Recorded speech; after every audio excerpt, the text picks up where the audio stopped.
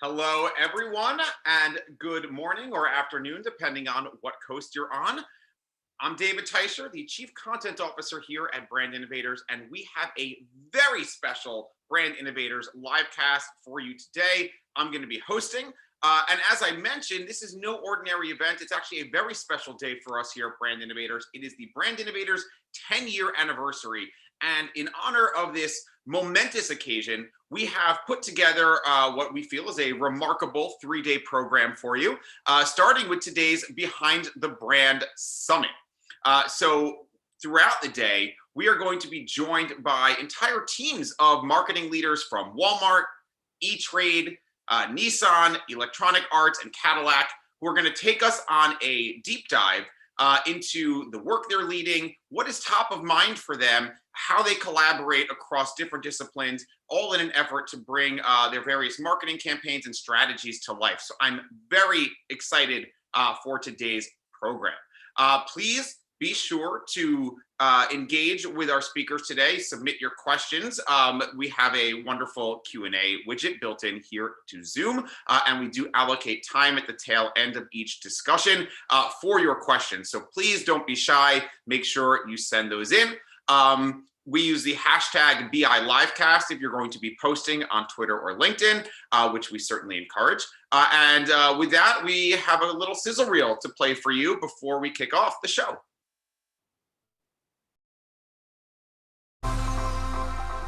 We are thrilled to have you joining us for our latest and greatest marquee event, the Brand Innovators 2021 Media Buying Summit.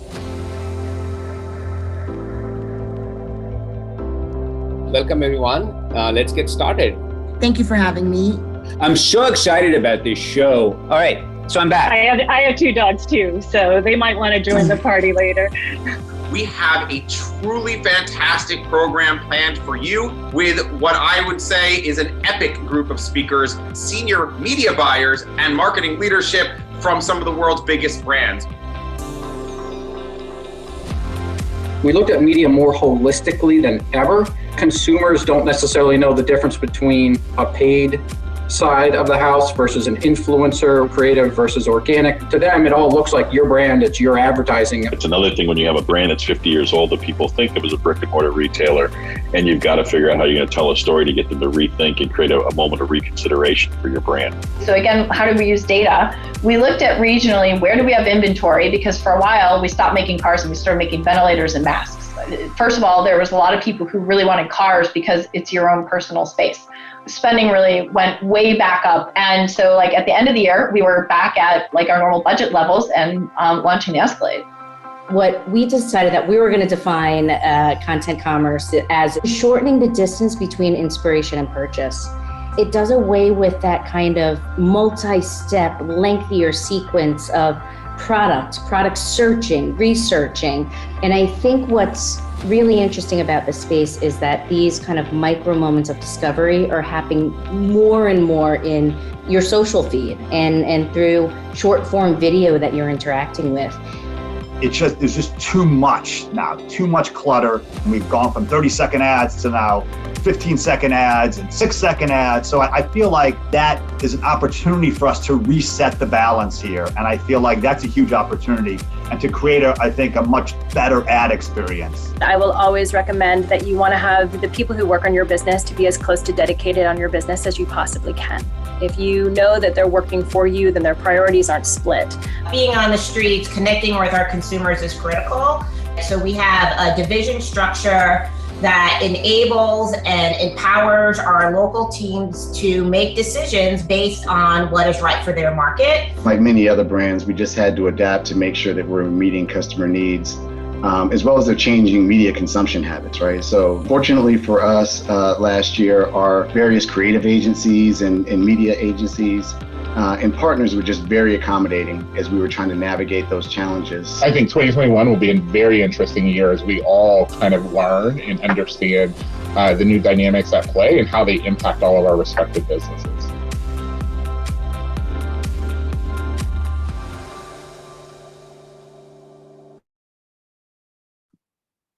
Well, that was wonderful. I think that was a little bit of a recap of our big media buying summit, which we produced at the end of April. So with that, we are going to dive into today's program. Again, a very special event, 10 years into building the Brand Innovators community. So thank you to all the amazing marketers across the country and across the globe who have contributed and participated within the community. So with that, I would like to bring up our first group. We have Alex Picciano from Walmart Plus, Helen Schmid, Roma Vakil, all on the Walmart Plus team. And we have our moderator, David Roth, the CEO of WPP Retail, to kick off our Behind the Brand discussion about all things Walmart Plus. So let's welcome everyone with I'll give you the virtual round of applause. Helen, welcome. Alex, welcome. Thank I think you. Roma's joining in. How are you doing today? Great. Good. How about yourself? I am really excited. This is a really big month for us, so I'm just so thrilled to have you guys here and joining in. Roma, welcome. And it looks like David is here as well. Hi, welcome. Thank you. Excited to be here. Fantastic. David, from one David to another, the virtual stage is yours. I'll be back in a little bit. Thank you. All right. Thank you very much indeed, and congratulations, David, on 10 years.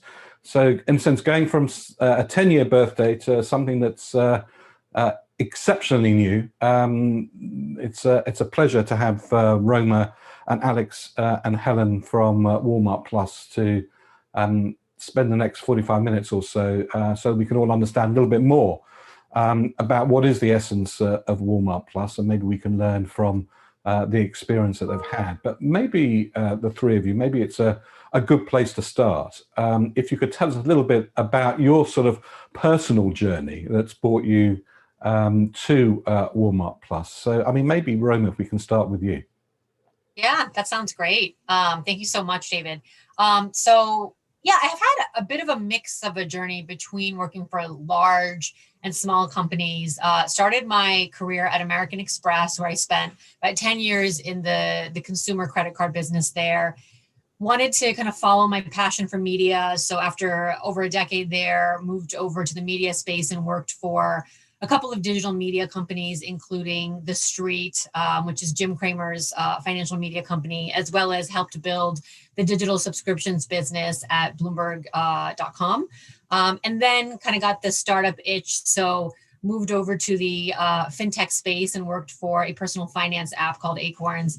And ultimately that brought me to Walmart. And I think, as I think about my career journey, most of my experience has really been in three areas: building best-in-class CRM programs, building subscription models or businesses, and working in startup hyper-growth environments. So I think what attracted me to Walmart was the ability to combine all of those three with Walmart Plus.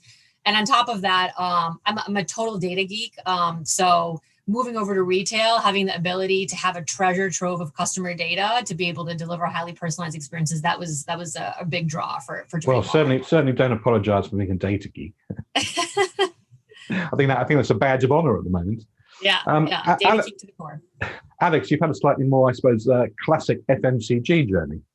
Yes, David. And I hope you can hear me okay. My internet connection's a little unstable. Most of my career has been in CPG marketing, so mostly food and beverage. I spent about 13 years in CPG. I started with Anheuser-Busch InBev, and coming out of business school, I was stocking coolers in Texas full of beer. So I wanted to learn that business on the ground up, which I certainly did. I had various marketing roles with AB InBev, and from there I moved into food. I worked at Kraft Foods, which then became Mondelez when the company split. So I was in the snacking business, working on Trident gum and innovation, and then base brand marketing, general management type marketing on Nabisco brands. And then I wanted to move more into lifestyle marketing and get more influencer and experiential marketing experience and PR experience. And so All right, I think we've sort of lost you for a sec, but maybe let's move over to Helen. Again, you've had a very... he's back. Alex, we I'm lost back. you for a minute. We lost you for a minute. But anyway, we'll quickly move on to Helen. Yeah, sure. So my background is a little bit similar to Roma and Alex's. I actually started my career in CPG marketing as well. I was part of a L'Oreal management development program, so 2 years in different brand management roles right out of college, and thought I would be a CPG marketer for the rest of my career. And then Quidsy, which at the time was still owned by Mark Lowry, and was a very scrappy startup, but owned right after the Amazon acquisition. Kind of recruited me, and that began the beginning of my digital marketing and performance marketing experience. So I worked on diapers.com, beautybar.com, a subscription box company, and then moved on to an e-commerce, omnichannel e-commerce retailer called Journal, where I led performance marketing and e-commerce there. And then went to my first a real seed round startup as like the 10th employee of the company at a company called MealPal, which is a lunch subscription company. And then I moved on to Walmart. I kind of wanted to have both the large company experience and the small experience. So I've been toggling back and forth. So I had been at Walmart for 4 years now.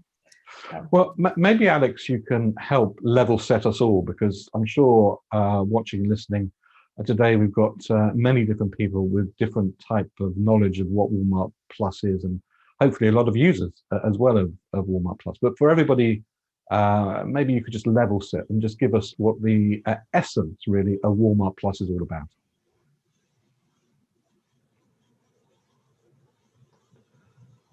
Sorry, David, I went out of there out again for a second, but yeah, just Walmart Plus. I mean, in a nutshell, it's a life hack really for our customers. So if you think about Walmart and the brand and our equity, it's about saving money and allowing people to live better lives. So we really think of the membership as an extension of that. So we want to save people time and money with it. We know that the customer needs and the environment has changed drastically. But we stay rooted in that, and we're building a program and benefits that are going to help people do that. So you look at people's needs and the fact that convenience has become more and more important, and that they're having to multitask all the time. I think that's pre-pandemic and during the pandemic. That's a constant. So we've got benefits, and we've built benefits that really lean into that. When you think about free delivery from our stores and free shipping from Walmart.com, those are really important benefits. But we extend it outside of the home as well. But it all stays rooted in helping people maintain the best lives for themselves and spend time with their families and what matters most. And we want to be a tool that enables that. Now, maybe we can just spend a little bit of time just talking, I suppose, from your own personal perspective of what is it, or was it, about the whole sort of subscription space, which clearly is growing very rapidly, that sort of attracted you from your various different elements of your career to actually want to work within the subscription space? So maybe we can start with Roma. Yeah, sure. So David, I've actually, I think, been kind of a veteran in the subscription space. So my last 3 roles prior to Walmart were subscription models. So The Street, again, a financial media company that offers investing products that novice or more advanced investors can subscribe to. Building out a subscription business for Bloomberg Media and the Bloomberg.com, turning that from an advertising-driven model to a subscription-based model, and then Acorns, which is a personal investing app which you can subscribe to. And I truly believe that we're living in a subscription economy, and members will continue to sign up for multiple subscriptions to meet their everyday needs. So whether it's getting entertainment, trust and news, or even having their coffee or vitamins delivered to their door. So as I was thinking about kind of my next opportunity, I was looking for a business that I believed would see sustained growth during the pandemic, but then also what was the world going to look like post-pandemic, and what were going to be those winners and losers and beyond. And I felt that, Walmart was really uniquely positioned and had many of the ingredients, whether it's like the trusted brand or the tech infrastructure and the resources, to really succeed in launching the next big subscription program or next big subscription business. So I was really excited to be a part of building that. And what do you think is the driver of your view that we're increasingly living in a subscription world? What benefits is that now to the consumer? Yeah, I mean, I think if you just look at the data, 10 years ago, very few people adopted subscriptions. And now there's been this growth of subscription businesses across every industry. And many consumers have multiple subscriptions and are willing to pay for multiple subscriptions. And that includes our audience for Walmart Plus. We call them the TSBFs, the time sensitive busy families. And on average, they have a multiple subscription. So the data validates that, this is a need and consumers are willing to pay for subscriptions over time to get the convenience and the services that they want. Helen, you've worked in a number of subscription-based businesses and services. What's the attraction to you? Yeah, so similar to Roma, this is my third subscription company. I worked at a beauty sampling box with Allure magazine. I worked on a lunch subscription that had different meal plans, and then now this is my third one. And I came from an internal role at Walmart, so I kind of got recruited by Cynthia, who heads up marketing at Walmart, to join before launch. So I was part of this like pre-launch incubator group, and it just felt very exciting. I think this was a huge priority for the company, and I felt like there was a lot of opportunity to learn. And it did seem like the company was putting a lot of thought into how do we make this not just yet another subscription company. There is a little bit of subscription fatigue as we all have multiple subscriptions, and I think the team has really thought about, well, how do we make this truly, like Alex said, a life hack, something that is going to be used day to day, has multiple benefits, and is going to be just there to make your life easier. So I thought the value prop and being a part of something so big was really exciting, and that's why I moved internally. Now you talked about an incubator. In a sense, Walmart Plus is very much a startup within clearly a very large and established company. So what is the relationship between Walmart and Walmart Plus in terms of sort of a startup within the larger mothership? Maybe Alex, you can give us a perspective. Yeah, I think it's the best of both worlds in a way. Like we've got the flexibility and the ability to be nimble because it is sort of an incubator or startup within a larger organizations, but we have the resources of Walmart. It doesn't get bigger than that. So I think the relationship with other groups is it's strong. I've seen in some places where you've got like previous CPG experience where you've got incubator type groups.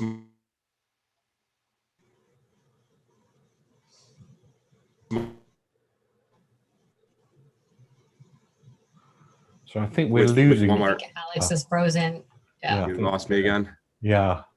All right. I think I'm back. No, I've seen incubator type brands get lost within larger organizations and fight for resources. And I don't think that's the case with Walmart Plus. It's a huge priority for us. And we see, other teams wanting to figure out like, how do we, leverage the best of Walmart and its scale and its breadth with something that's really new and exciting for the organization. Both Roma and Helen, you've both worked within what I suppose one technically would call sort of a very a startup in its true sense of the word, which is a very small company, limited amount of resources, and a burn that's looked at sort of every day. How would you characterize the differences, the strengths and the benefits of a startup incubator within Walmart, given your experience of I suppose standalone startups? Yeah, I can speak. Sure. Yeah. As Alex mentioned, and this was a key kind of driving factor for me to join Walmart, is I felt like with Walmart Plus, we kind of have the best of both worlds. we have the ability to be innovative, we have the ability to be agile, move quickly like a startup, but then we're also backed by the strong brand and the resources that come with working for the country's largest retailer. And I think I've also worked at other large companies where they have incubator groups that were kind of separate from the mothership, if you will.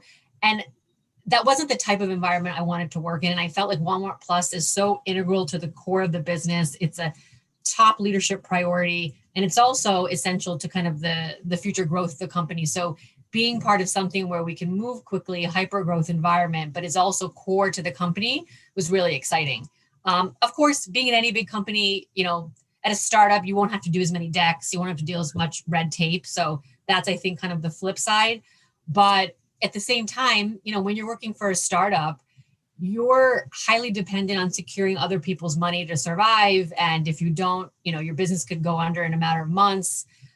With Walmart, we have the capital and the support that comes with the broader Walmart brand that gives us some of that increased flexibility and runway longer term. So I feel like it truly is the best of both worlds if you want to work in that high growth culture, but also have the stability of a well-established brand like Walmart.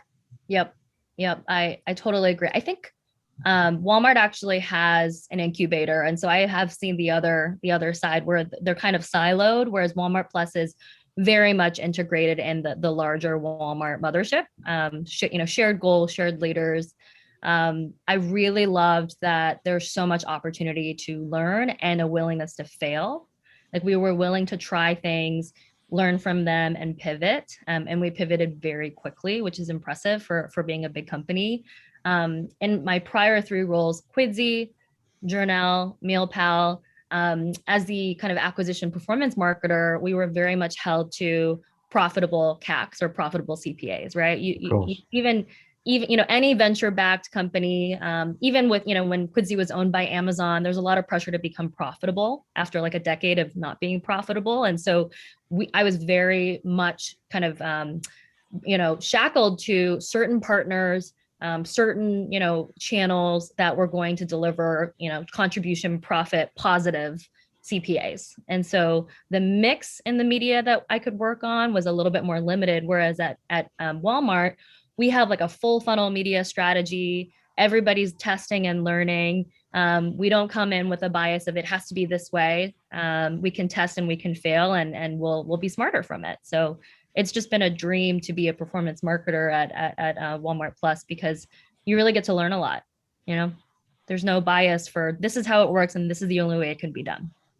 So clearly there's a great advantage of not necessarily having your eyes over your shoulder, wondering when the next round is going to happen and whether it's going to be funded or not. Let's move on to talk a little bit about the Walmart Plus proposition. I mean, to what extent was it a reflection of the pandemic, or actually was this conceived well before the pandemic hit the world?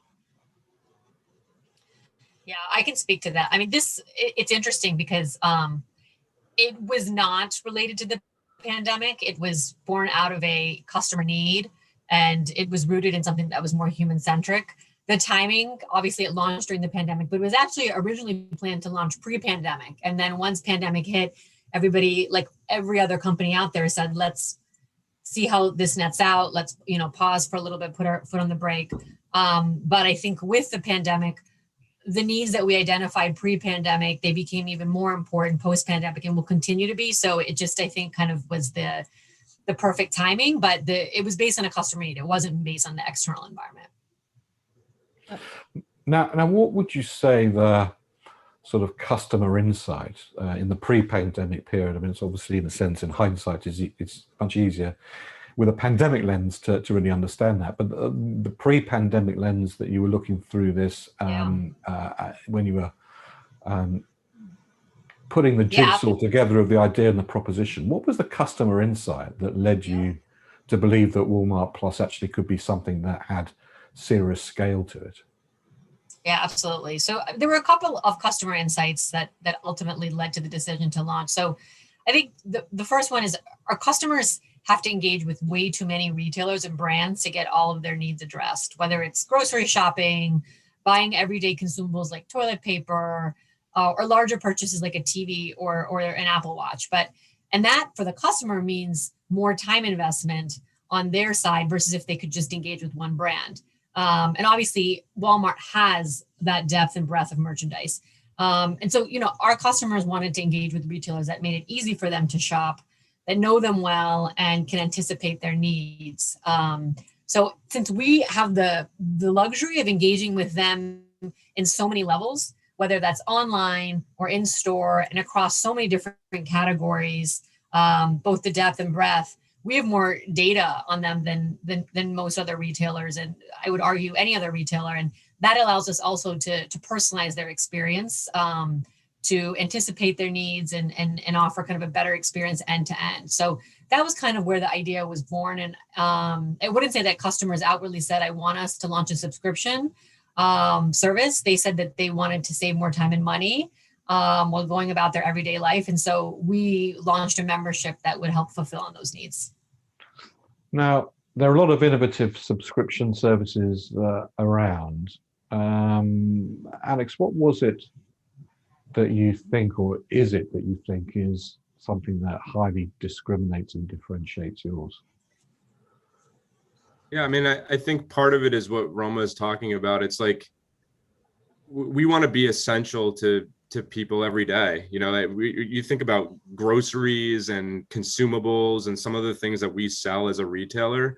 Those are things that people are buying on an everyday basis. So how do we make that easier for them? How do we get them to save more time and more money, and extend Walmart into that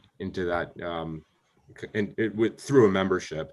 So I think, Roma touched on it a bit in terms of we're kind of a one-stop shop. You think about the breadth of our merchandise. You can get almost anything at a Walmart. So having a service that makes that easier for people and more convenient for people separates us, I think, from a lot of other services that are out there. There's also the fact that we're omni-channel. So our e-commerce business has grown considerably during the pandemic. People have been ordering more and more on Walmart.com than ever before. More people have been downloading our app. But our stores, our store footprint is big and vast. And pre-pandemic, more people were in stores. The traffic waned. It's going to come back now as people are vaccinated. So I think being an omni-channel player and having a membership that caters to that is different than a lot of the other services that are out there. And Helen, how important is the whole sort of omni-channel centricity of the ability to shop Walmart to the core of the proposition? I think it's super important. Most of our customers are store shoppers, right? Many of them exclusively store shoppers. And so if you, I can't think of many retailers that have that scale and that reach from an omni-channel perspective. I also really admire that the benefits aren't just shopping benefits, but overall lifestyle benefits. So you think about fuel, you think about the new RX benefit that just launched. I think we have a PR announcement about it recently. It's not just omni-channel shopping, but everything you might need in your life. And so the way that this membership is positioned as a kind of lifestyle portfolio of benefits that just gets better and better is really enticing.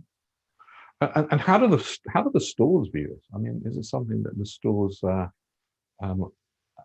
actively engaged in? Yep. We have we have a lot of alignment at the leadership level that this is really important. We do have a store benefit now called Mobile Scan and Go, where you can check out through your phone. And I think there's just a lot of excitement about making the store experience just better for Walmart Plus members. Now, you started February-ish time. One of the I suppose the defining things of a startup organization is the ability to be able to pull in data, understand things fast, move on a dime from insights and data that you have access to. So what have you learned thus far in your journey, and how fast are you at being able to adapt the proposition to things that you've learned? Yeah, I can speak to that. In a very large organization. I mean, is there a tension between that? Yeah. I will say I was a little bit shocked at how quickly we could move. So I'll speak a little bit to the learnings and the insights and some of the ways we've actioned that. So I think first and foremost, the customer is at the core of everything we do. So we stay very close to the customer, regularly collect feedback, whether that's from surveys or focus groups or digging deep into the behaviors and the data. And there's a couple of key themes that we've seen since launch. And I think, Doug and others have talked about this in investor reports, et cetera. But one, like just how critical the customer experience is especially for the delivery experience. And then two, how important the value the member receives in terms of time and money savings in order to justify that membership fee. So for number one, we're making a ton of investments in our supply chain to ensure that we are delivering upon the experience that customers expect. And kind of freeing up the capacity to do so. And I think one other thing I would say about Walmart Plus is we're often viewed as the squeaky wheel, where we kind of light fire under some of these larger changes that happen enterprise-wide. So I think there's a lot of great investments being made on that front. And then around the kind of the value prop, again, as I mentioned, we're continuously talking to our members about their problems and needs as we roll out new benefits over time. And when we launched, we heard loud and clear from customer feedback that they wanted us to waive the order minimum for free shipping on Walmart.com. So when we launched, there was still an order minimum for members, but we heard loud and clear that that was something that our members wanted. So within 3 months of launch, we reacted very quickly. And I would say within a matter of weeks, we actually mobilized our internal teams to get that benefit live. So I think that was, to me, very shocking for a big enterprise to be able to move that quickly. But I think it speaks to the agility of the startup-like culture that we've created for Walmart Plus. And what do you think is the catalyst to be able to move fast in a very large organization? I think a lot of people watching this who do work for large organizations, probably at times are frustrated by the slowness of how things move, even when you as the product owner, the brand director, really see the needs to move quickly. Yeah, I think there's really two kind of ingredients to the secret sauce. I think one is leadership alignment, right? Like at the most senior levels, coming top down, that this is very important. We all need to rally around this. And then I would say we have a very tight-knit cross-functional working team for Walmart Plus across product and marketing and finance, customer experience. We have kind of, a very tight-knit pod that we're all goaled against the same things. So in other organizations I worked for, different cross-functional partners had competing goals. So that would cause kind of an issue. But the fact that we're all goaled in the same thing, we all are marching towards the same roadmap. I think once leadership asks us to do something, we can work together very quickly to make it happen. Yep. Yeah, I'll just add to that. It really is a testament of the trust and the relationship with our core cross-functional partners. We have a lot of meetings together.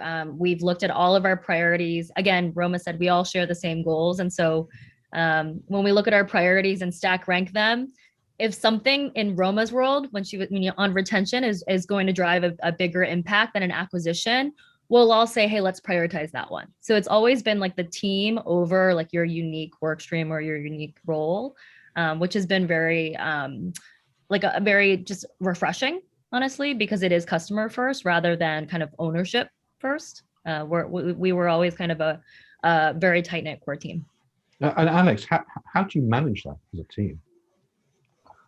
Yeah, I mean, I think we have complementary work streams, which is great. And, Helen and Roma and I just collaborate and work very closely together, because Helen mentioned it earlier. Like, we think of this as full funnel, right? Like, we've got to build awareness of a program and a membership that's new to the world that a lot of people still don't know about. We got to get people in, that's where Helen comes in to hook them and get them in and get them to try it or sign up for a free trial. And then from a retention standpoint, Roma and the team, getting people to utilize the benefits and getting them to stay with us. So, we think of it holistically like that. And we make sure that, we're running in the same direction and doing it in service of of a full funnel. That's part of it. And then the other thing I would say beyond the internal pods and those tight knit teams, which are crucial, having the right external partners as well, and agency partners who are going to be willing to understand that we've got to be flexible and nimble and try new things, and we're going to need them to be on that journey with us. So I think identifying the right external partners that can help with that is really important as well.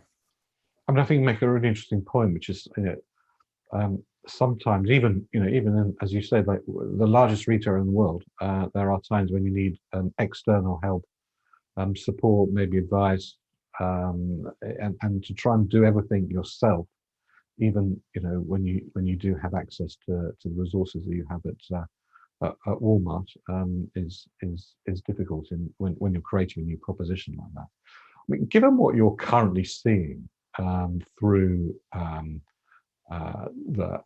launch and the development, are you seeing that consumers' needs are changing and sort of they're demanding much more flexibility on actually how they want to use and how they want to access the stores? It wasn't that long ago where accessing the store was you only had one option, to physically walk into the store.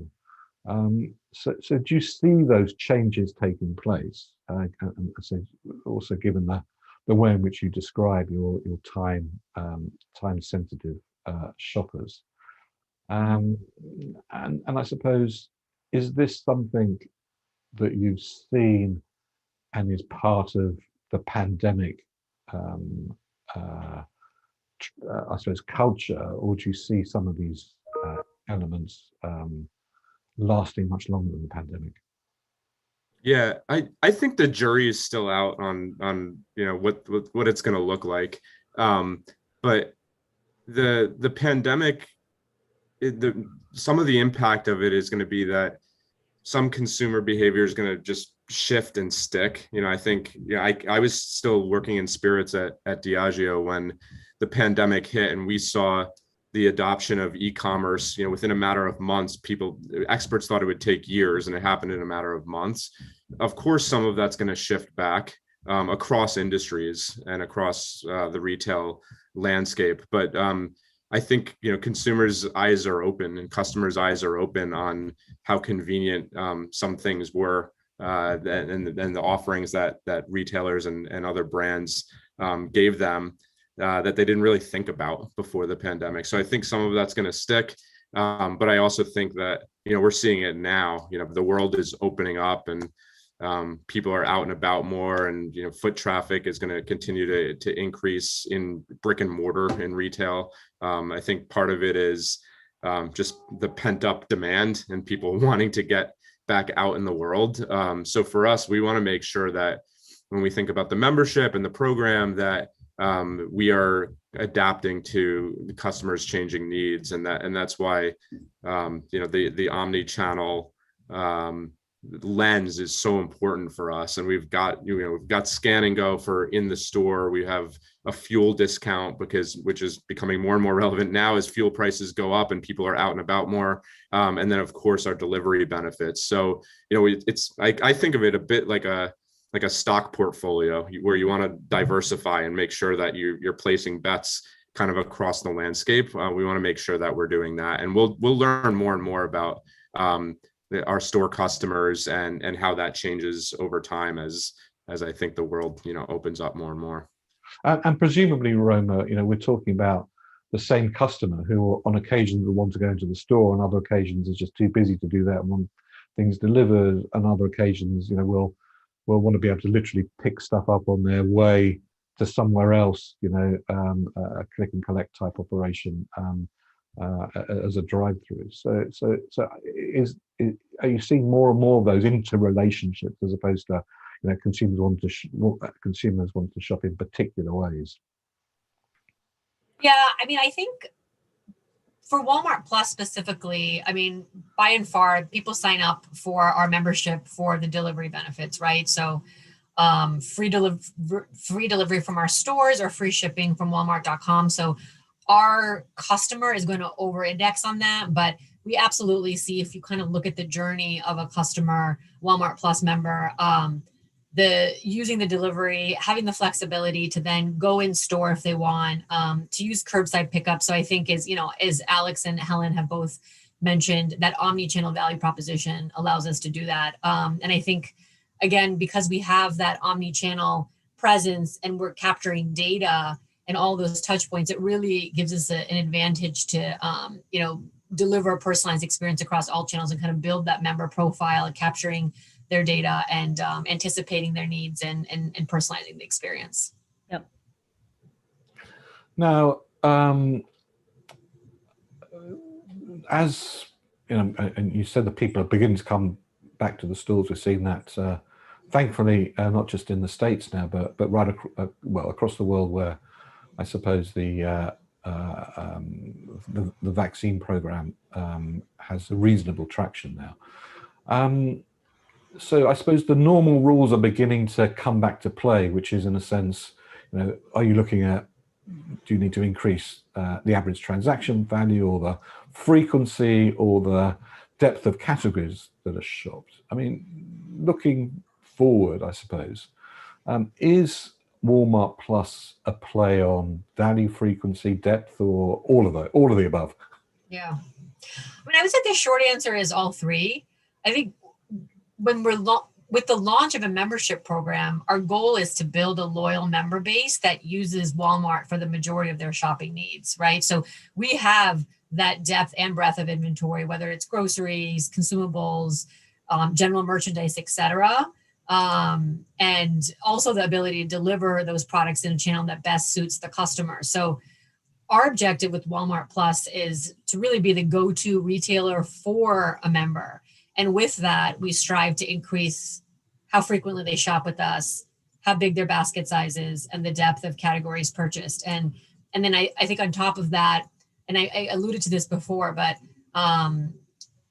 so doubling down on all three of those, and then also capturing their data through that omni-channel shopping experience, we're able to better personalize that member experience and also anticipate their future shopping needs. I mean, Alex, what would you say about, I suppose, that the triangle of value, frequency, and depth? I mean, how important is it that the Walmart Plus proposition also encourages people to shop across the categories within Walmart? Yeah, I think it's hugely important. Value is the bedrock and the foundation of Walmart. Our customers expect that they're getting the best prices on everything that they're shopping for with Walmart. So everything gets built off of that. And when we talk about the membership being an extension of Walmart and as a brand, it really does start with value and saving money so that people can live better lives. But we want to bring them in and make sure that they're shopping across the categories. We are a one-stop shop. You can get, whether it's your everyday needs or, you start to think about back to school, seasonal moments, holiday, and the customer dynamics and how those have shifted. Holiday this year is going to look a lot different than holiday looked last year.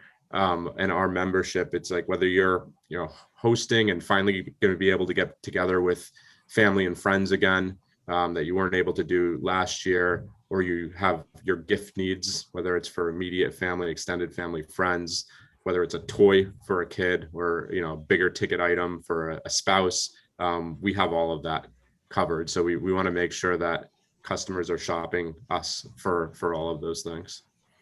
Well, just as a reminder, if you want to ask a question, please use the question chat at the bottom of the screen. We talk quite a lot about, I suppose, the benefits of Walmart Plus.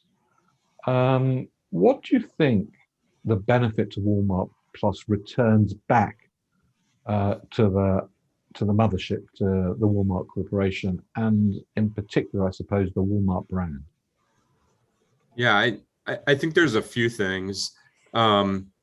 one is just about, loyalty, right? Like membership programs are designed to drive loyalty and breadth and depth of wallet, so that return gets accelerated with the membership program. So I think that's one benefit. I think Roma talked a little bit earlier about operational excellence, and that the fact that deliveries from our store are a big part of the program. When you have we're a retailer and we want to serve our customers really, really well. So if it's a bit of a catalyst to make sure that we're continuing to improve our operations and making sure that the experience is amazing for our customers. And then I think there's a bit of equity building too. Part of the reason I came to Walmart Plus was to work in an e-commerce environment, being something that's digitally centric, which our membership is. We've attracted a lot more shoppers through our app and digitally, and I think the membership's a bit of a tip of the spear for that. Most customers think of Walmart as a big, slow-moving brick and mortar company, with our store footprint, and not like a tech-forward, digitally savvy brand. Like I don't think that's what comes to mind when people think about Walmart. And I think Walmart Plus helps with that. And it helps customers and consumers think about the brand differently. So I think there's an equity lift from the membership as well. Roma, your perceptions? I honestly think Alex did a fantastic job covering it. I wasn't doubting that for a minute. minute. All of what I was going to hit on. Yeah. Okay. You've come a long way in the last few months. Anybody who's launched anything knows that the planning period before the launch takes a lot of time, effort, and emotional resource as well. Looking back, how would you describe, I suppose, where you are now, and what you think lies ahead? I mean, I'll start from the top of the funnel. Walmart Plus is a baby.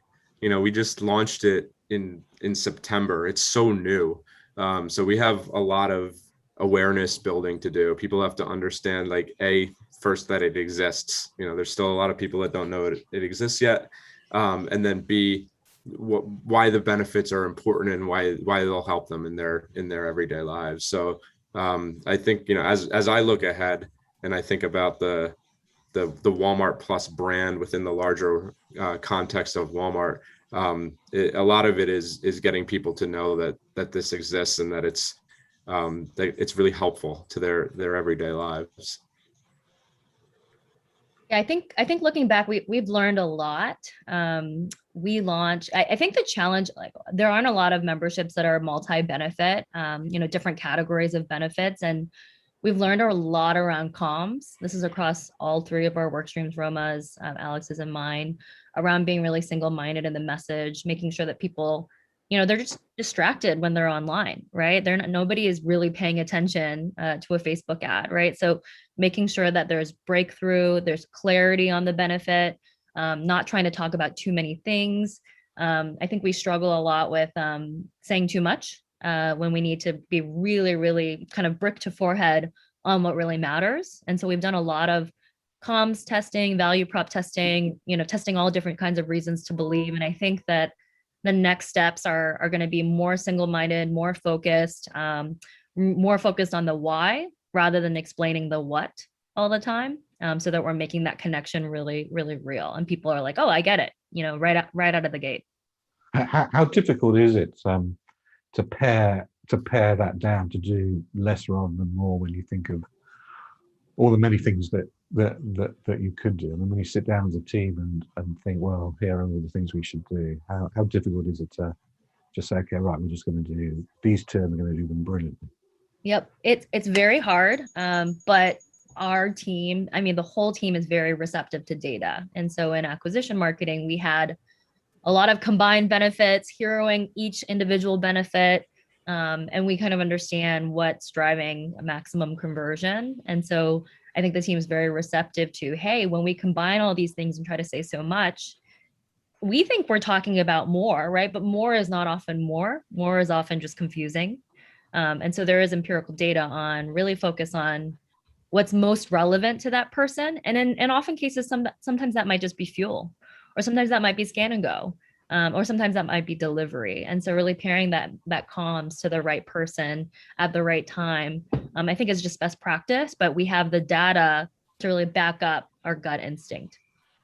Well, we're almost out of time. We've got time for a couple of questions that have been sent in. I've realized that what I've learned during the pandemic period is staring at a screen all day long. My eyesight has deteriorated terribly, so I've had to come even closer to actually read the Q&As. But question we have here, which is, how have your use of sort of technology and apps influenced the customer mix in terms of sort of demographics? Are they sort of broadening? And do you think this is also helping to influence and grow the brand? I can speak a little bit about technology and data. We're really privileged to have a lot of first-party data from in-store to .com shopping, as well as third-party data. I think there's a lot of technology around kind of the data science around acquiring the highest propensity customers. There's a lot of technology on geolocation, so we're not trying to sell a benefit that's actually not available. Most of our benefits are local benefits, not national. So I think technology has just helped us hone in on how are we saying the right thing to the right person based off of where they are in life, so that we're not being irrelevant or just kind of feeling like we don't know the customer. So it's been very helpful to have that third party and first party data. Great. And I would add to that. Oh. Yep, Karen. Sorry. Yeah, I was just going to add to that. If we just go back to our core audience, the time-sensitive, busy families, when you look at their needs and their channel preferences, they're very tech savvy. They're very engaged with apps, and so that has also influenced kind of our channel mix and how we communicate to them, because we obviously want to serve them in the channels that are most relevant to them. Mm-hmm. Okay, a question now that's come in, I suppose, around the objectives that you had when you were planning and any modifications to those. So has the crisis forced any modifications to your sort of short to mid-term goals, and how are you measuring success? Yeah, I mean, I think it's just keeping our finger on the pulse of customer behavior. Everything we do starts with the customer. So we need to make sure that we adapt and are nimble through the funnel based on what we're seeing and hearing. So we are, I think, lucky to be well resourced in terms of what we can learn from media and performance and what's resonating with customers, what's not resonating with customers. But also when we get out of a tech app media world, we have stores and we have humans in those stores who are interacting with customers every day. We have associates that are interacting with customers every day. So I think as the pandemic causes changes in how people are living their lives, making sure that we've got really, really strong understanding of what that means, I think, and implications for how we go to market in the short term and how we build our strategies for the long term.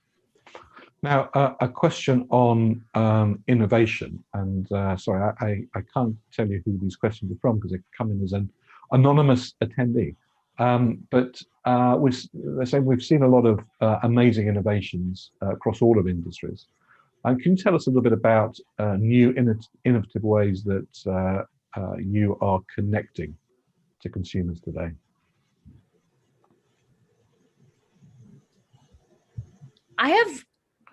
I don't know if this is going to satisfy the question, but give it a go. Yeah, I think the thing that stood out to me, and I just had my last week at Walmart last week, so this is kind of just, I'm in reflection mode. The thing that stands out to me is how marketing needs to be so close to operations, right? Like we've all kind of talked about the operational experience making or breaking the member experience or the prospects experience when they're trying. So a lot of the innovation has been around staying closer, making sure all the pipes are connected. We're not acquiring people when their local store has really poor store capacity or slot capacity, right? We're acquiring people to the best experiences so that we're setting them up for success.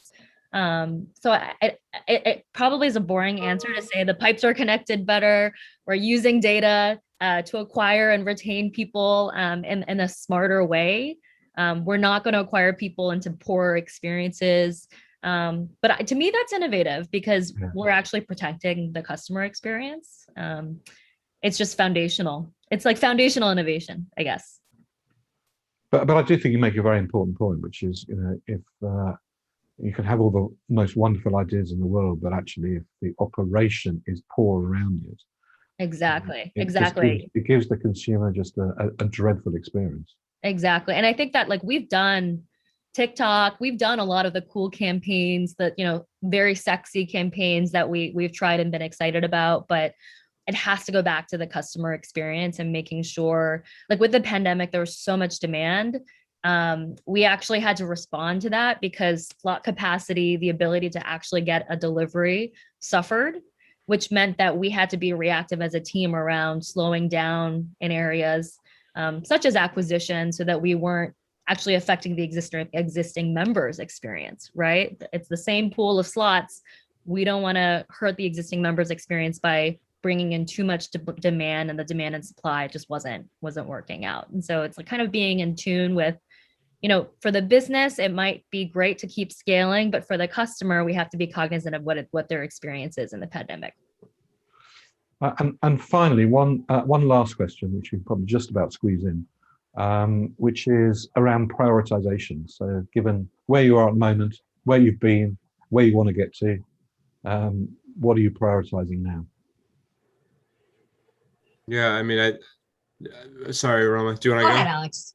I mean, I think just from my world and from my perspective, I touched on it a little bit earlier, is just getting people to know that this exists. Like we've got to build awareness of the program. We haven't been around for a long time. People know Walmart. People don't necessarily know Walmart Plus. And then making sure that the value prop is really clear. And I think Helen touched on that a little bit earlier too. We can tell people that this exists, that these are the benefits, this is what you get when you pay this. But why is that important to you? And why does that help you in your everyday life? Because we are engaged with customers and most of America as a total Walmart brand on an everyday basis. And why does the membership make that even better for you? Roma. Yeah, and I'll just end on, I don't want to beat a dead horse, but I think Helen hit the nail on the head, just really making sure that we get that operational experience as good as it can be. I think any program, especially for a membership program, you have much higher expectations of the consumer. If you're paying for something, we need to over deliver on that. So really making the investments in the operation to deliver that seamless, smooth experience. And it's not an easy task, right? This is a massive company with hundreds and thousands of stores that we need to work with to make sure that we're executing and deliver and offering that seamless experience. But it's a really important priority for the business. Well, with a look to the future, that's a really nice place to stop. We could have carried on for a long, long time, but the grim reaper of time has paid us a visit. So Roma, Alex, Helen from Walmart Plus, or Helen, having just only last week left Walmart Plus, but thank you very much indeed for still joining us. It's very much appreciated. It's been a fantastic conversation. And thank you so much for both your time and your generosity of insight. Thanks very much indeed. I'll hand back to David. Thank you so much for having us. Thank you so much, guys. For having us. The Grim Reaper of Time. I have not heard that one, but I'll wear that badge with pride. Thank you all so much. Again, David, fantastic job moderating. Roma, Helen, Alex, this was wonderful. I will say, I think Roma, earlier on, you mentioned that we are shoulders deep into the subscription economy. I will say what is next, whether it's streaming services or e-commerce, subscription bundles. I feel like, I've got so many different subscriptions to, I'd love to keep track of them all. But maybe that's next down the line. But no, this was fantastic. Again, so many great insights. We appreciate your time and sharing with our community, and we hope to have you all back again soon. So thank you. Thanks, everyone. Thank you very much. Congrats on your 10 years. Thank you. Yes, we couldn't do it without you guys. So, we really appreciate all of your support and commitment and participation. So thank you. Our pleasure. Take care. Thank you. So we're going to keep the show rolling. Again, 10-year anniversary, amazing moment for us, but really a testament to you guys in the brand marketing industry and the broader community in the ecosystem that supports everything that we do. So cannot thank you enough. We are going to keep the show rolling. We have our next Behind the Brand session featuring a who's who of senior leadership at E-Trade. We have Dawn Burke, the Executive Director of Brand Advertising and Creative. We have Megan Collins, the Executive Director of Media and Acquisition. And of course, Andrea Zaretsky, the Chief Marketing Officer at E-Trade. And we have our moderator, Laura Bretz, the Senior Vertical Marketing Manager at Roku, who's going to be leading this discussion. So let's welcome everyone. I'll give you the round of applause on behalf of everyone in the audience that you can't hear today. So let's welcome Dawn, Andrea, Megan, and Laura to today's stage. Welcome. Thanks for having us. Of course, we've always got a place on our stage for you. So thank you so much for being here. Welcome. We're really excited to dive into the work that you guys are leading and how you collaborate and work together to bring all that amazing work to life. So Laura, I will turn it over to you. The stage is yours. Thank you so much, David. And thank you so much to Dawn, Megan, and Andrea for being here. And thank you to everyone who's joining us across the country today virtually. It's unfortunately, we can't be together in a great room feeding off of each other's energy, but I think we have a really wonderful panel. As David said, I am Laura Bretz. I'm the head of financial services ad marketing at Roku, where I bring my extensive client side and agency experience to deliver the best streaming strategy to financial services brands. I will be moderating this panel with the amazing team at E-Trade, who will be giving us a peek under the curtain to go behind the brand. And I can tell you, we had a preview call last week, and there's some really awesome discussion with these women. So I'm really, really excited. We have a stellar team from E-Trade here today. We have Dawn Burke, the Executive Director of Brand Advertising and Creative. We have Megan Collins, the Executive Director of Media and Acquisition. And finally, Andrea Zaretsky, Chief Marketing Officer. So we have a very exciting panel today, and we'll also have time at the end for questions as well. So please submit your questions throughout the panel in the Q&A box at the bottom. So with that, I'd like to start off with some introductions from each member of the panel. I've already given your titles, obviously, but let's go a little bit deeper than that. And I'd love for you to tell the audience a little about what led you to your current role, how you got there, and why you picked that current role, and then what keeps you busy outside of work. Andrea, let's start with you. Sure. I will give a quick synopsis of my career. A little known fact, I was actually a career changer. When I graduated college, I intended to be a journalist. So my first job was actually at the New York Times. And I was there for a couple of years, and they gave me an opportunity on the business side of the paper and kind of got the marketing and business bug. So decided to go to business school. And from there, I chose an internship at American Express, where I knew marketing was at the center of all they do and all they design. And I thought that would be a great place to learn. And I stayed there for many, many years. And I actually knew Megan from American Express too. And my current leader, Alice Milligan, also. And it was just a fantastic education on marketing as well as leadership. And after a long tenure, I also had a passion for retail. So I did a couple of stints. One was a high risk situation. I worked on the turnaround at Toys R Us. We all know how that went. And then I had the opportunity to join an incredible beauty retailer, Sephora. While at Sephora, I had the opportunity to be the CMO of E-Trade, which was an opportunity for me to return to my financial services roots and really my DNA. Absolutely loved the space and the industry, and I had been a long time E-Trade customer, around 15 years. So I knew what it was like to be a customer and was passionate about the brand, and really loved the story, the founder story, which I'm sure Dawn will get into in a little bit. But I had a fantastic culture, so was so thrilled to join, and I've been there just about under 2 years, and I'm happy to be here today. That's really wonderful. And what keeps you busy outside of work? I imagine all that must keep you very busy, but what about outside of work? I have a teen and a tween, and they keep me very busy, chasing them and nudging them to do their homework and study for finals, which is this week. So very busy on family life outside of work.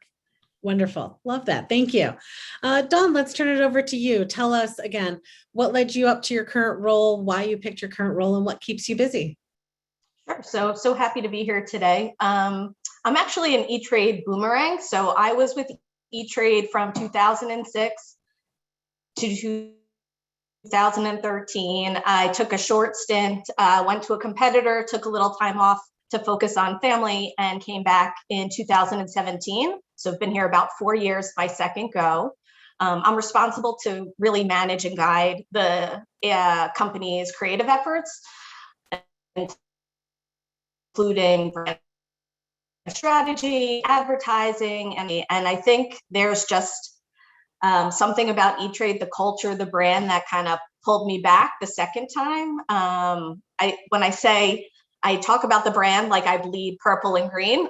So I really do have a lot of affinity to the brand, that challenger, irreverent tone that we go to market with. And I like being the underdog. For so many years, we've kind of been, we're a bit scrappy, and I like that, that culture.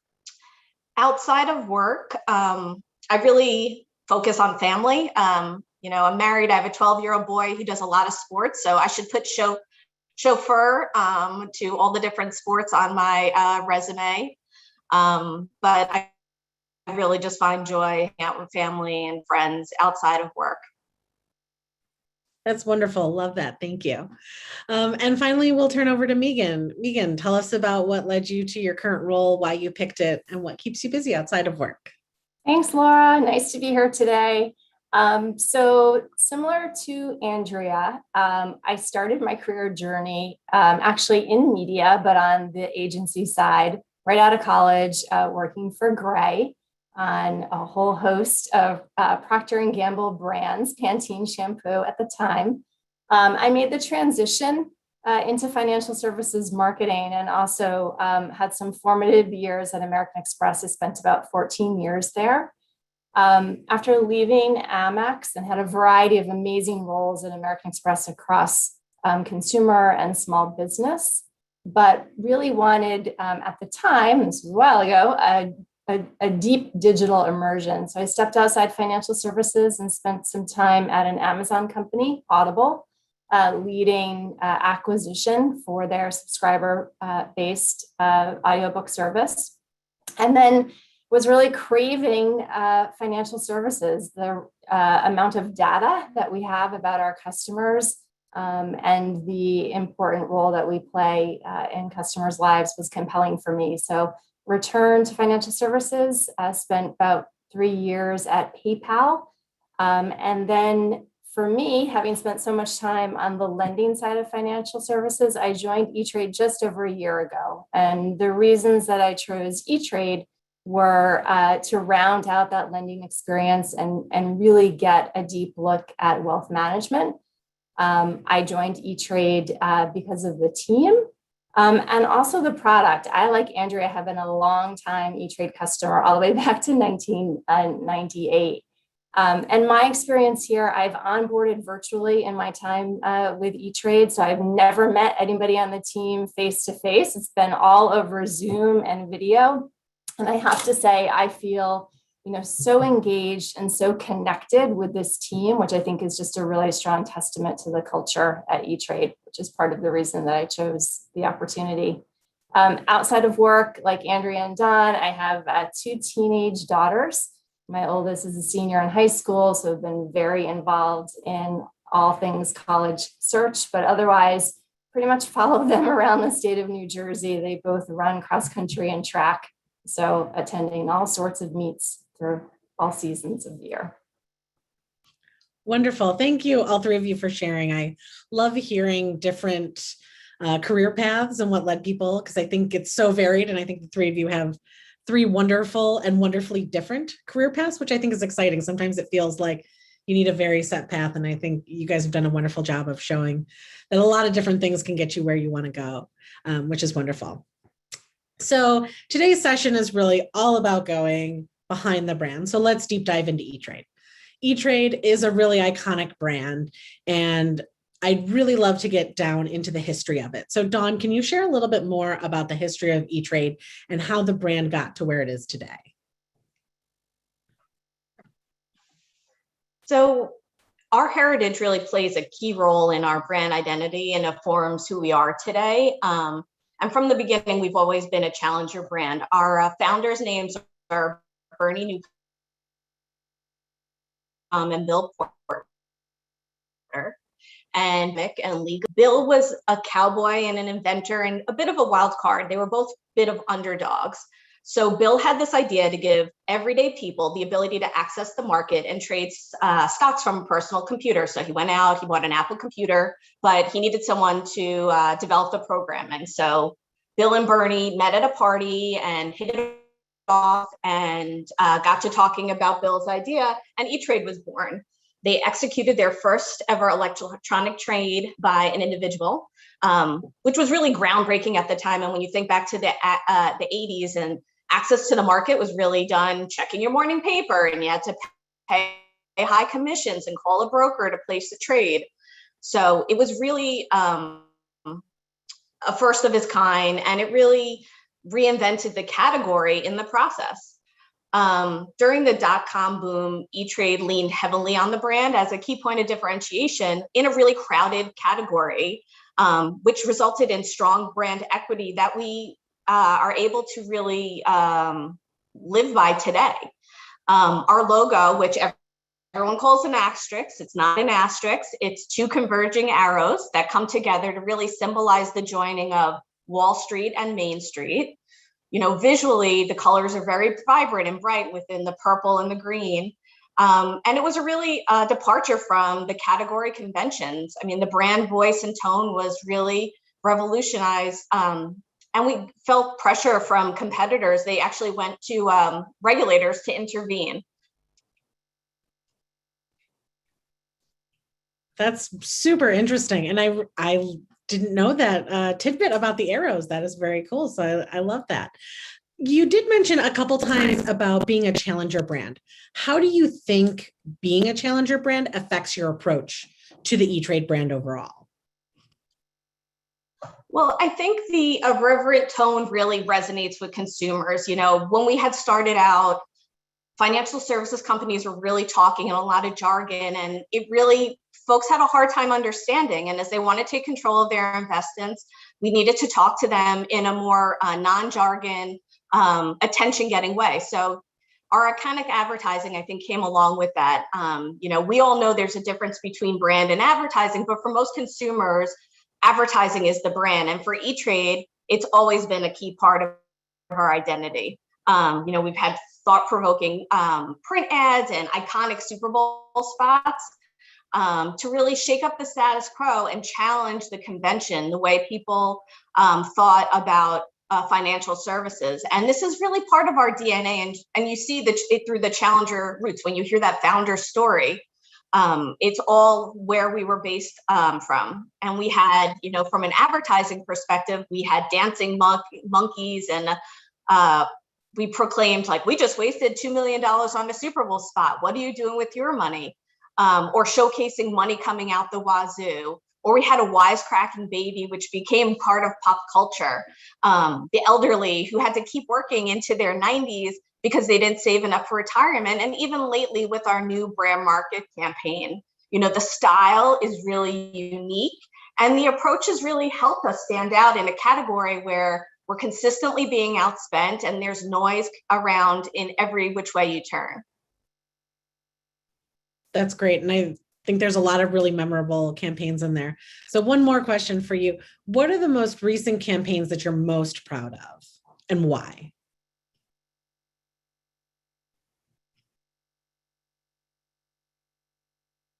Oh, well, and I had a nice 2 go rounds at E-Trade. I've had a really nice career. Thinking back to headlines like, if your breaker's so good, how come he still has to go to work? Or be a bull, be a bear, just don't be a sheep. That challenger brands have a point of view. We want to stand out, and it can be polarizing at times. It comes with a sense of passion, and you have to really stand for something and have a strong point of view. I think my top 3 of E-Trade would have to be obviously the baby campaign. I was very blessed to be part of that when it was born and see many years of great spots come out of that. The Don't Get Mad, Get E-Trade launch, which happened in 2017 when I returned and really got our mojo back after a couple of years of maybe being misguided. And then the recent work where we had to really change perception that we do more than just trading with the bear market and buying the dip spots. I mean, they're each special in their own way, but they all had that smart, witty humor to really catch the viewer's attention and was hugely impactful for the company. That's awesome. I love that. Thank you. And so I think creative and branding does an amazing job to really further the brand. As you said, I think a lot of people equate advertising to a brand, whether or not how true that is. And I think that media, works a little bit more behind the scenes, but is just as impactful as the creative piece. And so, Megan, I'd love to know a little bit more about, the media landscape is changing so dramatically as consumer behavior changes, as technology changes. What innovations are you most excited about in the media space? So I'm really optimistic, believe it or not, about the cookieless future. So I know we hear a lot about changes led by Google and Apple. I do believe that at the heart of those changes is respect for consumer privacy, which I think is a good thing. I think, there might be some short-term pain and some adjusting that as advertisers we have to work through. I do feel that this is an inflection point that will really force the industry to innovate.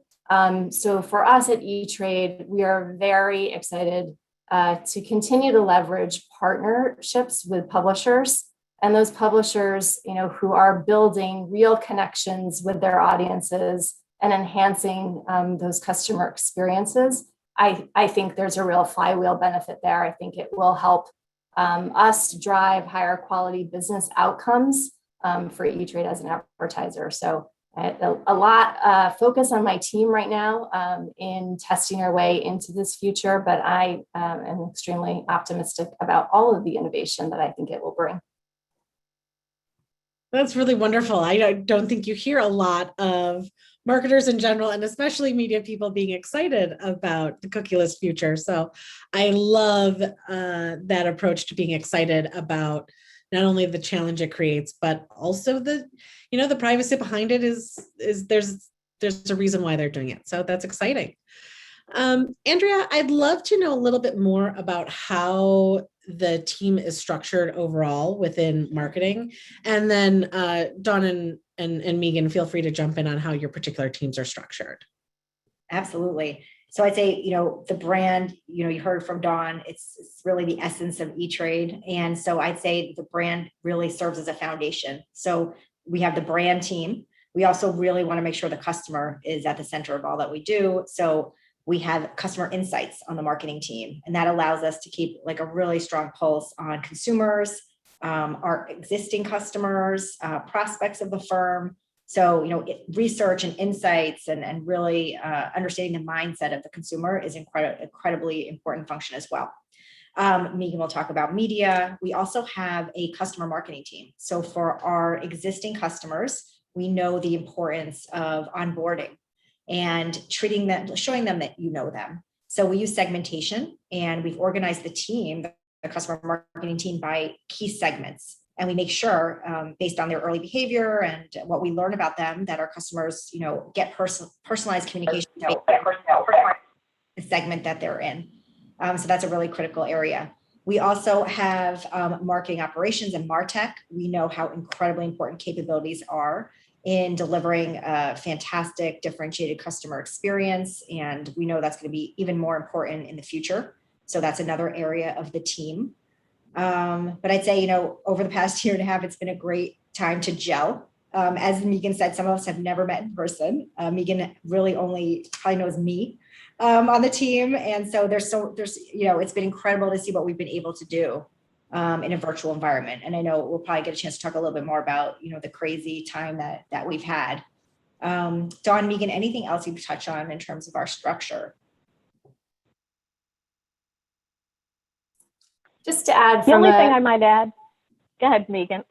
From a media team structure, my team is structured primarily by digital media and what I would call offline media, a little more traditional. And within that, primarily a channel focus. But our team is looking full funnel. So we really do plan on a full funnel basis.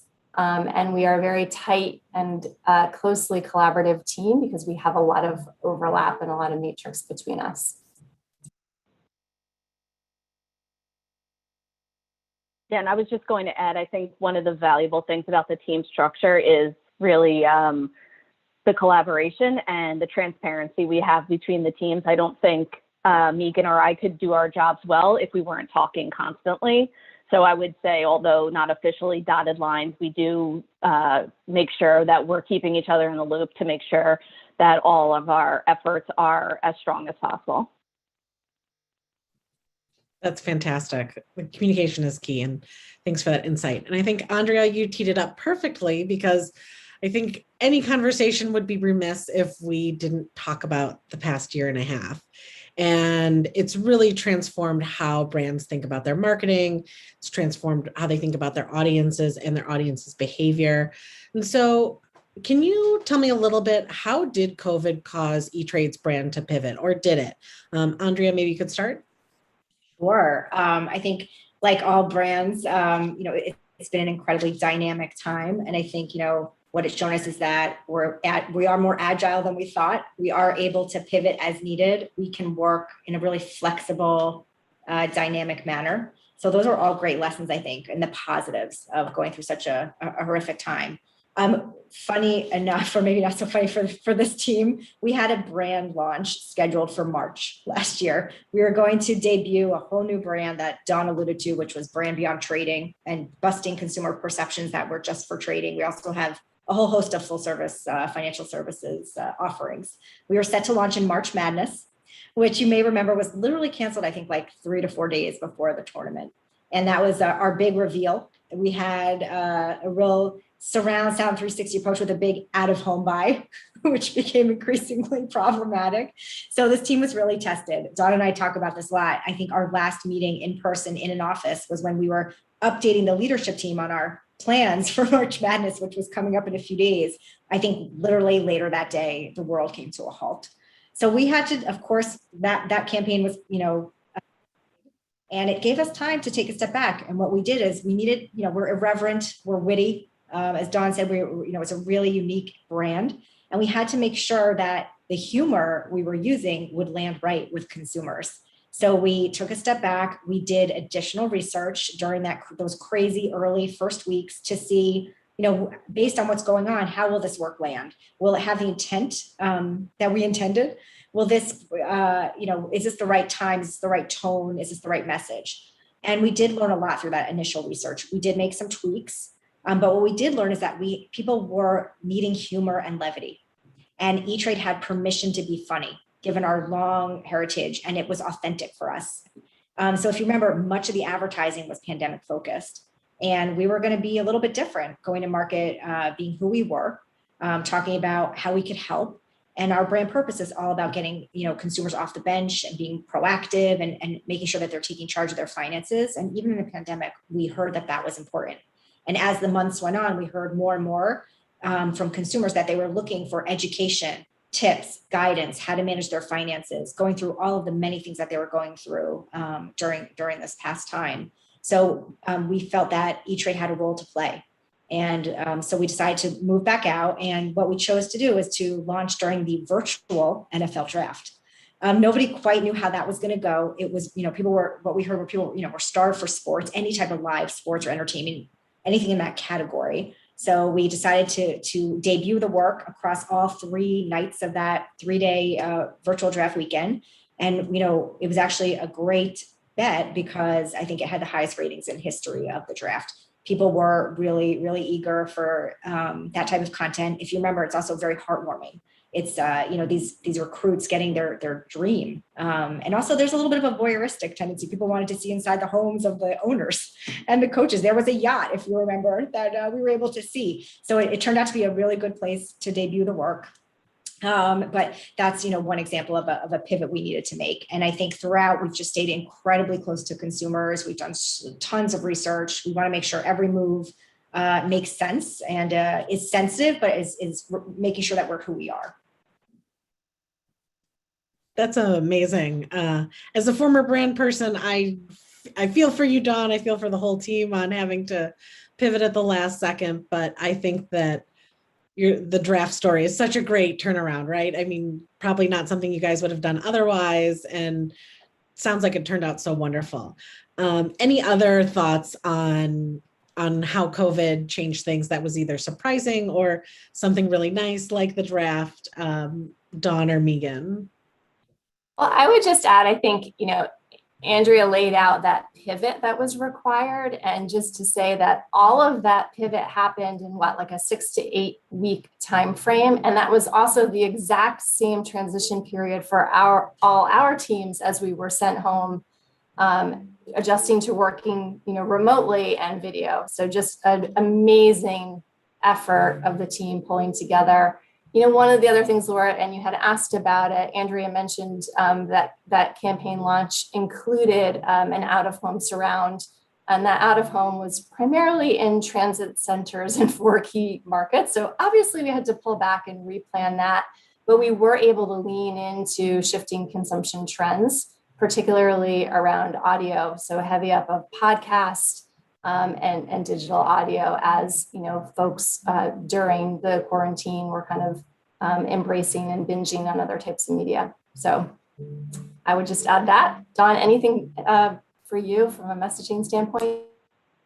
Yeah, I would say the only other thing to add is, in addition to the shift in the brand campaign, we really need to take a look at our current customers and make sure our other marketing efforts and the overall marketing approach was really dealing with some of their challenges. And, we're talking today about the brand and the advertising, which is definitely, known for being a challenger and witty, but money is serious business. And we're never funny for funny's sake.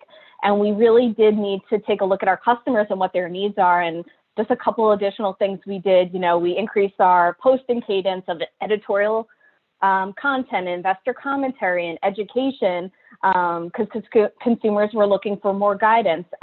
We developed a new social media campaign, which we launched on our Instagram handle with tips in the takes at times to wash your hands. In 20 seconds, you can learn this fun little tidbit. So I think we really tried to lean into all the tools in our toolbox to ensure we were providing that education and guidance to consumers, as well as pivoting the advertising campaign and keeping our, performance up. It was definitely a challenging time, but I think the team really handled it beautifully. It sounds like it. It sounds incredible, both how quick you have to change your out of home and also what type of out of home, and getting into the podcast, I think is really wonderful. And to your point, Dawn, that reminded me, because I wanted to comment on that as well, the fact that your team really utilized the research and made sure you were listening to consumers and understanding where you could play and where you couldn't play, I think is so smart and really goes to show the strength of your brand. So we have a lot of interesting discussion ahead, but a friendly reminder to submit questions to the Q&A box at the bottom of your page, and we will get to those in the last few minutes. But now I want to turn, not quite leaving COVID behind, but a really interesting thing was that Morgan Stanley acquired you in October 2020. So first off, Andrea, what was it like doing that deal in the middle of COVID, all virtually?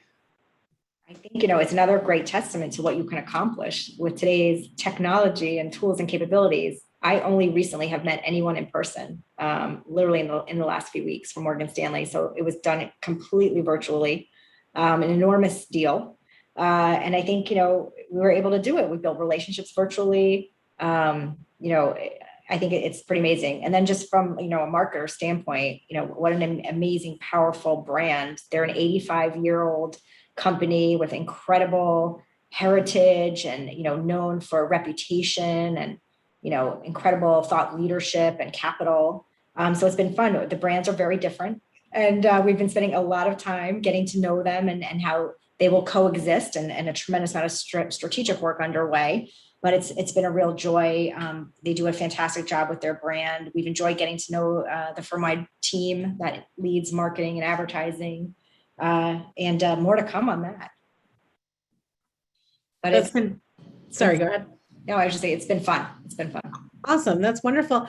And that leads to my next question, that what's it like as you're the chief steward for the E-Trade brand, but now that that's existing under the Morgan Stanley umbrella, how are you figuring out how that fits and lives? Yeah, it's a great question. I think what's been great is the Morgan Stanley's firm leadership has been very consistent in all of their, whether it's talking to the financial community or at large, that E-Trade is, an incredible brand that they want to continue to nurture and invest in. And I think, they'll want to care for this brand. So we continue to prioritize investment. We're retaining E-Trade. We're being authentic to E-Trade in everything we do. So it is coexisting and living well within the umbrella. They also have made another acquisition. So I think more to come, more work to share on that front. But there's a tremendous commitment to continue to invest in E-Trade, which is fantastic. They really talk about the value of the brand, which is, music to our ears, and we feel very supported. Awesome. That's fantastic to hear. And I think it is an amazing testament to what the E-Trade team and Morgan Stanley, what everybody can do, what we all didn't think was possible pre-pandemic. It's amazing what we've all been able to do. So that's awesome. Shifting gears a little bit, I'll say in the last 6 months to a year, there's been an unprecedented interest in individual trading or retail trading. How has E-Trade responded to this cultural moment? Maybe I'll take it, and Dawn, please chime in. I think, we have leaned in heavily. I think it is definitely a moment. The word unprecedented has been used in a variety of ways, including talking about the market and the dynamics. You have a whole new generation of consumers who are interested and engaged in the market, which is exciting. So we've leaned in heavily. What we've heard from consumers, particularly emerging investors who are newer to the space, is that they do want education and they do want guidance. So we've been really, contributing a lot in that space, whether it's increased commentary on market and market conditions, a whole new series of content. Dawn talked a little about tips in the time you can wash your hands. We've expanded upon that. A lot of education, webinars, videos. And I think what E-Trade has always done is that we take the jargon out of financial services. So we think, we're continuing to make that a priority, to make it really easy to understand, to do education. We're using social media in a big way to do that and demystify a lot about the market and what's going on and how to maximize it and make the most of it. So I think we have a really strong role to play. We're excited that it's such a wonderful time. And I think, we're seeing really record engagement and continue to, as we stay close to customers, we're hearing more about their needs and what they want to learn about, and we're working hard to deliver it. The other exciting thing that you touched on is becoming part of the Morgan Stanley family. They have incredible thought leadership, incredible analysts and experts. So we're able to really tap into that content and curate what we believe is most helpful and relevant to our customers. So we're in the process of that, and we've been doing that all year, and that will continue. So we're really thrilled that we have this wider offering that we can really tap to educate and help customers right now. Dawn, I don't know if there's anything you'd like to add, but so much work going on with content for sure. Yeah, I think you said it well on the investor side. And just to note, we are a dual-pronged target. We have our investors, but we also, keeping our leadership in trading is hugely important. So making sure we're going to market and keeping all our tools and innovation and technology for the active trader audience, in addition to educating and providing guidance and content for the investors. So, it's really important that we talk to both audiences and I think the D jargon and keeping resources and education and webinars available is important to all. So it's something that we definitely have navigated all virtually, which has been fantastic. That's amazing. And do you see this as a blip in the radar, or do you think that this is going to be a long-term trend? If you had a crystal ball. I will take it. I do hope it continues for sure. I do think you have this whole new segment of population super engaged. I do think there's an opportunity for it to continue and to grow. And I think that's great that, it really, fits well with our brand purpose and our vision and purpose and mission, which is to get people to get off the bench and take charge and learn about the markets and take care of their finances. So we're excited for it. And I think it can continue. Awesome. Fantastic. So I know this one, we talked a little bit about the delay of your brand launch and, or everyone wants to talk about the good times, but what would you say, and it doesn't have to be recent, but is the hardest campaign you've done, and what did you learn from it? Because I think, there's that old saying that a smooth sea never made for a skillful sailor. So what did you learn from the hardest campaign you've done? Megan, why don't we start with you? Oh, that's a tough one.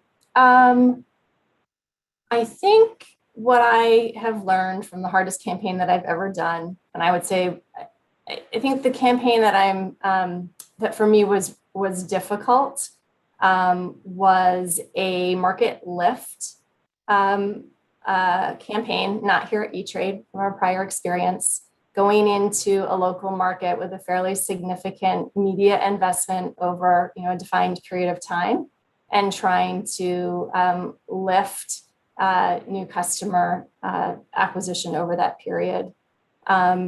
So what I learned from that is that you're being very tight on your measurement plan in advance of the campaign, making sure that you have really tight collaboration across all of your stakeholders and how you're going to be measuring and evaluating success.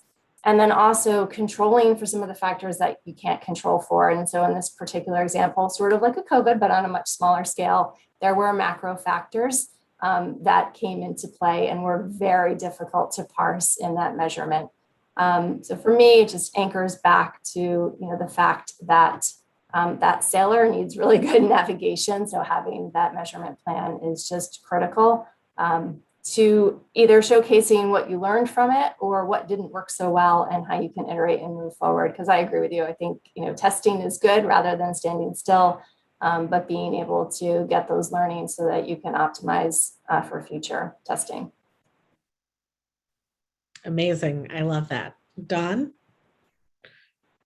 I would say November 2007. I was actually at E-Trade, and we were caught in the middle of the financial crisis. So, I was concerned, and many of us were concerned the company wouldn't make it. And it was a very difficult time for the organization, teams throughout all levels, all groups, quickly had to mobilize and reassure our consumers that E-Trade was safe and secure. And, for more marketing, that meant, messaging and alerts on etrade.com and emails to consumers. And within 24 hours, we developed a new print ad and bought media that ran wide for investors and customers alike in the New York Times and Wall Street Journal, with the headline, see you tomorrow opening day. Like, we weren't going to go down without a fight.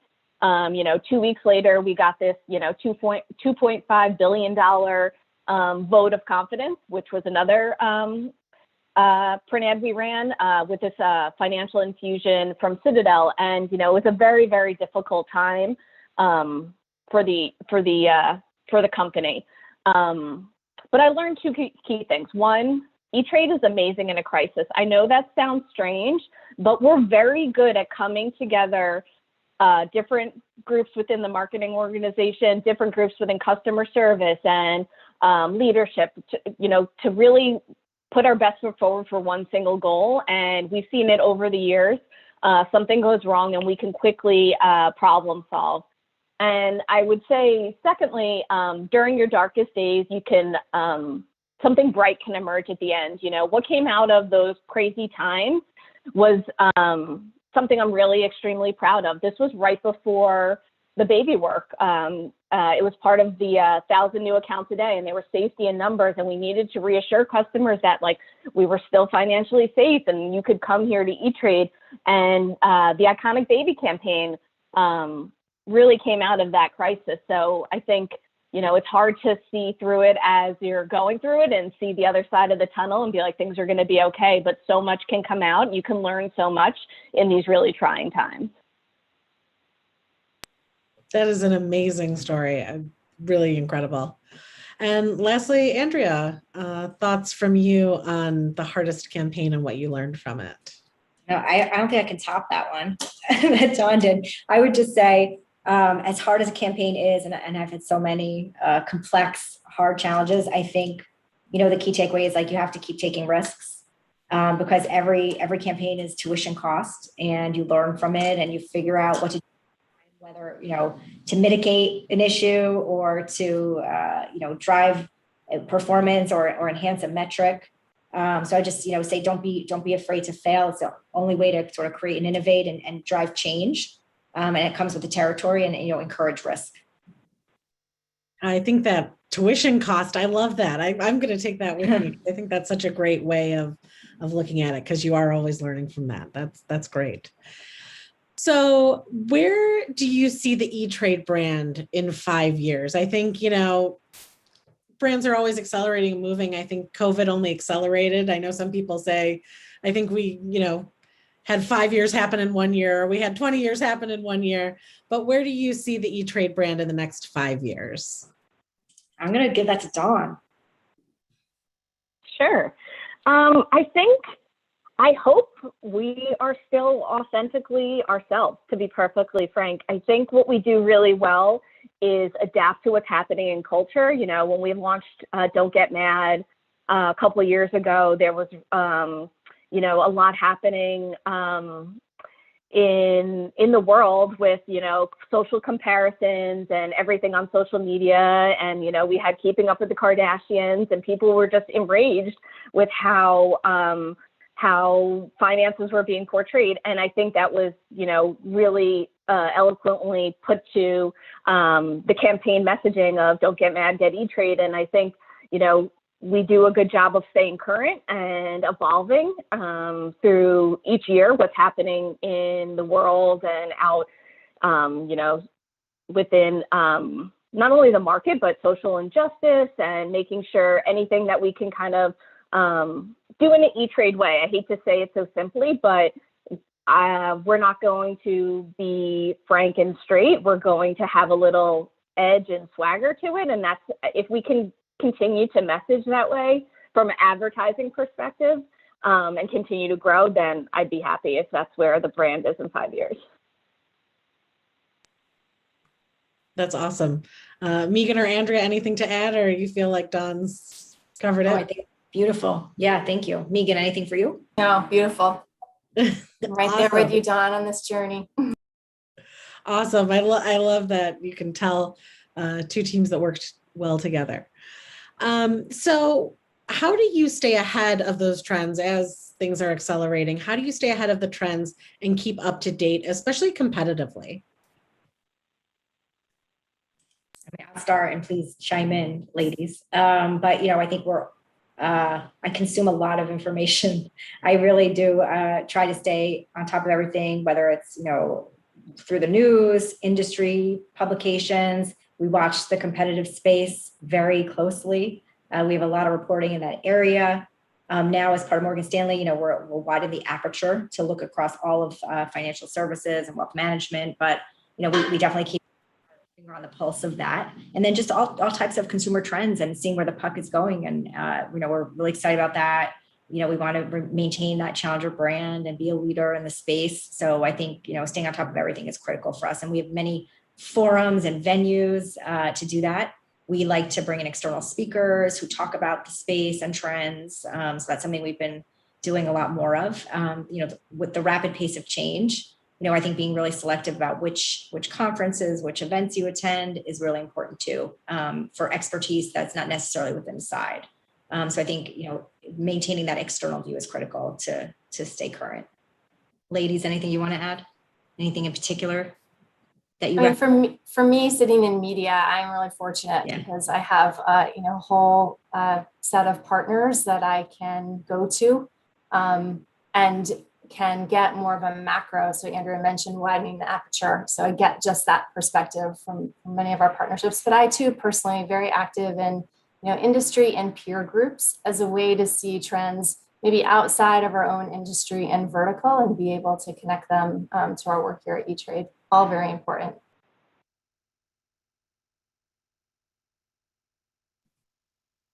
That's wonderful. I really love some of those answers. And you hit on something interesting there too, Andrea, as you talk about Morgan Stanley and how that widens your aperture. And you mentioned that they had another acquisition as well. There's a lot of consolidation in the industry. And what do you think that means for both E-Trade as a singular brand, but then brands as a whole? So I think, it's just, there's always dynamics in any competitive space. In our space, that happens to be one of the highlights, is consolidation for sure. But there's also, rise of fintech. So you see sort of both sides of things, right? So I think while we have consolidation, you continue to have startups. So I think it's an interesting time, and we just have to be mindful of both, and keep our finger on the pulse of what type of what will these things lead to, whether it's consolidation, going public. I think at the name of the game is just differentiation, making sure that you have a differentiated value proposition in whatever space you're in, and that you deliver an incredible customer experience. You want to make sure customers, really enjoy your product or service and the relationship with you. So that's critical to success, and the formula, no matter what vertical or industry. So I think, we're definitely keeping an eye on things, but we're also making sure that we just deliver the best product, services, and experience possible to grow those relationships and retain those relationships that we have, and bring new ones into the fold. It's wonderful. I'm going to ask just a couple more questions. And Sure. friendly reminder, we are almost at time to open up the Q&A to the wider group. So attendees, we have some great questions already. Please continue to send those in. But Dawn, how do you get your inspiration for the brand, especially being on creative and things like that? How are you getting that inspiration? I tend to look outside of the category. I think everyone's expectations now with technology is changing so quickly, and there are brands outside category that are challenger brands that, I admire, like, Sweetgreen or JetBlue, or something that excites me like sports and Nike. I think going to what you know and what you find joy in can really spark some different ideas or different ways of looking at things. Because, let's face it, I don't think people are sitting around trying to figure out their finances. We know it's a daunting task and maybe not the first thing on their list to do. So how do we really engage with consumers in a way that they find relatable and can excite them and get them to do something? That's really my job, just to, a little kick in the tush to get up and go to E-Trade and find out what we're all about. If I do that, I've done my job. I love that. That's great. Megan, where do you get your inspiration from? So Andrea mentioned that within, our team, just the way we're structured, we have a colleague who leads research and insights. So for me, especially being relatively new to E-Trade and also new to trading, I take inspiration from our customers and prospects. So just, getting close, and especially now during COVID, where there has been so much change in our industry. So hearing what they have to say, where they find friction, where they're uncertain, where we're delighting them, we both as a brand and as a category, just staying really close to the customer has been extremely helpful for me and really inspiring. I know that sounds, probably the obvious, but sometimes just reminding yourself that you have customers and there's so much rich information there to be tapped into. I think that's incredible. I love that. And it, especially as we are all remote, getting back close to that customer, I think is really important. So that's great. And finally, Andrea, overseeing the entire marketing organization, where do you get your inspiration from? I get it from a few places. So everything these ladies said, plus the team. I mean, I think the employees provide so much inspiration. It has been such a crazy time, and to see the triumph over adversity and every situation at home, particularly working parents of very young children and babies. I mean, wow, right? Unbelievable to see that. And then, beyond E-Trade, just I think stories of people triumphing over adversity has always inspired me. People who are able to, change the trajectory or meet a challenge, I just find personally incredibly inspiring. So I consume a lot of that offline, a lot of those narratives and stories. But definitely the team fills me with a ton of inspiration. They're so creative, they're so resilient, they're so resourceful. So I find that a very full well to draw from. Awesome. That is wonderful. I love that. So with just a couple of minutes left, I'm going to turn it over to the audience's Q&A. And the first question is for you, Dawn. Can you elaborate on how you leverage influencer marketing as a part of your marketing mix, since you mentioned social media? No, that's a great question, and something we haven't really dabbled with, but are very much talking about. It's funny, Megan and I actually had a meeting last week where we were discussing how we can really lean into this more. I think in financial services, it's a highly regulated environment, so you have to be really careful about who you tie the brand with. I think every brand says that, but knowing, they're speaking on behalf of the brand, and they're all different regulatory requirements we do need to make sure we're very thoughtful about who we partner with.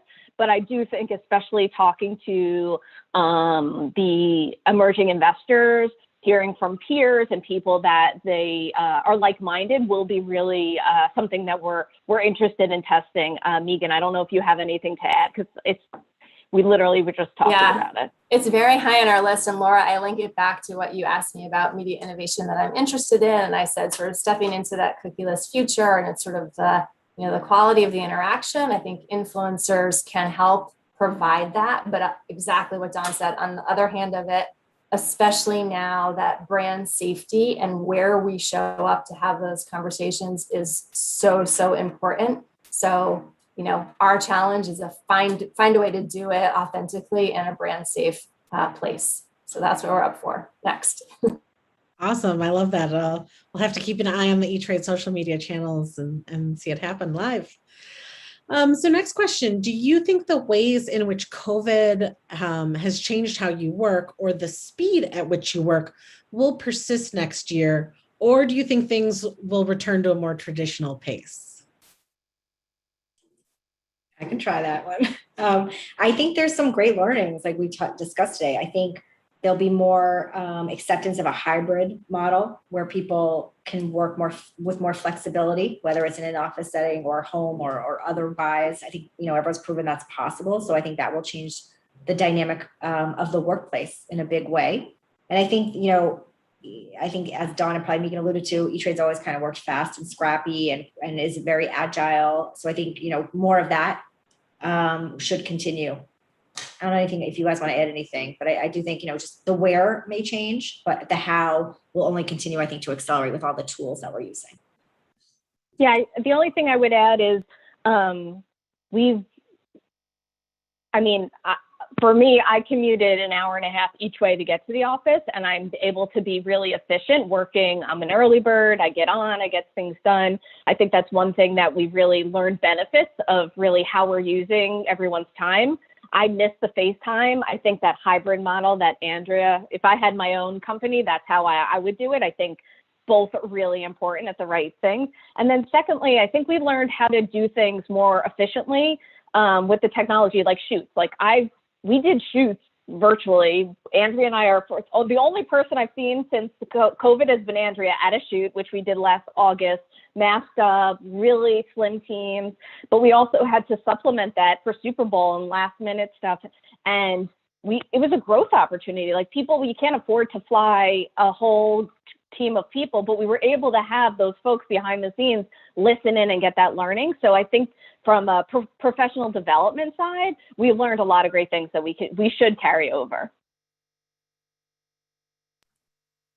That's incredible. I really love that. I think there's the shoots one in particular where, you know, everyone wants to go on a commercial shoot. Who doesn't? They're a lot of fun, but it is, you're strapped. And I think that speaks to a lot of other things, that so many more people can participate. So many more people can go even to conferences like these. It's a lot easier to say, okay, I'm going to take an hour or 2 hours or 3 hours out of my day, still being at home, being able to go home at night and have this professional development. Totally agree. Without traveling, you know, for a Zoom conference and event is huge to be able to fit that in your day now. I hope attendance will continue to rise.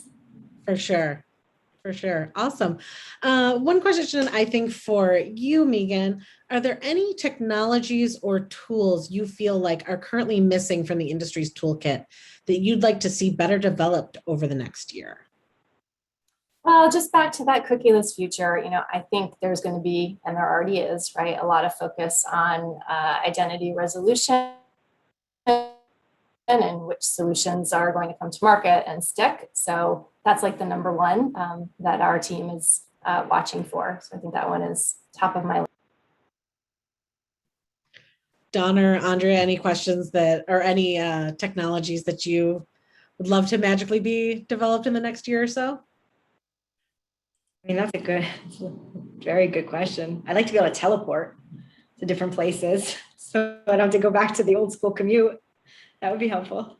But I think the pace of innovation in like MarTech, for example, which we rely on, is incredible. There's so many great tools that help you better understand your customers' data so that you can personalize and be more relevant. So I think there's a tremendous amount already happening for us to leverage and delve into and hope it continues. I do want to teleport though. I'm going to keep that on the list.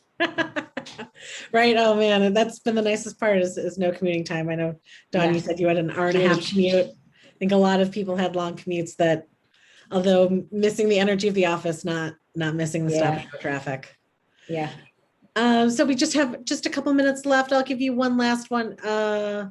If you weren't working on the E-Trade brand, what would be your dream brand to work on and why? Anybody? I don't have anything. I can take this one. So let's see. I'm a big fan of the New York Times. I have to say, I think their content kind of carried me through the pandemic, from the daily podcast. I was a huge fan of the at-home section, which I think they just shut down last week.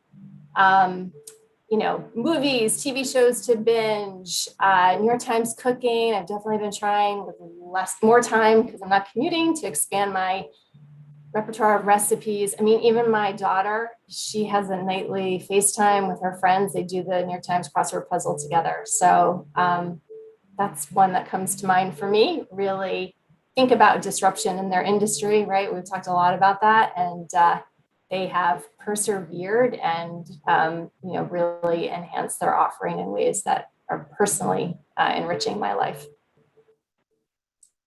That is incredible. I love that. Welcome back, David. I love that answer also of the New York Times. I was thinking about it when you asked the question. I'm like, what brand would I work for? And now I might have to steal that. But no, this was great, guys. Thank you all so much.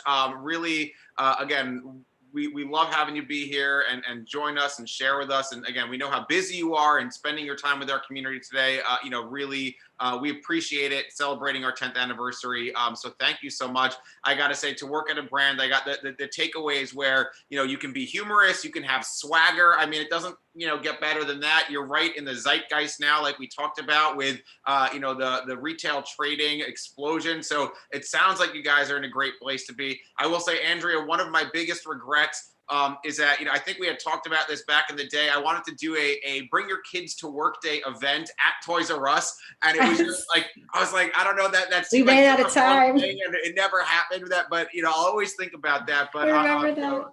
We loved having you in the community all these years. Again, Dawn, Megan, thank you so much. And fantastic job moderating. So thank you, Laura. Thank you, Laura. And we'll hopefully have you all back again soon. Thanks, David. Happy anniversary. Thanks, Laura. Thanks Thank for having you. us. Happy anniversary. Thank you guys Thanks, so everybody. much. Bye. All right. We are going to keep the show rolling. Once again, we are going behind the brand, this time with Cadillac. We have Jason Sledzuski. I hope I'm pronouncing that correctly, the Director of Product Marketing for Cadillac. We have Marcy Perez, the Associate Director of Media and Performance. And of course, we have Melissa Grady, the Chief Marketing Officer at Cadillac and big friend of Brand Innovators.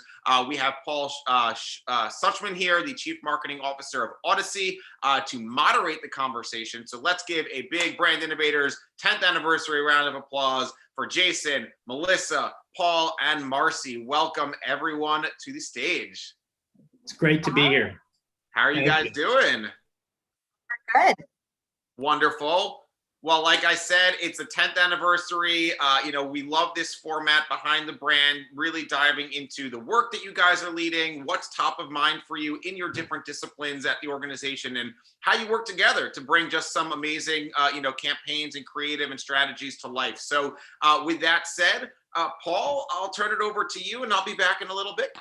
All right, David, thank you. And thank you, everybody. I'm Paul Suchman. I am the Chief Marketing Officer from Odyssey.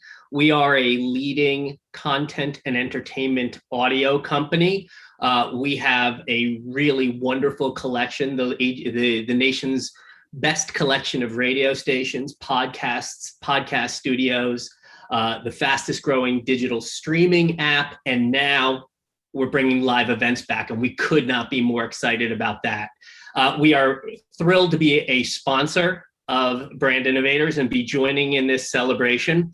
And I will tell you, when we were asked to moderate a discussion and we looked at the brands that were in there, I went immediately and hand raised for Cadillac.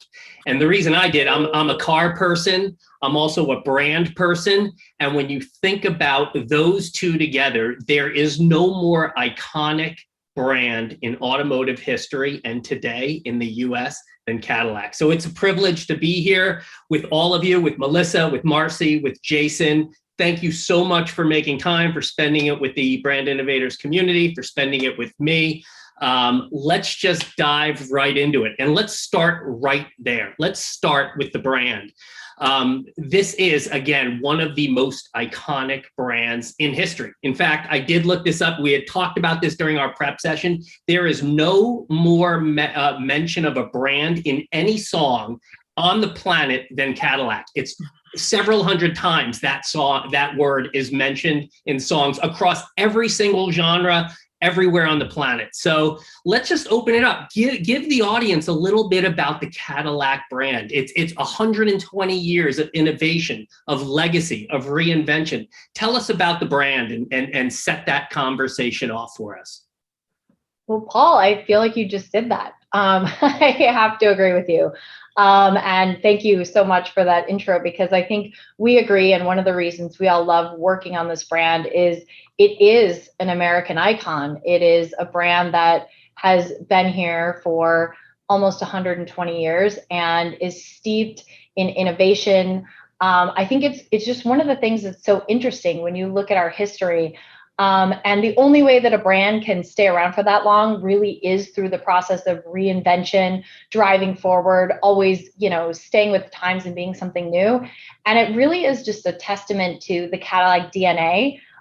We have a history of invention and reinvention, and we're right now in a huge product renaissance. It's a really exciting time to be a Cadillac.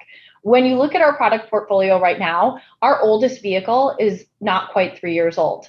That is for ICE vehicles. This, as we're about to embark on our EV journey and really shift the whole brand into EV. So huge, all new products now, moving into EV.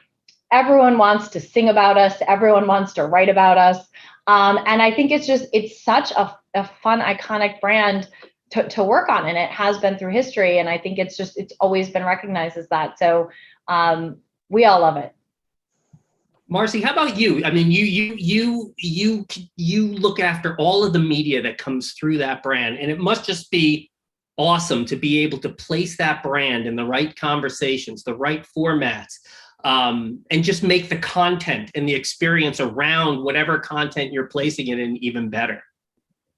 Yeah, no, it's been a really exciting 2 years since I've been on Cadillac. We've had the opportunity to be involved in so many large scale media opportunities and work with some amazing talent to really help tell our story in a way that's going to be relevant to our audience, and kind of help to show how Cadillac can show up differently, right? So we oftentimes try to do things that don't feel like a typical Cadillac, or perceived Cadillac space, to say, not only are we, an automotive brand, but we're a top tier luxury automotive brand, and we're really reinventing the space. Got it. And Jason, from that product perspective, you've got a great product portfolio that you work on, from the Escalade to the CTS. The products, it's just such a strong fleet of cars and SUVs. How does the brand, just the Cadillac brand, impact what you do and the decisions you make as a product marketer? Absolutely. There's a bit of an issue there. Is the camera okay? Wait, hold on. Was that me? Jason, I think we have a little problem with your audio, unless it was just me. No, that Jason was absolutely just a robot. Yeah, that was, yeah. To the extent that I was wondering if he was just playing a joke. That's what I thought too. All right, well, we'll come back to Jason. That's his alter ego. And we're taking over not only this universe, but other ones extended beyond. He'll be back, I'm sure. We'll get him back. So you started, Melissa, you started talking about this as you were talking about the brand, this EV future. I mean, and this goes from Cadillac brand all the way, this is at every touch point inside the organization. And the proof positive of that is GM's new logo. And it's new logo, which just signals it loud and clear, the future of this brand. It is a company, and Cadillac is a brand where transformation continues. Let's talk a little bit about the reinvention that's happening right now at the company, at GM, and also at Cadillac. Why now? What's happening? And how are you executing against that business strategy with Cadillac brand? Yeah, I mean, I think there's a lot there, right? Why now? I think the time is absolutely right. When we start to look, I think one of my favorite quotes about this really comes from Steve Carlisle, who's the president of GM North America. And he said, the last time we went into the 20s was the 1920s, and there were more horses than cars on the road. As we go into the 2020s, there are more ICE vehicles than EVs on the road. But as we come out of this decade, there's going to be more EVs. We're at this tipping point, and ICE is an internal combustion engine, and we are at the end of the ICE age. So the time is now, and we at GM have really taken a great position in this to really be a leader in the space. And I fully believe Cadillac is going to be the luxury EV leader. GM took a step back and said, what is the right architecture for EV? What does the battery composition need to be? What does the architecture of the battery packs, of the vehicle, of the motors, what does all of that look like in what should be the best EV vehicle? And we have built this platform, which is called Ultium, from the ground up. And it's flexible. If you sort of think of Legos, the battery packs and the way it all fits together are like Legos. So if we want to make a small vehicle like the Bolt, if we want to make the beautiful Lyriq, if we want to make the giant Hummer, we can do all of that on this platform. So it's really exciting what we've done. We have a huge investment in EV development, in our own EV architecture, in the ecosystem.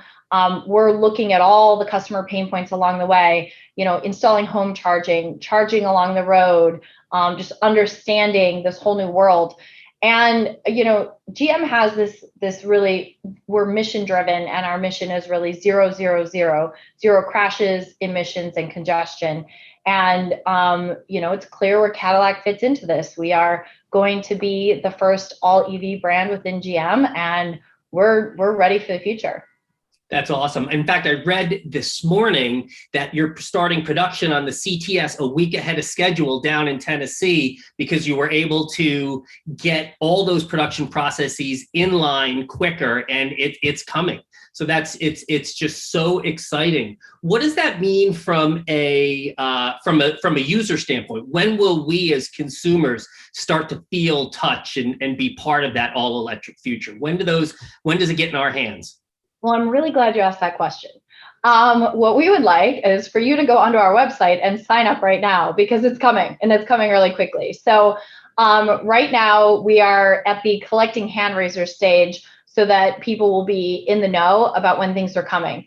But I will tell you that we're going to start taking pre-orders on the Lyric in the fall, in September, and it will then start production and going into consumer hands early next year. So it's all happening, and these are going to sell out. So if you're interested, make sure that you sign up so you know exactly when you can go buy yours. I thought you were going to do an Oprah moment there where you win a car, where everybody in the community, you get a car and you get a car. Jason, you're back. Are you good? Let us hear you. Does that sound better? Yes. Yes. Okay, well, maybe it doesn't, and then that's probably a greater problem for me. But no, a little bit of normal Zoom problems for me. So all right. Well, tell us. So we were talking about the brand, but give us a little bit. So we're on to the all electric future. What does that mean for you as a product marketer? How does your life change as the mission continues to evolve and be so ambitious? 0, 0, 0. Yeah, absolutely. And I think you said it up front with our 120-year history, and something we hear and say a lot, which is more will change in the next 10 years than really change in the industry in the first 120. If you look at the whole shift to EV, if we look at the shift to autonomous, and Cadillac really being leaders in that with our all EV future, but also really getting towards an autonomous future as well, with even a step in the right direction, and really the industry leading with Super Cruise that we certainly have on Escalade and our CT4 and 5 today, but we'll have in a lot of our products in the future. So from our perspective, just a really good way in, and we'll definitely continue to be investing in that direction. It's awesome. So Marcy, let me ask you a question, right? Turning this now towards marketing a little bit more with everything that's going on and being in this state of reinvention. And as Jason said, the pace just accelerating faster and faster. How are you connecting and engaging with audiences in ways that, one, build loyal customers, get them to sign up, get them with you on the all electric future, and taking them along on that journey with you? What are you doing to really bring customers, both current and prospective, along with you for that ride? Pun intended, actually. Yeah, it's been awesome. I think as we're reinventing our products, it also gives us the opportunity to reinvent marketing and look at our spaces and say, not what is it today, but kind of what could it be, and what is that new expectations that consumers have. I think, in the last year, it's been a tricky one, but it's presented us with a really great opportunity to invent some engaging platforms like Cadillac Live, and having a space where customers can come online and talk to a human face to face. So, if your dealer's closed, if it's after hours, if you just left the sales floor and you thought of 10 more questions, you can go to CadillacLive.com, you log on, you talk one-on-one, someone can walk you through the vehicle.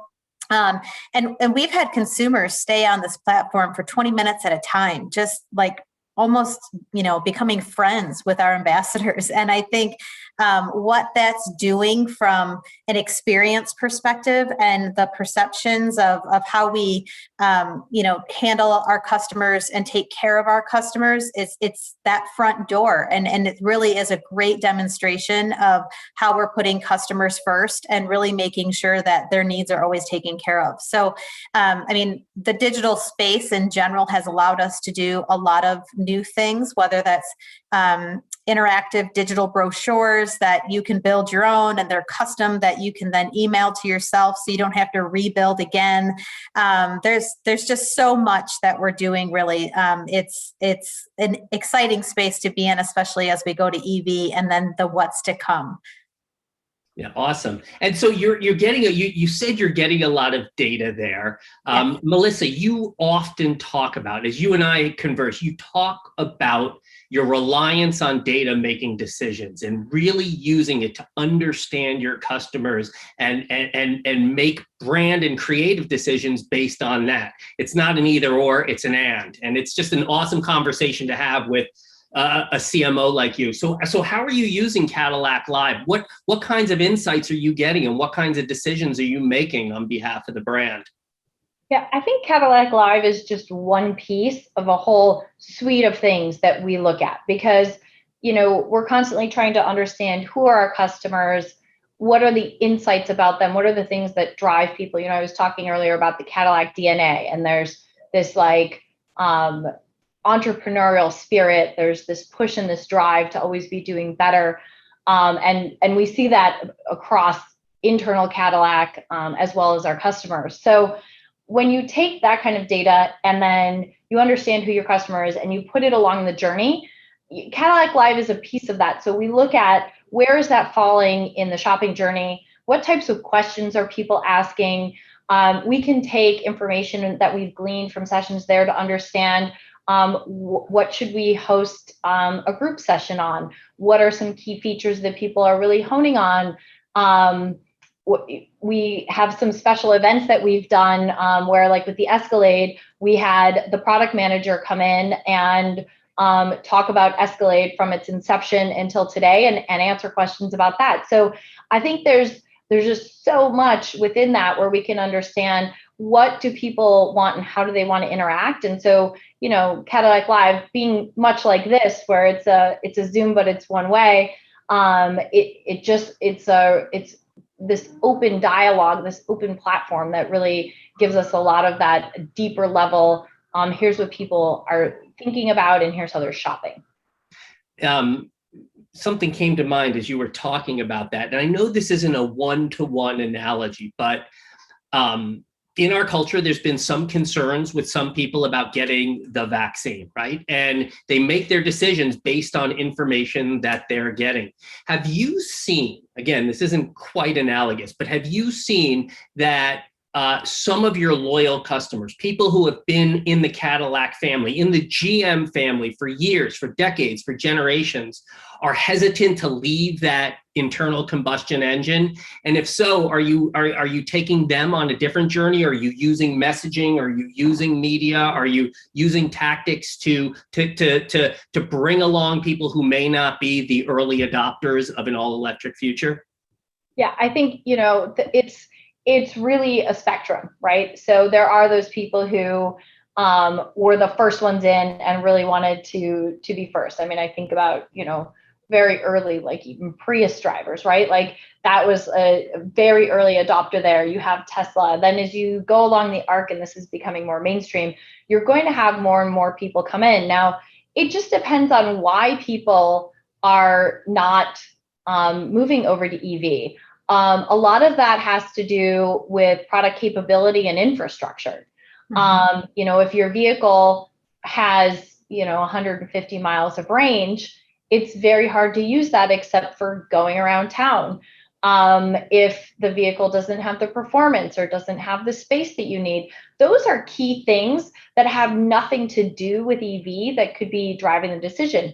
Now, there's a very real thing called range anxiety, which is, if you are out driving and you're trying to go somewhere longer, is your car going to run out of electricity, right? Because you don't run out of gas anymore. And what does that mean? And what does that look like? And how do you plan that?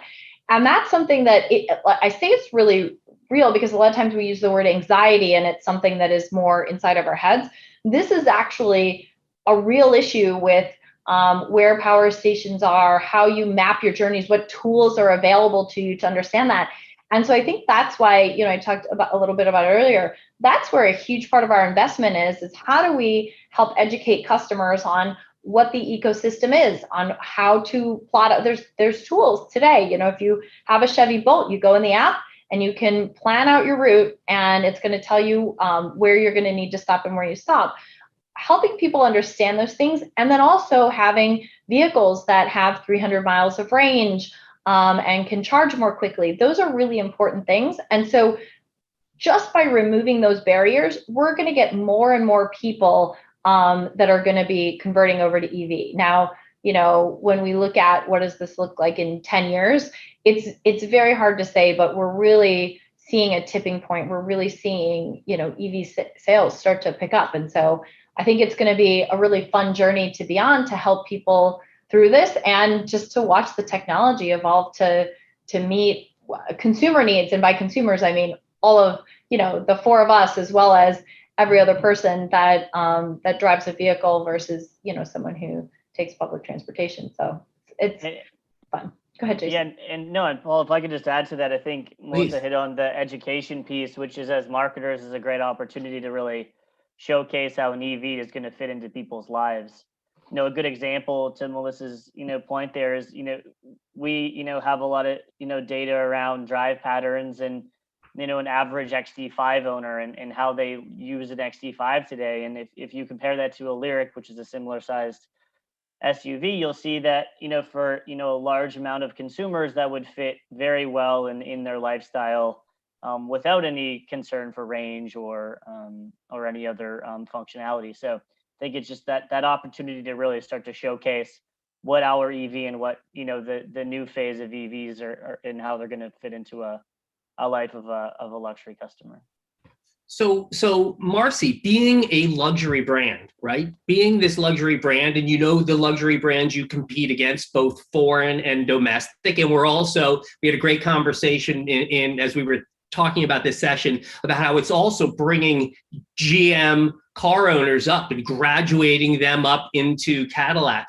As you go to this all EV future, are you targeting then different consumers? Are you thinking about your media strategies across all channels differently? Does it change as the message evolves? Yeah, absolutely. I think we've had the great history of having 100 years worth of owner data, right, that we can tap in and build models and leverage. Well, for the first time in our marketing history, we don't have an EV owner database, right? We don't know this consumer like we do our near and dear owners. So we do have very specific EV target audiences. We've been working with data providers and our agencies to really model that and make sure that not only are they, do they have a high propensity for an electric vehicle, but they're specifically looking for a luxury electric. Because I think, there's debate in the industry of like, Tesla's not really like a luxury feel. If you got in one, it feels very functional, very practical.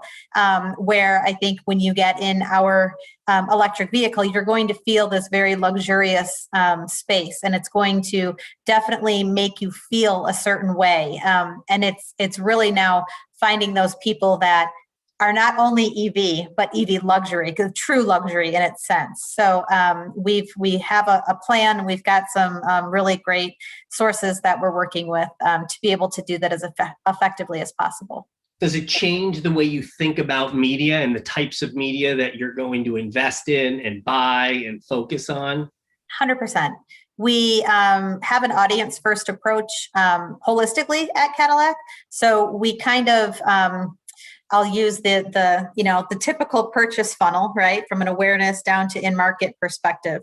Well, if you flip that on a tactic, you've got in that awareness, it's TV. And as you move down that funnel, you've got more addressable mediums, whether that's, streaming and OTT or CTV.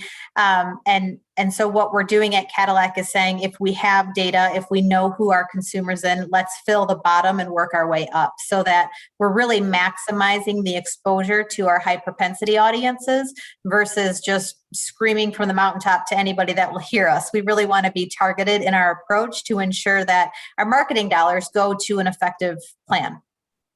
That was going to be, it's a perfect segue into, unless Melissa, Jason, anything to add to that, I was going to change the conversation to talk about your innovation agenda. And as we're coming out of the end of this pandemic and people are returning to whatever the new normal is in their lives, how do you think about your marketing innovation agenda? What are you going to be doing differently for this half of the year into next year, just both from a pure innovation, testing, trying, and also to deliver on the objectives of the business? Anything to share with our community?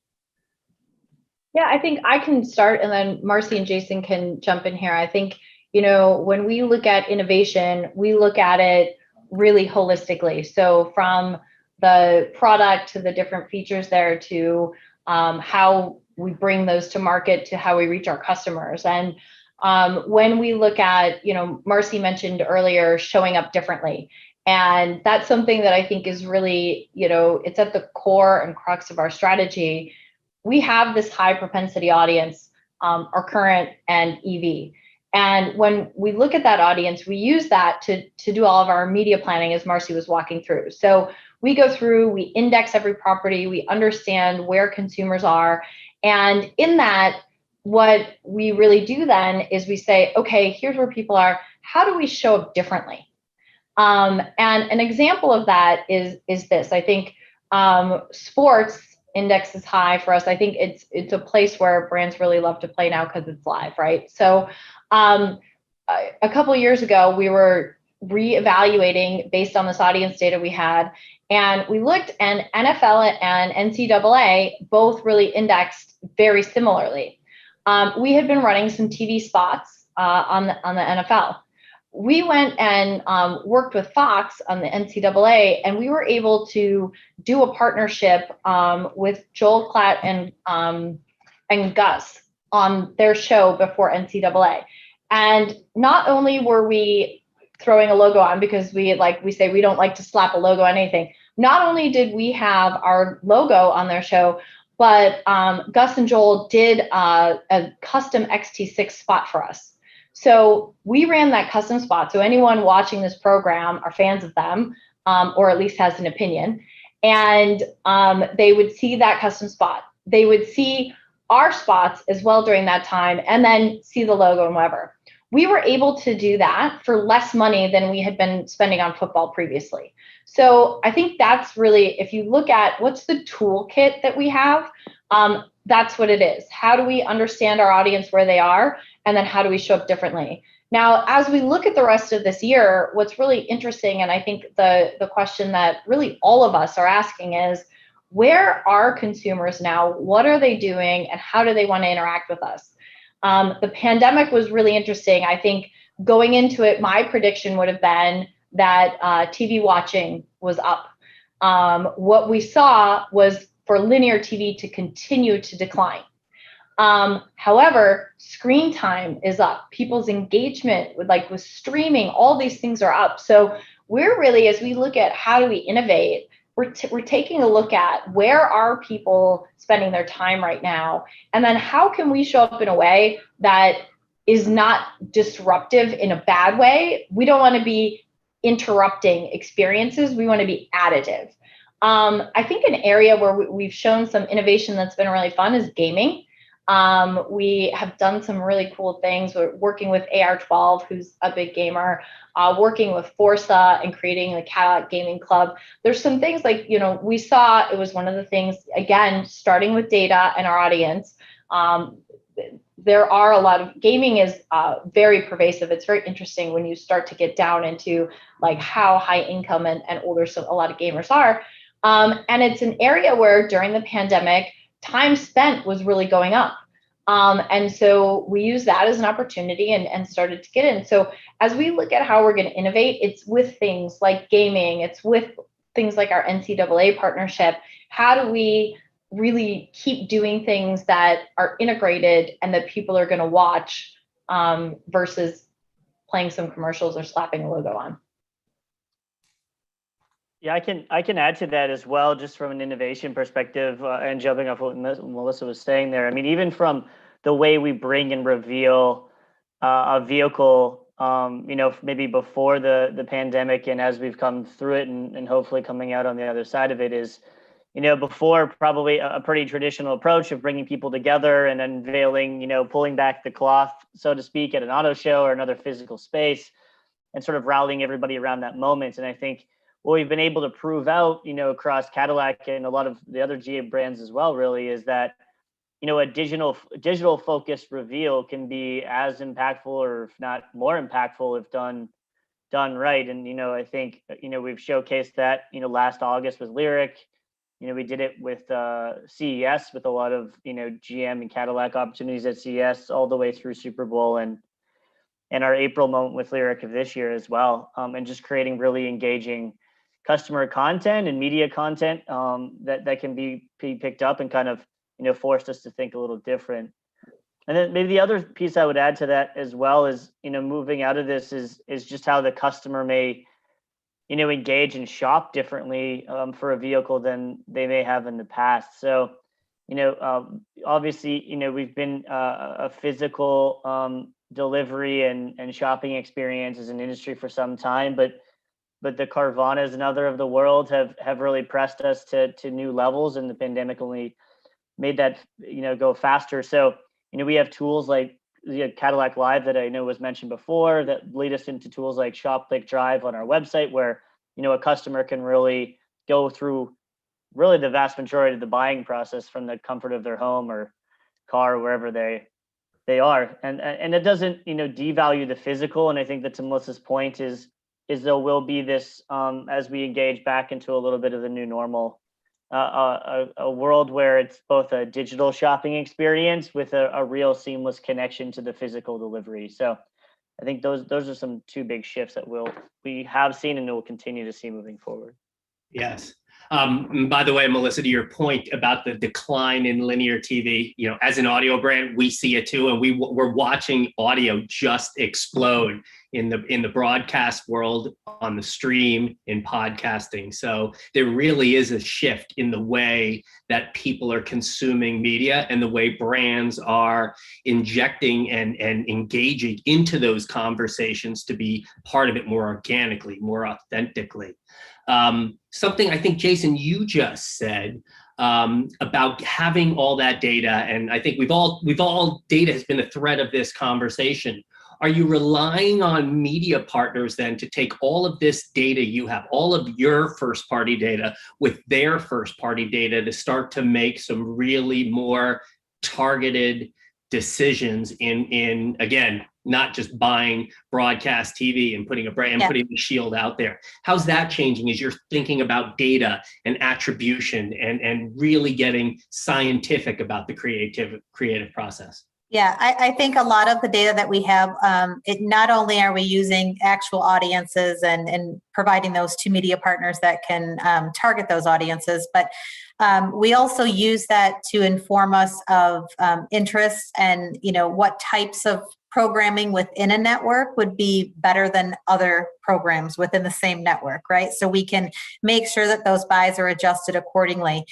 We also take a lot of our consumer insight and ensure that, even down to the visuals that you see in our commercials, that, there's something being shown that is some identification that to our target consumer, they're going to say, oh, I love swimming pools and magic shows, or whatever that might be, right? So visually, if you're not the target, audience, it might not be relevant, but there's things that we're putting into our commercials based on data that we have that would then suggest, how we are a brand for you.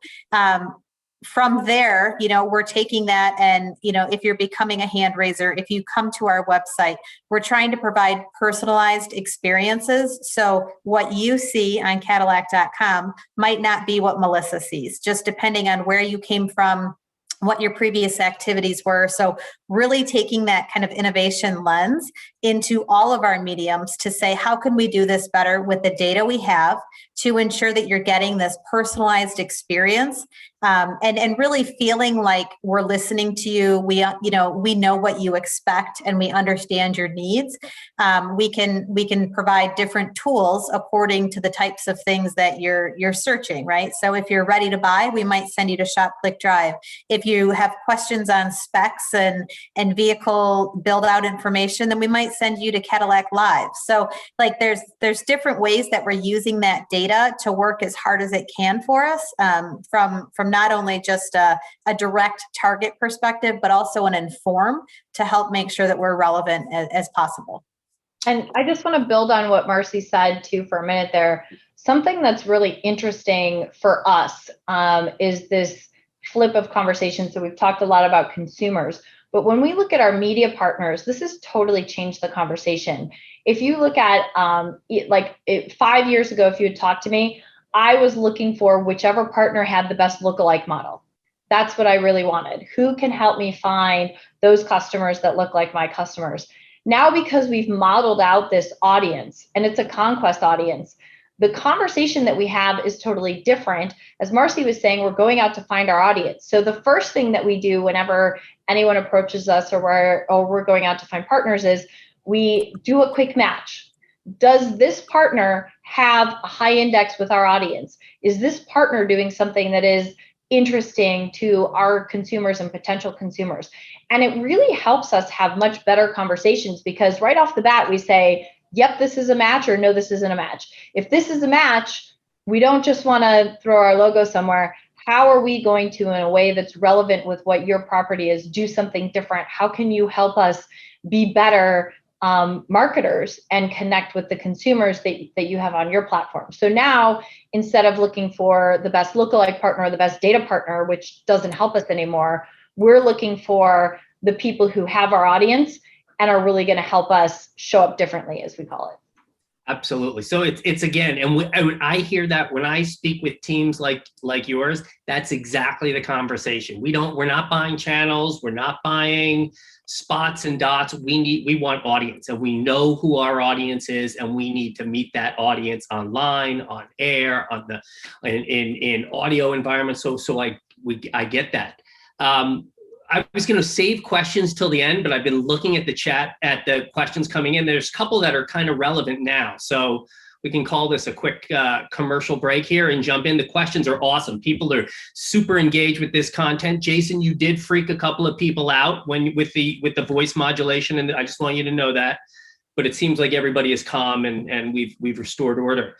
But you talk a data strategy, particularly in the last couple of months, right? With everything that we've learned and consumption habits changing and work habits changing and lives blending, has your data strategy evolved over the last few months, or has it stayed the same?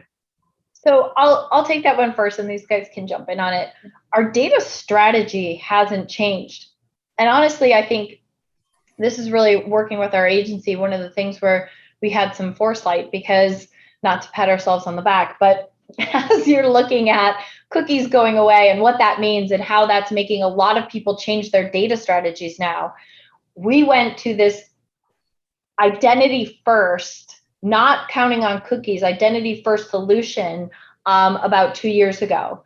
And so now, because we have this audience, we're able to understand how their behaviors are changing, to understand where they're interacting, and we can do this all in a privacy safe way without being dependent on third-party cookies or data that will be deprecated or all these other things. So I think that's one of the things moving forward that has us in a good position. And we're, like everyone else, really wondering what the implications of cookie deprecation and changes on Safari today, changes on Chrome tomorrow, what all that's going to mean.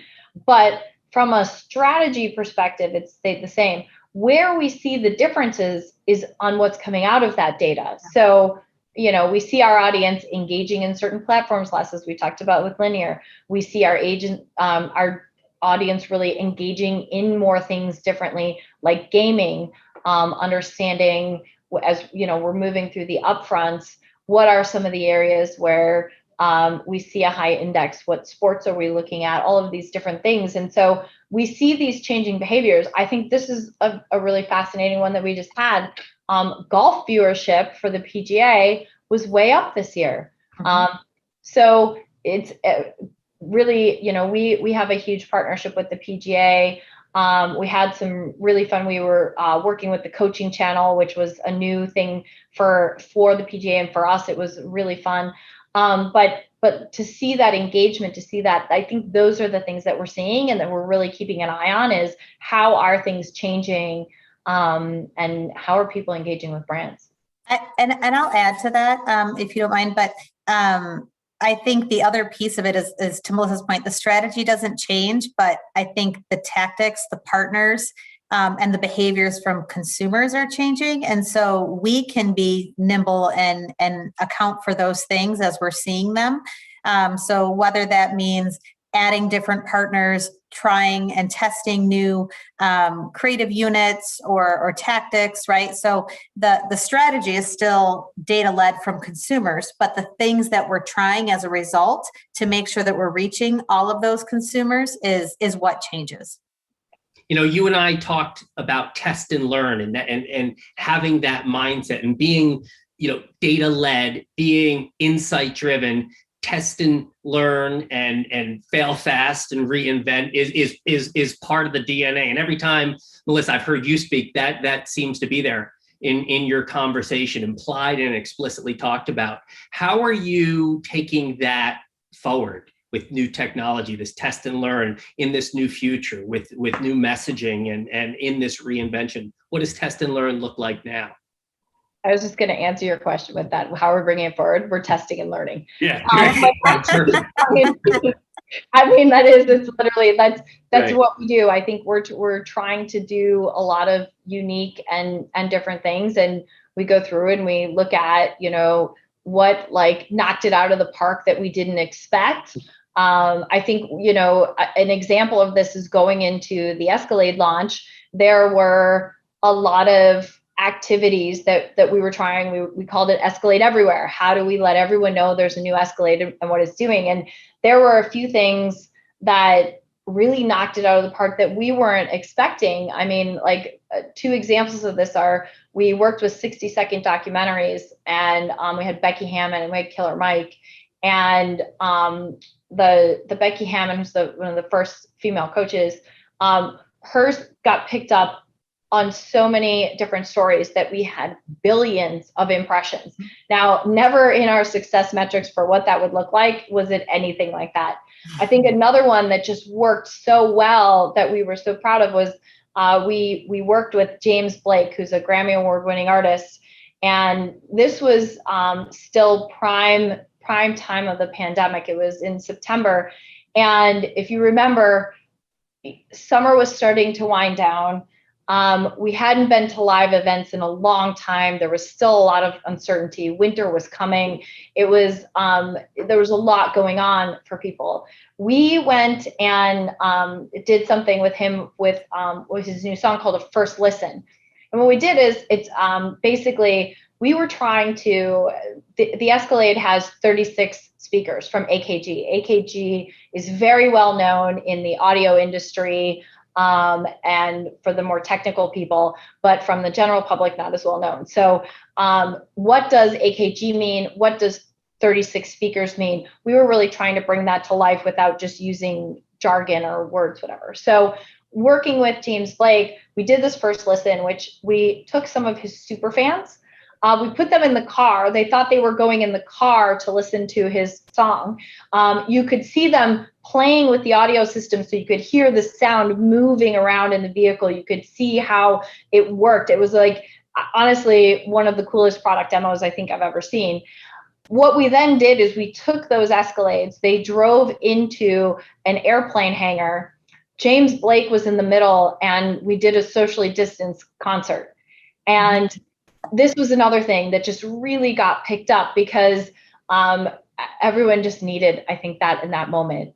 We needed to hear music. We needed to see people having these moments of joy. It was really good. So I think when we look at what's test and learn, we're going to keep experimenting in these different things. There was a lot of the things that we did that didn't work as well. Those were two that like really kind of set the bar. And that's how we're going to take it moving forward. We're going to test a lot of things. We're going to see which ones really stick. We're going to try to understand what was it about that worked. And we're going to learn from the ones that didn't. Go ahead, Marcy. Yeah, I was going to say too, I think one thing that Melissa doesn't pride herself enough in, but we have a really inclusive team. And I think as our full collective marketing team is working, if they have a nugget of an idea and they're like, I don't know how to get this done, but I was thinking over the weekend and I saw something here and I saw something there. I think collectively there's a lot of support within the organization to say, okay, you know what? I love where you're going with this. I don't know how to get it done either, but let's charge forward and try it, right? Because I think giving the team the opportunity to really feel like they can contribute and bring forward ridiculous ideas, as you know, crazy as they might sound in the minute, it really has helped us bring new insight and new ideas into the activations we do. I just wanted to jump off that as well, because I think another great example of that is something that came really from our communications team around how to communicate Super Cruise. Yes. Yeah. Much differently. So if you go online, you can definitely find all these videos still. They really partnered with a select group of different celebrities to show their first reaction when they drive Super Cruise for the first time, which it really is an exhilarating experience to have the vehicle really take over. And so, really a lot of those have really taken off, including, not surprisingly, one that features the Jonas Brothers. So just some really great, interesting ways to communicate content in a new way. Similar example to as Melissa described with James Blake. Yeah, definitely go on YouTube and look up Cadillac Time to Let Go. Super Cruise is exhilarating, and these videos, as Jason said, you can go along with Sofia Vergara and her husband, Tiffany Haddish, Twitch, the Jonas Brothers. It's like amazing to watch these very animated people go through the experience. It's really fun. So we all have that first hands-free driving experience, right? You know where you were. So that's awesome. There was just that last 4 minutes of the conversation was just amazing. I'm writing down things that I want to talk about, and I'm mindful of the time. This conversation is going so quickly. So there's 3 things I want to make sure we hit on here that we just talked about. The sound of the car, the team that is doing this, and then all of these influencers. So I'm going to go right in that order. So, and again, because I'm so interested in thinking about audio, I'm really interested in Cadillac's sonic brand. And as the world continues to move towards this screenless, voice-led computing, how a brand sounds has never been more important. And for Cadillac in particular, that sound, that extends far beyond the sonic chime you hear in your spots, that you don't even need to be watching a spot and it's a Cadillac spot, because there is like some sound cues. But that sound extends to in the car, the stereo, what it sounds like when you press that button. That'll change, obviously, as you go from an internal combustion engine to an EV future. So how is Cadillac thinking about its sonic identity and sound? I think, Paul, once again, you've answered so beautifully for us. But I think you hit on all the things. So there are definitely, when we think about our commercials, like the sound, the riff that is at the beginning of our commercial that just says Cadillac, right? It's this big, bold, badass sound, and that's Cadillac. When you look at the vehicles, I think it's so interesting because there are sound engineers who work through all of these things. And I think what's fascinating is, in fact, on our team, we have a sound engineer who is classically musically trained. He's worked with a lot of huge names in the music industry that you would immediately know, and thinks about each of the sounds. What is the sound when you get in the car? What is the sound of the seatbelt? What is this, all of those things, and how do we optimize that experience? When do we need to make someone feel happy? When do we need to alert someone, but try not to make it too jarring unless it needs to be jarring? All of these things. So that is something that is very well thought out and orchestrated. You made the point that's really interesting, and I think for us such a pivotal and really fun moment. As we move into EVs, first of all, there is no sound of the engine. So what are the sounds that we're going to orchestrate in the car?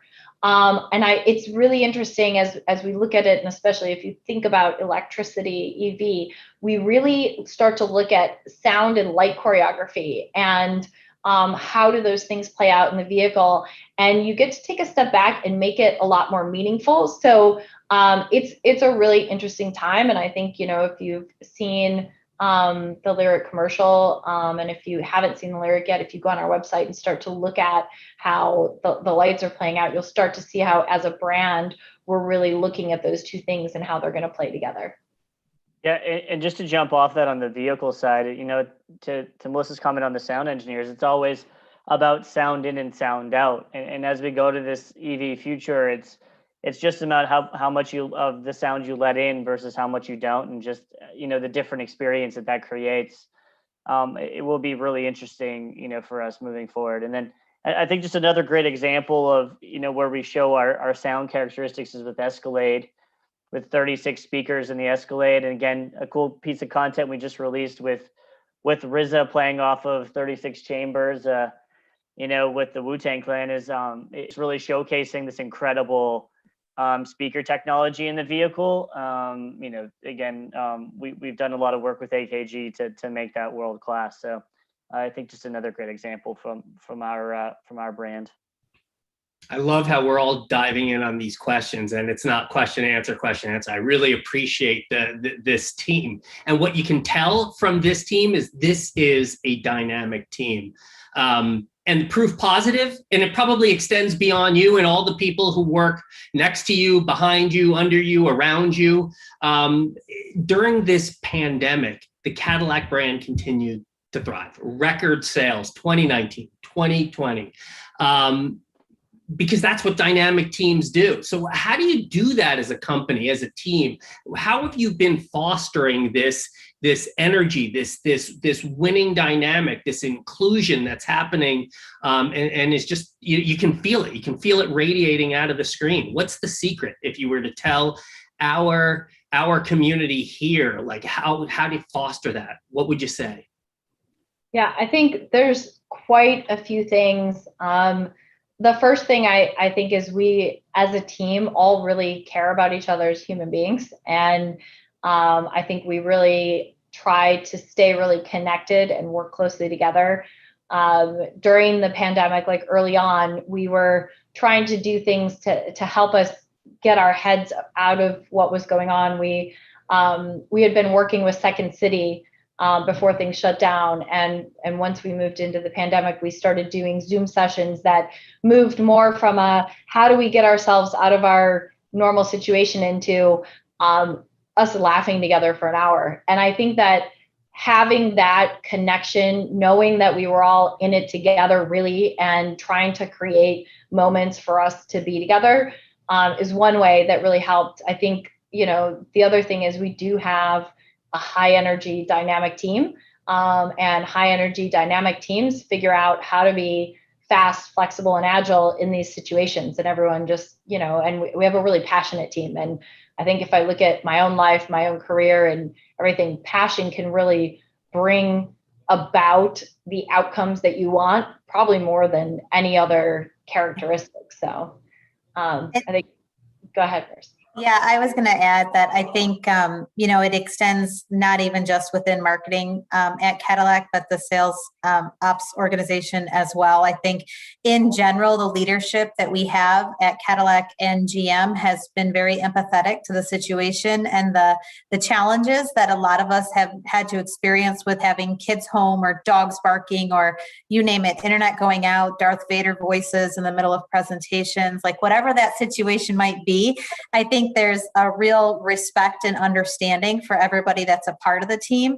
And we've had constant leadership communication that is coming to say, make sure you're blocking off your lunch hour. Make sure you're eating lunch and you're getting away from your desk. Make sure you're closing your laptop at night and actually shutting down, so you're not hearing the pings and the chirps of, new messages coming in. And I think giving people like having, your leadership give you the authority to say, okay, it's time to shut down for the night, really, I think, motivates a team to want to keep showing up and to keep giving, because they know that you equally respect their time, and respect how they're feeling and what they need during especially critical times. But I mean, now that we're coming out of it, that same empathy and that same understanding is there.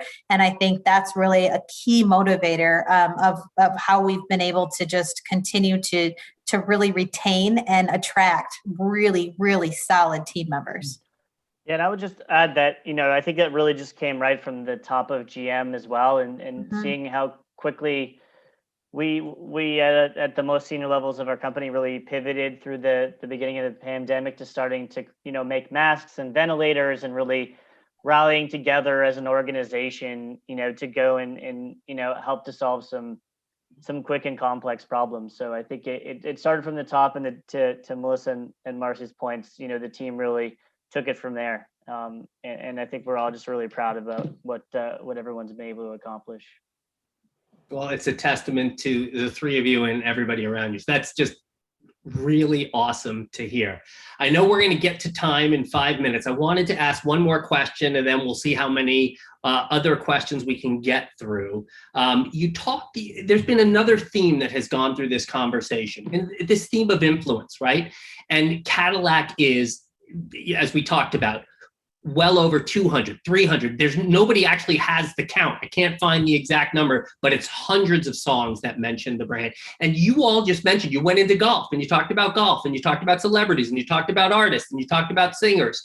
How are you thinking about influencers going forward, and the types of influencers, and how you pick influencers and what they mean to you and how they show up going forward for the brand? Yeah, I think I can start again and these guys can jump in, but it's really when we have a very clear vision of what the Cadillac brand is.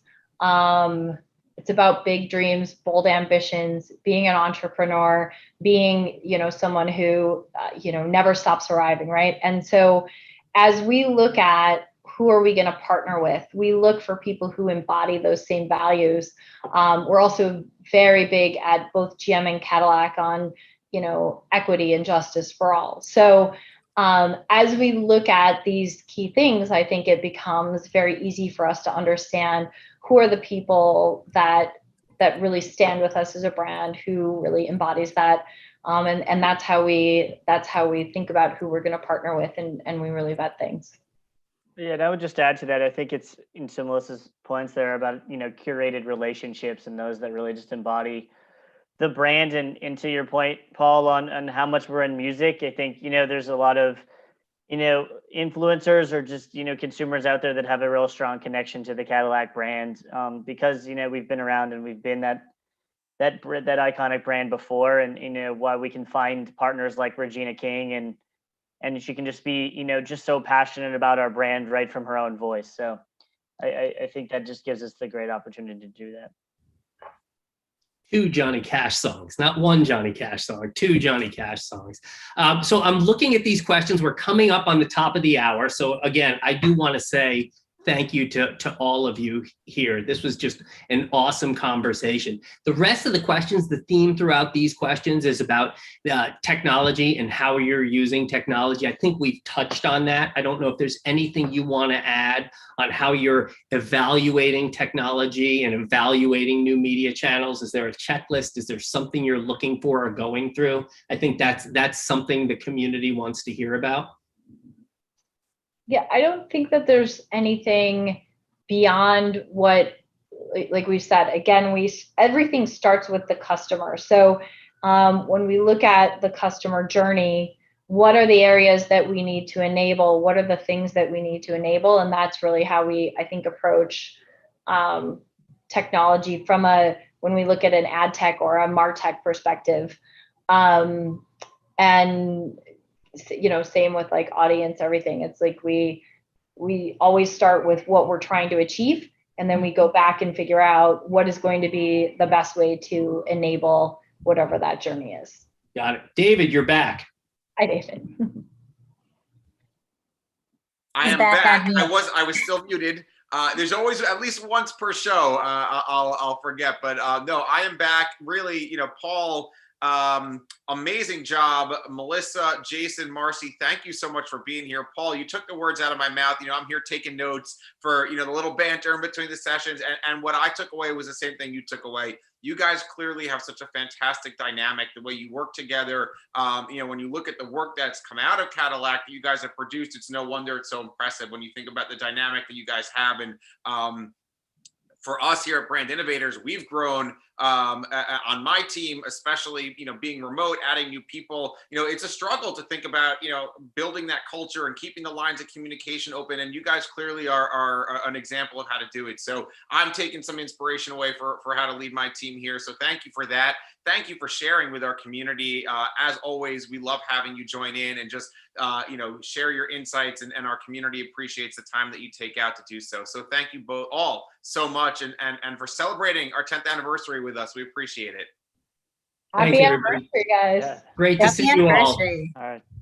Okay. All right. Well, hopefully we'll have you all back again soon. In the meantime, we're going to keep the show rolling with our next session. So have a great rest of your day. And I'll give you the applause from the community. You can't hear them, but I know they're clapping in their homes right now in their offices. So we're going to keep things rolling. Again, that was wonderful. Thank you, Paul. Thank you, Marcy. Thank you, Jason. Thank you, Melissa. Now we are going from one automotive giant to another automotive giant. Usually we don't always, go back to back like this, but it just so happened to work out. We're going to dive deep into the inner workings, go behind the brand with the Nissan team. So we have Allison Witherspoon, the Chief Marketing Officer of Nissan US. We have Rob Cross, the Director of Precision Marketing, Activation, and Marketing Science. We have Yetunde Faparusi, I hope I'm pronouncing that correctly, as Senior Manager of Brand Strategy. And then we have our moderator, Jeff Paps from FaZe Clan, an old friend of Brand Innovators. So I welcome the Nissan team. Jeff, we're excited to have you leading this discussion. Allison, always great to see you. Yetunde and Rob, welcome to the Brand Innovators stage. I'm very excited to go behind the brand with Nissan today. Thank you. Thanks for having us. Good to meet you guys. Of course. So, you don't want to hear from me. You guys are the stars of the show. Jeff, I'm turning it over to you. I'll be back in a little bit, and I'm excited to hear what you guys have to say today. Yeah, totally. Congratulations on 10 years. That's a remarkable journey. And good to see you guys again, Allison, you today, and Bob. I'm repping my Nissan gear. There today. it is. I noticed that. Nice. Liking that. Went into the closet this morning. I was like, today is the day to bust out the competitive FaZe Clan jersey. You guys front and center. So that's perfect. Very nice. So today we're going to go behind the brand of Nissan. You guys are in such a remarkable journey. I think kind of the theme we kind of want to talk about a little bit is the past, the present, and the future. And I think to kind of start things off, I wanted to send it over to Allison to kind of talk about how she came into the role, the brand legacy, and just kind of getting us a little bit more background on Nissan, the brand. Sure. So I've been with the company about 7 years. I was agency side before that, always in automotive. But I went client side actually about 7 years ago. So I led the Infinity brand, and we were launching some incredible products at the time. And then in 2017, I moved to Japan to work in our global marketing team. So I was the number 2 to our global CMO based in Yokohama, Japan. So I was there for 2 years. And then I came back here 2 years ago as the head of the US marketing team, and was, back towards the end of last year, I was promoted to Chief Marketing Officer, which has been great. And I think it's, I think over the course of the last few years, we've been on a journey. I think sometimes that word is overused, but it's kind of the perfect way to describe this. I think the most exciting thing was that, in automotive, you have visibility into what your future product pipeline is going to be, and into that. And we knew that we were going to have this incredible product offensive. And so in January of 2020, as part of kind of a prep session, we really wanted to get into who we are as a brand, who we are today, where we've been in the past, but then also where are we going? And is all of that going to be relevant as we get into this product offensive that we knew that we had coming? And so we actually spent 2 days here in Nashville, Tennessee, which is where our US headquarters are. And we had everyone at Nissan Stadium. So if you're a Titans fan, you are now part of the Nissan Stadium family. And it was a cross-functional group. And when I say cross-functional, I mean cross-functional. We had HR, finance, purchasing, design, R&D, manufacturing, sales, marketing, corporate communications. It covered everything. And so we sat there, we even had dealers. So we had several of our dealer advisory board members were there as well. And we sat down and we talked about who Nissan has been on our best day. And what did that look like? What is the attitude?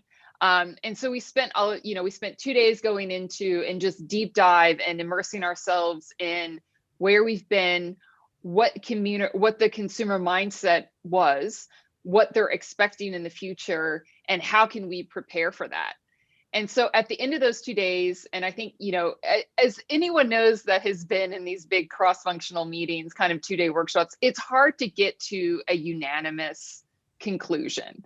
A lot of opinions, there's a lot of work after the workshop, but we actually came to a unanimous conclusion. And we arrived on, and we really landed on, when we are at our best, on our best day, Nissan is about thrilling people at every turn.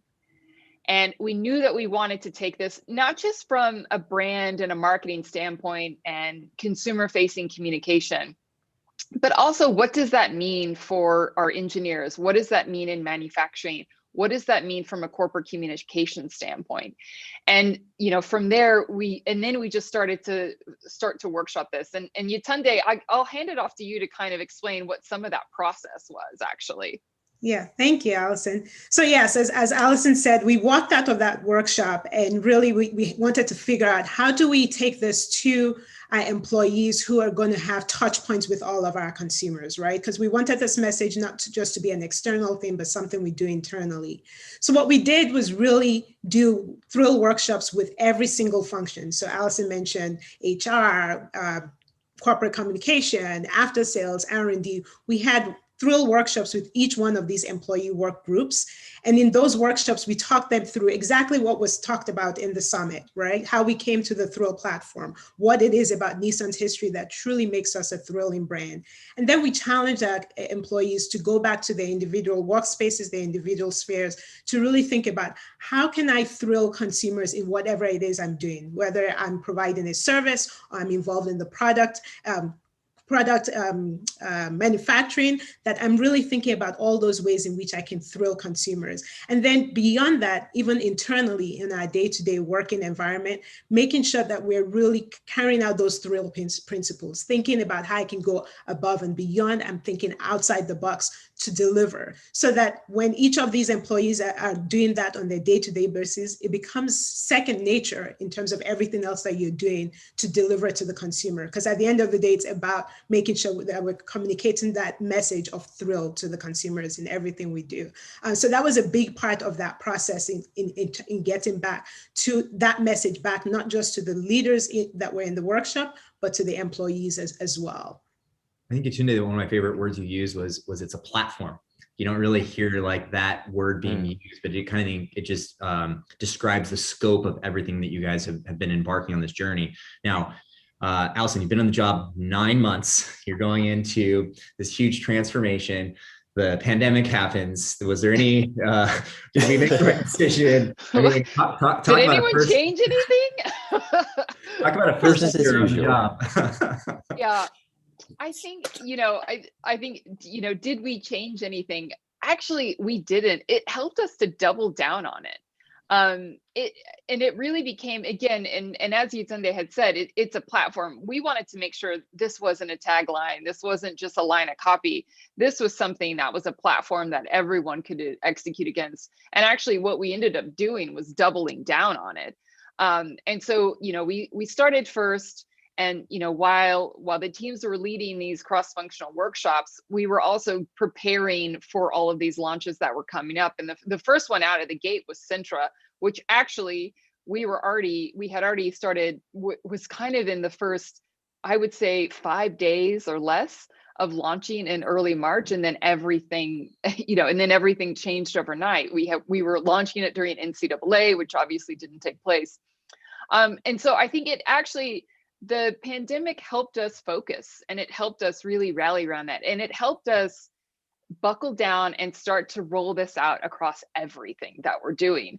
And so I wouldn't say, the executions of what we did obviously changed. And, I think similar to, probably every brand, we adjusted, we pivoted, we did all those things. But for us, it allowed us to be much more singularly focused and really get into and roll out and solidify this Thrill platform that we had.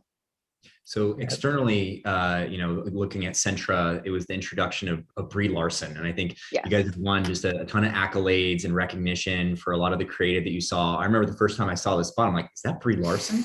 Holy crap. And it was, seeing her in a vehicle, it wasn't context that I had associated. And then these spots just came together, and it's been, one of your more successful launches. How did Brie come into the picture, and like, how did that all come about? It was amazing because this and Thrill all happened right around the same time. I think we knew that, we wanted to launch Centra. It was a very important product for us, an important segment. And so we knew that we wanted to launch this. We were looking at, I was reviewing some creative and what the launch, what the launch concept was around it. And it was all around not compromising. And then we were looking at a piece of creative that was having someone that's explaining to someone else not to compromise and to kind of create that analogy. And then we were talking about, well, what's an example of people that can help have that story and can help have that dialogue and that kind of coach player and be the coach in that situation. And Brie was top of mind. I think she was, in the top choice from the very beginning. And I think in the first conversation with her, it was really interesting because she wanted to interview us. She wanted to make sure that we were a brand that she wanted to align with. She wanted to understand where we were going. She was interested in what we were doing from a DEI standpoint. She was interested in our history. And so we had this really great conversation about where we've been, again, similar to what we did with the workshop, where we've been, where we are today, and where we want to go. And then, from there, she signed on, which was great. And we had, I think the consumer reaction to the creative was so strong. And we do, obviously, like many brands, we do a lot of ad testing, we do qual and quant. And the numbers just came through where it was just really resonating. And the story was resonating, and how we're connecting that to, we didn't compromise with Centra, which was really important for us from a product standpoint. And then we saw the success coming from there. We knew that we wanted to create not just a one and done with a celebrity, but start to have a true brand ambassador that could help us tell this product offensive and this brand transformation story, which is why we ended up entering into a multi-year agreement with her. She was also the talent that makes a cameo at the end of our Row campaign. She's been in some sales event work that we've done, and she's currently in a brand campaign that we just launched in April, which is running now, but we have a full year of a brand campaign. So there's additional creative and additional messaging that's going to be coming out. Yeah. So before we kind of talk about, there was 3 main beats we kind of talked about as a lot of our prep. Yep. Very curious, anytime there's transformation within a company, right? You have all these various stakeholders. Was there any groups that were more difficult to get to buy into the overall strategy, or was it, everybody was like, hey, Thrill it's the connective platform that we're going to use and roll out across the entire business? I mean, I would say overall there was support from it. I think more than anything, it was also kind of leaning into the people that had questions, or I would say probably skeptical of it. Because I think, part of the challenge that marketers have is that there's a propensity to change. And I think a lot of, and especially in our history, we've kind of switched, we've changed around, which has created a little bit of an unknown perception of our brand. And so I think for us, we wanted to make sure that actually we leaned into the people who are skeptical. We had data to back it up. The other thing is that we went in and we did a lot of, and Yatunde led a lot of qual and quant research. So it wasn't just, again, you know, it's hard sometimes when you try to copyright a strategy. And we wanted to make sure that we weren't doing that, that it was based in research, it was based in data, it was based in unmet needs from consumers. You mentioned at the very end about the connection between Brie Larson and her appearing at the end of Rogue, some of the messaging. Like Rogue was such a big launch for you guys in the fall. You know, there's a lot of attention being brought to the strategy. Can you talk a little bit about Rogue and what you guys learned during that? Yeah, absolutely. I think from Rogue, I mean, we were producing this right in the middle of the pandemic, kind of right in the heart of it, you know, kind of early fall, which is when things were starting to spike back up. I think the other thing that was going on at the time was election, which I don't know if anyone remembers this, but was very contentious. And what we wanted to do is we wanted to make sure that we were showing the capability and the technology and the design of this all new model for us.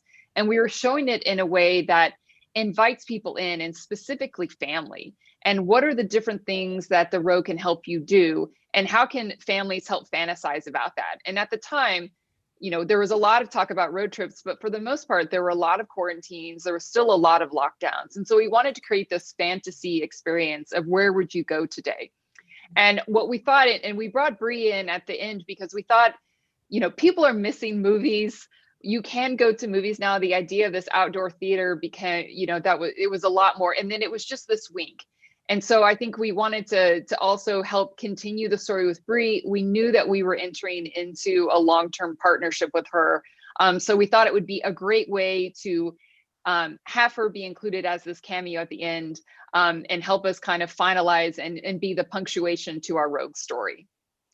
I'll also add, I think one of the things that we did with that, both the Rogue campaign and the Centra campaign, was really making sure it was a full 360-degree campaign where we was going in social and digitally. And to Allison's point, you know, when we were launching Rogue, it was during that time where there was a lot going on in elections, but people were still locked down. So we leveraged a lot of big partners. We had a big Amazon takeover because people were online a lot more during that time. So we were able to leverage those venues to tell that message a lot more and really bring people into the brand. And I think that was definitely instrumental in making sure that campaign was very successful. And then measuring it from a data perspective, which I'm sure Rob could probably add to that a bit. Yeah. I agree with you, Tunde. I mean, I think with the way we built out our new brand positioning, it's allowed us to build these fuller go-to-market ecosystems, and it's allowed creative and media to work more effectively to deliver on what is a much more emotive and inspirational brand positioning. And we've seen it enrich our media thinking. For example, the Amazon idea that Tunde talked about was a really an interesting buy. But what we've done beyond that is certainly build out ideas that deliver on thrill. And Jeff, you've seen it on your side with the way we briefed the phase operationally. Our channels are all about bringing thrill to life now. And what that's allowed us to do is bring the two components of our marketing in terms of our touch points and our messaging together to rally around the new brand positioning, which is making our plans much more exciting as we roll them out too. Yeah, and I think, and maybe just touching on one other thing, I think Rob and the team did a great job in that, you know, in looking at the data and looking at how are people buying cars and what does that timeline look like? It was also shifting in the middle of this pandemic as well. What we knew is that Rogue wasn't going to be top of mind for every single person intending that segment the second we went on air with that media. So we had a really smart strategy with how we start to pre-launch it. And the idea of using some of our media partners and how do we start to launch this? So by the time we were actually in full launch mode with the Amazon takeover, we had already started to generate a lot of people that were interested. We had a lot of intenders that were looking at it. People were already taking a lot of key buying actions. And then that helped activate that main media messaging even further. I think the success of Rogue is just an amazing example of just like incorporating all these various parts of using data and measurement, incorporating the central platform, which I just continue to just love. Rob, can you talk a little about the strategy behind, you made reference to data has always been core to how you guys are doing media buying, but you wanted to also use data and measurement to inform a lot of the creative decisions. Can you talk a little bit about that? That would be. Yeah. Thanks. I got the data question, so I'll try and make this interesting. I think there's two key parts to this, Jeff. One is just the basic data strategy that we have to sort of enhance our marketing operation, and then also how do we use data to enhance our creative execution in market and make sure that that is integrated into the way we utilize our channel. So let me talk about it a little bit from a data strategy point of view. So as we built out what we call our precision marketing operation, or data-led marketing in other companies speak, it's around 4 key areas. One is how we plan campaigns, how we measure campaigns, how we optimize those campaigns, and then that ongoing feedback loop of information that comes through our campaigns that gives us consistent learnings around how our consumers are reacting. And we using that feedback loop is even more important now as the data environment changes with the new privacy laws, right? To make sure that we have consistent understanding of, are we getting to our consumers in the right way, and are we optimizing our ability to generate response from them in the right way? And I think where it all begins is with when we build out the audience segments, right? The unique audience segments we have across each of our models within our portfolio, they're the linchpin between that data-driven creative messaging and our media planning. And those audience segments are all tied back to the marketing challenge that one of our models may have. And then what we do is we apply those audience segments to the model campaign to make sure that the solution we come out with is truly data-led. And then from there, and this is probably a bit more for the data geeks on the line here, we have these targeted audiences. We are turning them into anonymized individuals. We've created a people-based identity linkage system so that we can build these customized audiences to ensure that we're future-proofed as we get into this more challenging data landscape. And that's been a big part of our work, and we're still going on a learning curve in that area. Where it gets really interesting is when we start to talk about the way we measure. And I think this has been a really interesting evolution over the last 3 years. And what we've done is we've tried to move from sort of observed reporting of our campaigns to sort of more predictive foresight thinking in terms of helping Allison and the exec leadership make the decisions that will drive the business growth in the future. So we built out a full funnel measurement framework, top to bottom, in terms of how we engage consumers, that we report out to the organization on a daily and weekly basis. And this allows us to continually monitor how we're doing as an organization in terms of our fundamental KPIs. We also have predictive measurement to explain how we perform or how we do not perform against these KPIs. And that might be in the area of marginal ROI, or how we attribute sales to the spend within our media budget. And then where I think it gets really interesting is where we use prescriptive insights. And that's about building advanced models to inform our business decisions. So we have 2 major marketing budgets. One is the media budget, and 2 is the incentives budget. So for the consumers out there, what you get on the hood in terms of a deal on the car, right? Optimizing that balance is key. And then we've also used brand equity predictive models to help validate how we should shift our marketing in the last year or so. And Allison talked a little bit about that. And that was really key in terms of building credibility around that shift. Then obviously, I think within our data strategy and the application of it, we get into campaign optimization. And a couple of interesting points here. We have a brand layer running now that was launched within March Madness. So we measure that from a pre and during campaign optimization point of view. Our TV investment is partially informed by immediate search traffic that comes from our ads. Okay, TV investment is about driving long-term brand and model awareness, but it's also fascinating to see if it generates immediate audience interest in our models, and it helps us understand the unique day parts or unique programming that goes into our buy and where the effectiveness is. And it's also a secondary understanding of how is the creative developing there. And then Allison talked briefly about key buying actions, right? So these are the online actions that people take within our digital ecosystem. This is a fascinating world we built out in the last few years that helps us understand how consumers are shopping, right? And we use these online actions where most shopping or most purchase consideration, et cetera, is done now. And we're able to correlate these to showroom traffic and sales. So we're starting to build this sort of full funnel understanding of performance. And then, as I said, we have this feedback loop. So we utilize MMM to look back at how we performed over the year. We can apply that from an ROI point of view.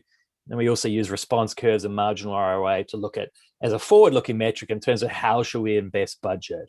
And I talked briefly about optimizing that mix of investment in the media budget and the incentives budget. That's a huge challenge for us to make sure we really get that ratio correct across the 2, because that is really where you drive those optimal sales levels. And then I think what I really like is, as we get into annual planning, we're looking at our sales goals, we're looking at purchase funnel projections, and we're able to forecast out where our budgets need to sit within the plan for the year, be it by model or overall as an entire portfolio. And so that allows us to sort of set that sort of optimal budget allocation and really helps us in terms of managing the understanding of how we're going to be able to deliver the business plan for the year, certainly. But I think, in terms of creative, and this was the second part of your question, this is where it's been really, really interesting in the last couple of years, Jeff, especially as we've had this new brand positioning to start to land and market. And data has really enabled it to shift our approach in the creative area. I mean, I think about it, in the last 3 years, we've shifted from a TV-led model to a precision marketing-led model, which means we've been able to build out these full go-to-market ecosystems of assets, as Tunde talked about, and tailor them to the different audience segments. And I think what's really interesting was, as Alison came on board, we rebuilt our agency operation. We went from a relatively siloed model to a truly integrated horizontal model with Nissan United, which your team works closely with now. And so data sits at the heart of integrated briefings with creative media, and it's enabled the creative culture to become more inspired by data, to think more about a core campaign idea that delivers on thrill in the marketing challenge of the model.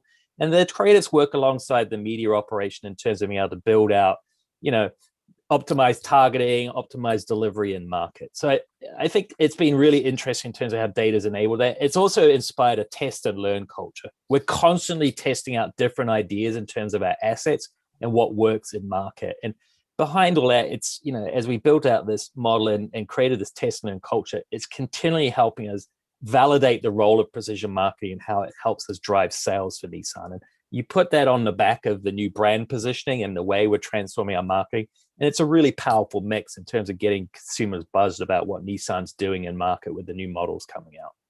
I think the thing that's really resonating from Thrill being the platform is it's all backed by research. It's all let's roll it out across all of our partners, and then it's optimization. Are you finding yourself creating 5 times as many assets as you were pre this whole journey? I think, yeah, and I get this question a lot, and we are definitely creating a lot of assets. I don't think that is unheard of, though, because there are so many different formats. There's so many different platforms that you're actually having to create for. I think the key thing is making sure that you have, what is the core idea, and there are ways for you to tell that story across wherever consumers are going to be in the different formats. So yes, we are absolutely creating a lot more assets. We've gone from, where you could have a single TV spot to hundreds of assets, because it's going to live on all of these platforms. And I think, the other question that I always get for this is, well, is your budget bigger? No, it's not. And I think that's why you have to be really smart with how you do it. We became hyper efficient with how we started to look at our creative productions. And it wasn't separate productions for whatever the different platform was. It was making sure that we had all of the needs consolidated. We knew what we needed to produce for, and then working, very closely with partners and production companies for how we can actually execute that. And to me, I think that was, we unlocked a big opportunity there, that, I think data helped to inform, but also this platform helped to inform as well. Yeah. Yeah, Rob, I think you said something about, we're all data geeks essentially at this particular moment. Has that adjusted any of your kind of media placement and strategy? You made reference to going from a TV model to a precision model. How has that kind of changed, how you're using audio from TV to strategies of new audiences? How does that kind of play into this? Yeah, I mean, it's shifted a lot. I mean, you could see our channel mix and the investment has shifted significantly over the last 2 to 3 years. With far more digital than we used to be. We've got a much better understanding of within digital what is working, what is not. We've been able to find white space within the audio category, traditional audio and digital audio, and building out execution there, certainly.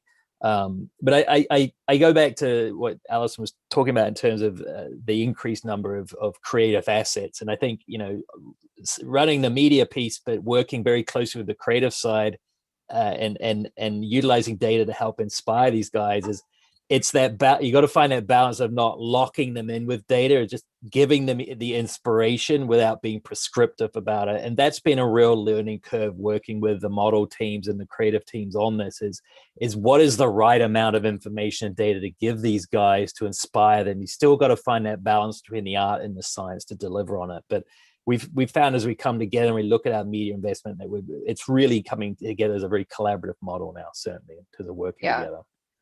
And I would actually say that the data has been what has helped unlock creativity in this particular case. Because I think we all know, we are so much smarter about how we can reach consumers and where we can reach them and at what point in their purchase cycle. We're starting to get very precise in what we can do. The key and the art to that is actually, what do we say and how do we say it? And that is actually what is going to have that impact. Because if you're going to have a message that doesn't resonate with consumers, it's, to a certain extent, you're wasting your media. So the creative piece of it is what is going to get you that impact. It is what's going to get you to a stronger conversion, but it has to be connected to that data. Yeah. And I think, go ahead, you today. Sorry. I was just going to add, I think another piece to that is, yes, we have increased the number of creative assets, but I think being able to tie that strategy to the data has, Rob mentioned the key word has inspired the creatives. I think we have a lot of creative reviews where they're constantly bringing out stuff every day. And it's because they're really inspired by the information they're getting from the data. Once they have the strategy, they're able to come up with multiple creatives across platforms that can really identify those audiences that we're trying to target. And that has truly been kind of a winning formula for us. No, I can fully see it. And I think, going back to the thrill kind of messaging in January 2020, I think one of the things that was really interesting, I think with marketing, we oftentimes think about the consumer engagement, right? And for you guys took a slightly different approach where you're like, hey, we're going to educate our dealers, our partners, our employees. Being on as a receiving end of being, a long-term partner with you guys, our entire creative team, all of our account managers, all of our salespeople sat through a pitch where thrill was described to us. And I think it was an incredibly powerful, moment for everybody in our team with really understanding, here are our objectives, here are our challenges, here's creatively how we do it, now go. Right. And I think, you're empowering your partners to make these decisions. At the same time, you're having to educate dealers. Can you talk about the collaboration, consensus, internal communications? Because I think sometimes that's the unsung part of marketing, but it's so important, especially with consistency. Sure. Thank you, Jeff. Yeah, that's a very good question. And I think one of the big things, once we were able to kind of approve and get this platform and this idea through the organization, we really had to start thinking about how do we communicate this appropriately to consumers, right? We had started it on the creative. Our creative was already communicating that information, but we had to really think about the different touch points our consumers go through during their purchase journey. And what are the entities that really impact those touch points? So there are three entities. We first of all, our dealers, second, our employees, and then third, our partners, which you mentioned. So I'll start with partners.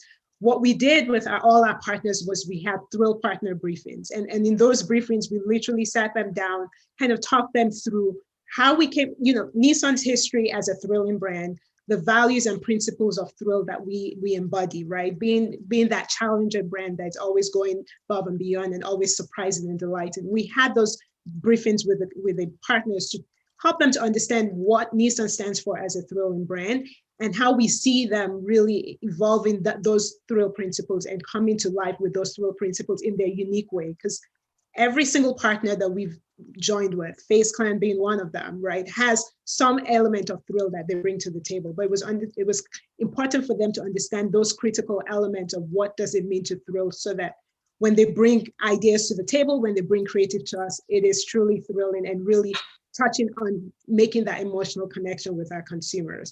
So that was our partners. And then second of all, with our employees. So we had, yes, each one of those cross-functional thrill workshops with employees, but even within our marketing organization, we had to go through the idea of thrill and exactly what we meant by thrill and how we want to bring that to market in our whole brand layer, because this idea of a brand layer wasn't something we had done for years in the organization. So really helping them to understand, why are we focusing on this brand layer of communicating thrill, and challenging employees, like I mentioned earlier, to think of ways that they can go back and thrill the consumer in whatever they're doing.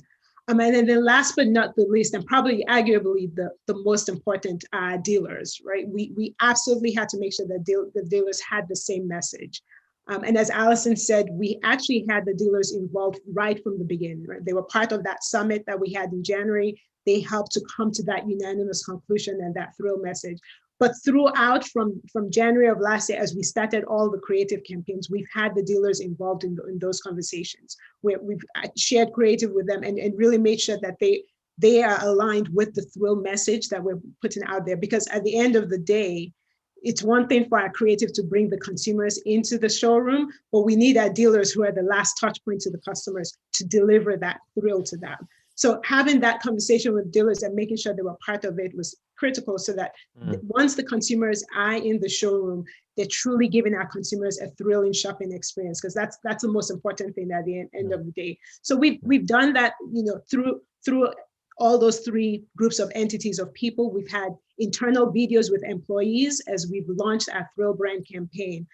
When we launched the NCAA campaign with the NCAA championship, we had thrill videos going on both internally for employees as well as with our dealers, where we literally had employees talking about what it means to thrill, what thrill means to them, how they're thrilling people on a daily basis, not just for consumers, but internally, and doing that with dealers as well. So everyone in the organization has that thrill mentality and mindset in what they're doing, and we're communicating that to our consumers as well. I think it's really interesting. It's like you're seeing a lot of attention towards TikTok, and a lot of like Starbucks employees and your own employees becoming content creators, but you need to arm them with the proper messaging to get it out. Apparently now people are getting crazy drinks all ordered as a result of these things, but that's truly incredible. Allison, was there anything that you would have done differently? I know hindsight's always 2020 when you're going through these as a CMO. It's a lot of pressure to execute correctly. Is there anything you would have done differently?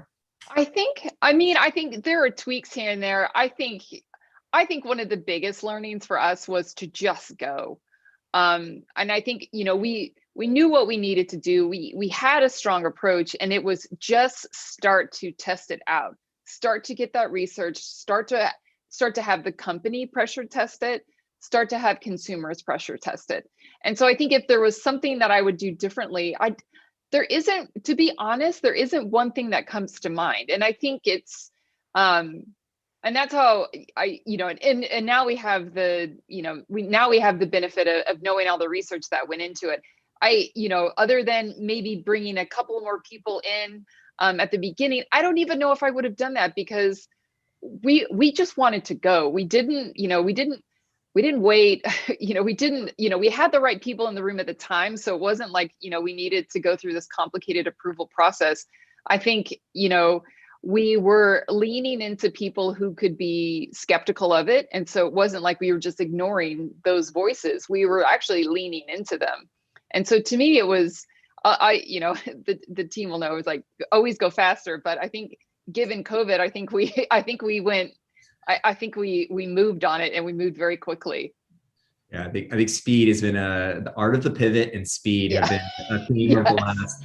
I was moderating a panel not that long ago, and I was like, we've all learned the master class in improvisation is essentially right, exactly.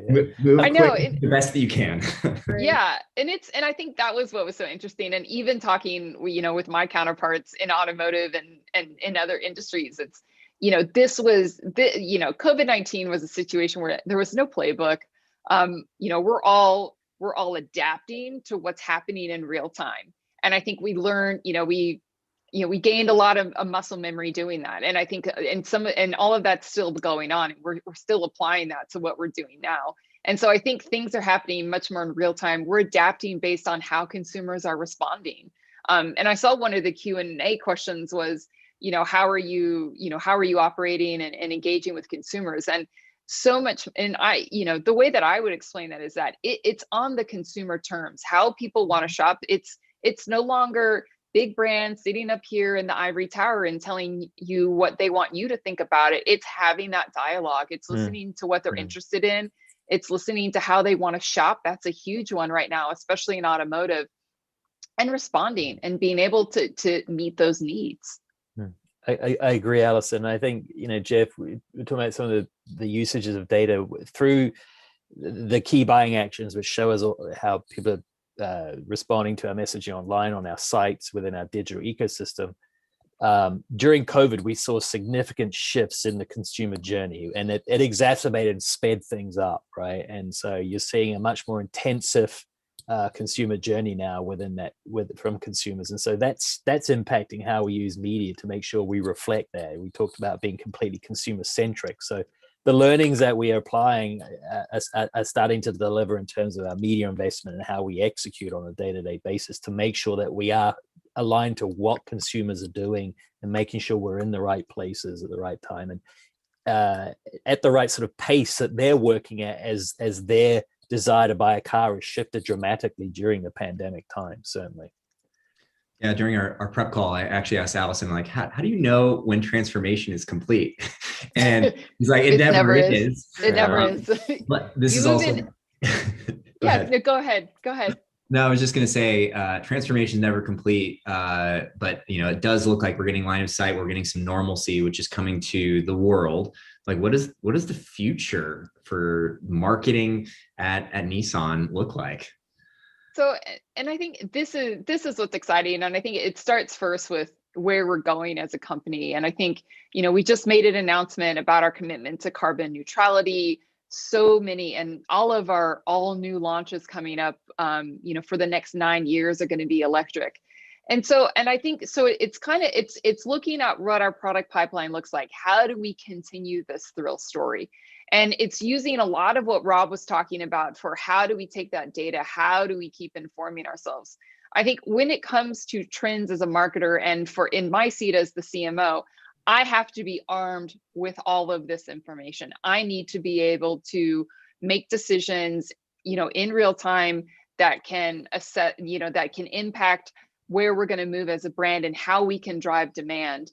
And the other thing too is I need it to manage stakeholders, internal stakeholders. And I think gone are the days where you're not, where there's kind of this wall between you and finance. Myself and the CFO, we need to be connected because I understand how I can move the business. I understand how brand and marketing can drive profitability for the company. And it's about making those arguments, making that rationale with my counterparts in other parts of the organization. And I think, from a future standpoint, I mentioned this before, we have a year-long brand campaign. So we're going to be continuing the story. There's going to be a lot of things, you're going to see a familiar face with Bree. We also have some super exciting products that are coming up. We're almost on the eve of our all new 2022 Pathfinder launch. So this is an iconic SUV. If you remember the 86 Pathfinder, we are getting back to rugged. We are getting back to the core of what that product was. And then right on the heels of that, we have the all new 2022 Frontier. And again, this is a model that is a beloved, it's a cult favorite. So we're going to be launching that product as well in the fall. And then we have some even more exciting products coming in different segments, which is the Z, which is our sports car, and then the Aria, which is our all-electric SUV. So we have an exciting product portfolio. We're all exhausted, but we're ready. We're so excited. And we're excited to keep telling the thrill story. And I think the thing that's been nice, especially as we've been doing this brand launch, is that there's so many consumers have so many great stories about their Nissan vehicles that we want to take that spirit. We want to take, some of the things that they've been sending us and, through social media, et cetera. And how do we have that inspire what we're doing? Yeah, I think these unplanned moments, we've actually seen it even with our program with you guys. We've actually had like 3 moments that came up just randomly where one of our talent, his brother's car broke down. He bought him a Nissan. We had another piece of content. One of our content creators, he was producing a piece of YouTube content. He literally went and bought a car and gave it to the guy at McDonald's drive-thru. Like, here's your new car. Here you go. And I think that, capitalizing on these unplanned moments is that's the fun and playfulness that, I think that the brand is beloved by its consumer base, which is just incredible. One of the things that has been a huge shift during the pandemic has been the acceleration of how people want to buy cars. The talking about dealerships and going in historically, you kind of do some browsing. That's fundamentally shifted. And I think it was really interesting to hear during our prep call was just the emphasis you guys are having about maybe just you buy your car online. And it's a very quick and easy process. Can you talk about changing how people acquire your products? Because I think I don't go to restaurants anymore. I order in, everything's delivered. I want my car there this afternoon. I want to buy it maybe through online channels. Yeah. And this has also been a huge, I wouldn't even say it's a trend. This is consumer behavior. I think, we're big believers in experience law. And once consumers have an experience with a brand, that becomes the benchmark. And it's a very positive one. And I think online shopping is not new. I think we all know that very, very well. We've been doing it for a long time, but it hasn't been as prevalent in some of the larger purchases. So home and car are kind of number one and number two. And so I think, and this kind of came around in the middle of COVID, with so many dealerships, dealerships were not considered essential service. So a lot of the dealerships were closed, but they could do online retailing. We already, at a national level, we already had plans in place and e-commerce plans and what that implementation plan was going to look like. We actually ended up taking projects that were kind of 6 months to a year out and pulling them forward to a matter of weeks and, in 1 month or so. And so we were able to get that. So now you can fully buy a Nissan. You can do the entire research process. You can do the entire desking, paperwork, delivery service. All of that can actually happen online. I think the most important part of this is actually it's based on what consumers and how they want to shop. So it's not either or. A lot of people want to go to dealerships, and actually a majority of people still want to go to dealerships. They want to test drive the cars. That process is all there. For the consumers that are very comfortable in the digital space and purchasing large purchases online and want to have all of that kind of come to them on their terms, this is now an experience that they're able to have now too. It's not one or the other, it's either or. It's not one or the other, it's either or, and it's based on what you're comfortable with. Are you finding that it's like segmented by audience, like certain audience groups, so they're younger, or their preference is to never talk to anybody, just go have somebody hands in their keys, everything's already been done? Like, is that what the research is showing? It does skew younger. So I think, these are digital natives. These are people that are just completely comfortable in that space. So that is what we're seeing. And I think this program has been fully up and running. We actually started trialing it with a select group of our dealers last summer. And so we saw all of these trends, and now it's available, kind of at several dealerships nationwide, in the process of rolling out to even more. And so we are seeing that, these buyers are younger. They do tend to want to have this purchasing experience that's more on their terms. So I think I think the trends that we assumed were going to be there, that's what's actually ending up and who's actually purchasing. Does that change like your marketing strategy with like messaging at all? Is that like a feature that you guys will highlight in campaigns, or is that like more behind? I think you have seen our plan. Yes, it is. Yes, absolutely. And I think, because we do see this as a benefit. We see this as, first of all, it's a customer need. It's actually what they're demanding to a certain extent. And so we will be communicating about it, and we are going to be doing it in a big way, which is exciting as well. I think the nice thing about it is making sure people know that it's available.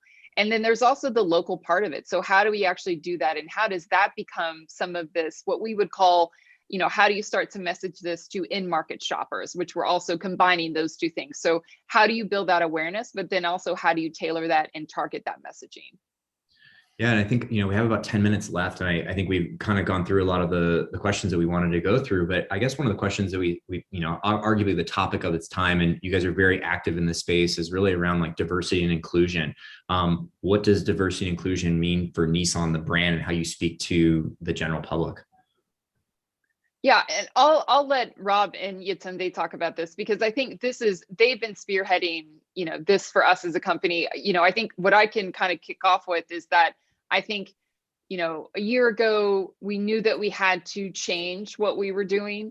We knew that we had to become much more progressive in how we were approaching this. And I would say over the last few months, I think we've even done another pivot, and we've really gone in and looked at how are we treating. I think in front of the camera, we've been very diverse. We were a diverse company from the very beginning in our founding. I think we've been diverse in front of the camera, and now it's working on things behind the camera and really that equity piece of it. So I'll hand off to Rob and Yatunde on this. Yeah. Yatunde, would you like to start? Sure. Yeah. Thank you, Allison. Yes. And just kind of following up on what Allison said, one of the things, a couple of things we've been doing is just really kind of going beyond just in front of the camera. So really looking at diversifying in terms of our partners and really diving deep into making sure that we're really reaching out to those partners that are minority led, that are minority owned, and really making sure we're having those as part of our portfolio. And even generally in terms of our overall marketing plans, whether it's with our partnerships, whether it's with influencers that we're using, making sure that we're getting influencers who are not just diversified, but influencers that really exemplify those elements of who Nissan is, right? Confident, and that we're making sure that these are people who have all pieces of, kind of a diversification, but also all elements of our thrill brand. So we're really diving deep this year and going forward, and not just having a 1-year plan, right? Making sure that we have it for the next 3 to 10 years, and making sure that we have a plan that increases our involvement in that space and with those communities as well. Yeah, I would agree, Yatunde. This is not about ticking a box and hitting a spend level, Jeff, which is what a lot of has been talked about in the media. It's about investing in these companies and helping them grow and helping them develop the capabilities that we need from them to deliver against our business and marketing objectives and hit the sort of KPIs that we have, right? So, we built out a long-term strategy, and we've worked with some of these partners and had lots of discussions with them already. We've had great support from our agencies, our Omnicom on this. And so we've got numerous pieces in place that will make sure that we have much greater communication with minority-owned media partners that will lead to enhanced spend across the board. Across all of across African American, Asian American, and Hispanic, also minority-owned partners. But it's also that secondary point of beyond spend of making sure that we're talking to them about what we need from them and how that capital that comes through our spend can help them enhance their offerings. But also talking to them about how can they bring thrill to life for us, also talking to their unique audiences. We had a great chat with Byron Allen yesterday, talking about what we're looking to do and how there are properties within his portfolio that could help us there. And it's also about helping them understand where our brand is going and how their unique capabilities can help us on that piece too. And then I think it's also just about just making sure that dialogue is open and consistent, and they are as plugged in with us on our marketing initiatives as our major partners at the likes of Google and Facebook and Snapchat and the networks, etc. These guys have as much voice and as much presence in those discussions too. And so that's all part of it, that communication plan as part of that long-term strategy that Yatunde referred to also. I think, and then it's also, it's holding ourselves accountable for it. So, it's making sure that this is top of mind, and it is for us. I think this has been top of mind for, it's part of almost every discussion, if not every discussion that we're having right now. This is something that we are committed to as a company. And I think, and again, we were founded, Nissan's founding was based in diversity. I think we are a Japanese company, but we had American board members from day one. And so this is rooted in, and it was actually a multicultural group.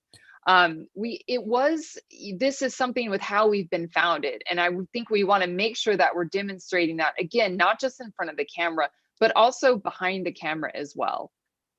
Yeah, I think the whole accountability thing, I think, is just an amazing, stand. Like, hey, we are committed to this. This is how we're going to be looking at this as a long-term play. I think even as a creative partner of yours, the flexibility that you guys gave us, like we've told some incredible stories about Faye Swag, who is the most high-profile Black streamer in the world. I think, honestly, my favorite piece of content we've done together.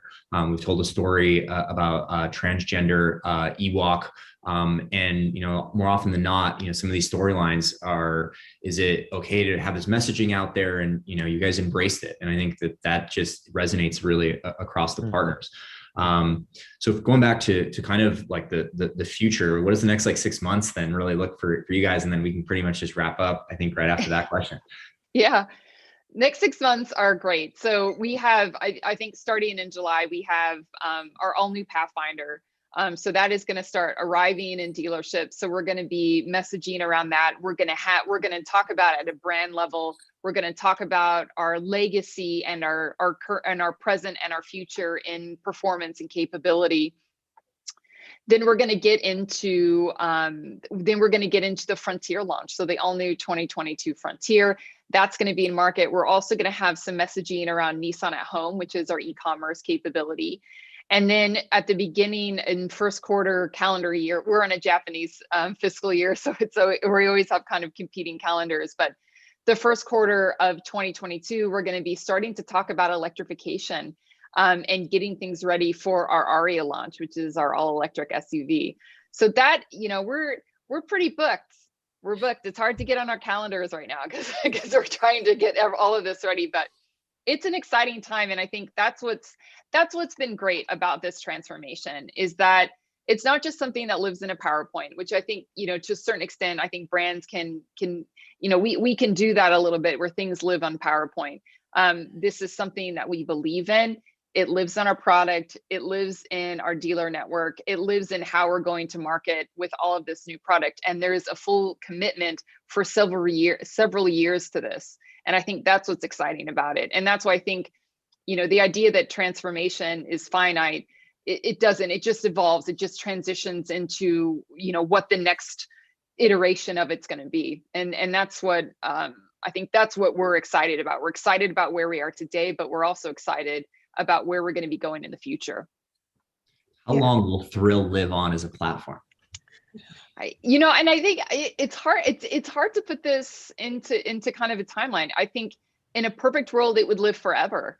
But messaging does evolve. Consumer behavior evolves, and the messaging will need to along with that. And so I think for us, we feel again, and I think when it comes to brands and messaging, it needs to be rooted in the DNA of the company. And Thrill is.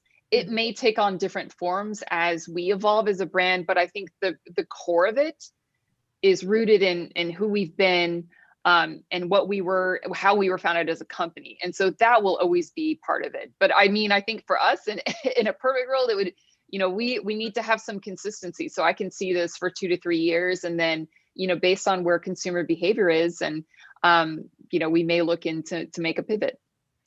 And I think one thing to add to that is that this is all what Allison said is it's not just a year plan, but it's all rooted in what the consumer wants. We talked about, we did a lot of consumer research where we have brand stories that resonated with the consumer. So the thing is we have brand layers that will continue to go for the next 3 years. We have a lot coming down the pipe, which makes this very, very exciting. Rob, what's coming up next on for the future for you? I think, we'll continue to flex the media investment based on, as Allison said, where consumers are going. It's a major driver in this. I think where it gets really interesting is the activation side. So the world that you live in with Nissan, our NCAA programs, and how we make sure that Thrill lives in with those. How do we make sure that our activation programs are thinking about our diversity and inclusivity initiative to make sure that we're talking to the audiences within that. So there's a lot of things that we're thinking about, but as I said, Thrill sits at the core of that, right? But we've got lots of pillars out there. We're going to go into Heisman and the college football season again pretty soon. We're already working on that, and hopefully it's going to be a normal college football season this year. So we're excited about building out a program where Thrill really lands within that, and where we really start to engage our consumers and look for the diversity opportunities in that too. So there's some absolute fundamentals in everything we're doing, which I think we've talked about a lot here. So looking forward to it, and obviously then supporting these launches. Super excited about where the product portfolio is going. It's awesome. Yeah. Awesome. Well, I really want to thank all three of you for joining this panel. I think it's just super impressive to watch as your partner, the evolution of the brand. Your work has just been really just eye-opening, I think, for a lot of people across the industry. And it's been an amazing journey to just watch this transformation. And I think collectively, I'll speak that everybody's excited to see where Thrill goes next. Thank you. Thank you so much. Thank you. Thanks, Jeff. Thank you, Jeff. Thank you, Rob. Thank you, Allison. Thank you, Yetunde. This was really fantastic. Again, knowing I mean, I guess we all know how busy you guys are, but hearing you talk about just all the campaigns, all the upcoming launches and the new products coming out, like it really hammers it home. So it makes it that much more special that you're celebrating with us and you've given us the last hour of your time. So thank you again for doing that. I've been a Nissan guy. I had the Maxima, the Altima, and then the Rogue, and then we got there at one point in my life, and there was this beautiful sporty two-door Maxima. But at that point, I had two little kids, and I'm just like, I want it, but the car seats, and like it just, so hopefully one day I'll get back to that. But really excited to see what you guys keep working on and keep putting out, especially on the electric side, certainly the zeitgeist these days. So anyway, thank you again for joining us. This was phenomenal. And maybe when things calm down, we'll have you back again soon, hopefully in the real world. Thank you very much. Thanks so much. Thank you, everyone. Thank you. Thank you, guys. Guys. This was great. And we are now getting ready for our last series, our last session, going behind the brand. This one, again, another one that really hits home for me. We have the Electronic Arts team, not just any team at EA, but the Sims team. And if you were anything like me, you've spent countless hours diving in with this franchise and the games. So I'm really excited to have the whole Sims team here. We have Julia Victor, we have Laurel Stark, we have Tiara Puglisi, I hope I'm pronouncing that correctly, Sheila Judkins, and we have our moderator, Stephanie Vandenberg from Open Slate. And I'm really excited to have the whole EA team from The Sims joining us now. Again, this is not just any game. This is a fan favorite. This is a cult phenomenon. You start playing when you're younger and you still play when you're an adult. It just, there's something that The Sims captures, I think, that that's hard to do. And we're really excited to have you guys here just to, again, share with us, talk to us about the work that you guys are leading, how you guys work together, and just kind of continuing to breathe new life into this iconic game and brand. So thank you, Julia, Laurel, Sheila, Stephanie. We're thrilled to have you here with us today. Right. Thank you. Awesome. Yeah. I think we have all the panelists on. Looks like Tiara might be joining. Maybe I'll send a note to the production team. Maybe she had a technical issue. Yeah. I'm sure she'll be on in just a moment. But until then, Stephanie, why don't I turn the stage over to you and you can kick things off, and hopefully she'll join in just a minute. Awesome. Thank you, David. Thank All right. you. Hi, everyone. I'm Stephanie Vandenberg, SVP of Sales for Open Slate. For those of you who are not familiar with Open Slate works with the world's largest global advertisers to make sure that their brands appear in quality, safe, and quality content. And in fact, we've worked with EA for over 3 years. And I'm super excited to be here moderating this panel today with this incredibly inspiring group of ladies that I had a chance to chat with last night in preparation for this panel. And I'm sure you will be as inspired as I was as you learn more about who they are as an individual, who they are as a team, and what they bring to the brand EA as well as Sims. So on that note, there we are. Yay, we've got everyone on the Sorry, team. I feel like I was in the void. I was like, I'm here, but Yeah. I can't say anything. Good. Well, welcome. Welcome. I just made my intro, but now we've got the whole team of women. If you've noticed that, we've got a great, inspiring group of women, an all-women team in the gaming industry, which is not a small feat on its own. So with that, I'm going to turn it over to Julie and let Julia kick off with intros of the team. Yeah, thank you. Tiara, I thought maybe you were protesting because you couldn't figure out how to pronounce your last name, but it's okay. We're happy. We're happy you're here. All right, I'll jump in and then I'll hand it off to this, as you said, Stephanie, incredible group of women. I'm Julia Victor, the Senior Director of Brand for The Sims. And I joined EA about a year ago now, a little over a year ago, after about 9 years at Nike in a few different brand roles. And I'm incredibly honored, I would say, and lucky to get to work with and lead this group of talented women and cross-functional marketers. And we're going to talk a lot today about with the Sims brand, where we're going, what we're doing, but a little background on what brought me to EA and the Sims.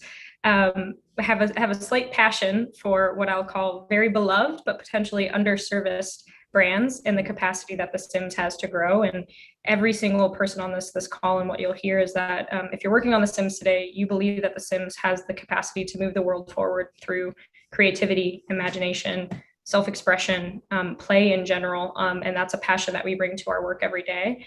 And then I also chose to come to EA because of this group of women and the idea of, holy shit, people make holy shit teams. Stephanie, I don't know if I could swear. I don't know if we talked about that, but that is You're fine. We're great. about innovation. Okay, perfect. All right, it's 4:00 on the East Coast, so I'm like, maybe people are having a drink while watching. But have a real passion for leading incredible teams to do career-defining work on things that they are personally passionate about. And I think one thing you'll hear from these three incredible leaders is that their personal passion for The Sims and the brand and what we are doing to move the world forward. And so I consider myself lucky. And I'm going to hand it over to Sheila Judkins to introduce yourself. Thanks, JV. Hi. So I'm Sheila. I'm the brand management director on The Sims. I am the quote unquote veteran of this group. I've been at EA almost 2 years. And my history is really in play. Grew up at Hasbro Toy Company. And I've always sought out brands that really align with my personal values and brands that mean a bit more. And so I'm a huge Simon Sinek fan. And so things like creating amazing experiences that people want to be a part of is really important to me. And so I've chosen some hard jobs, choosing to work on Play School that's about fine and gross motor skill development at a boys action company is definitely not an easy challenge. And I eventually made my way to Play-Doh, which was a very creative brand and one of my most beloved brands. And, now I'm on The Sims, which I love video games. I love play experiences. And The Sims is really all about, empowering people to tell personal stories through their creativity. And as the child of immigrant parents, I'm multiracial and I never really saw exactly myself in media. And I'm sure everyone has had a moment in their life where they didn't feel seen or didn't feel like they had a seat at the table. And so this goal and ambition of making a play space that connects everyone, where everyone can be seen, not only seen, where everyone can learn from one another is, really, it's a never ending goal. And that's really inspiring. And to do it with this great group of people is, my dream job. So thanks. I'm going to pass to Laurel. You're on mute. I got it. First one. How many will we have? Can we keep count? All right. It's just a sign of what we've been living and doing for the last 16 months. So it was actually a New York Times crossword puzzle clue. Oh, have a drink every time we say it. Yes. You're on mute. And I'm also after a red-eye flight into New York. So that's right. My fine motor skills could use some play school right now, Sheila. Anyway, I'm Laurel. I am the creative director of the Sims franchise, and I am the newbie here. I am just coming up on 60 days on the team. And for me, I've been in the creative space, both agency side and also in-house for some of the biggest tech companies in the Bay Area, Intel, TikTok, Google. And for me, I always say that I really manifested this team an opportunity because after 2020, which kind of rocked a bunch of us, I had to do some really soul searching around who I was and how I wanted to show up. And I've always been really passionate about being in service to the creator community, as a queer woman, as somebody who really is passionate about DEI and how that helps our creative change the world.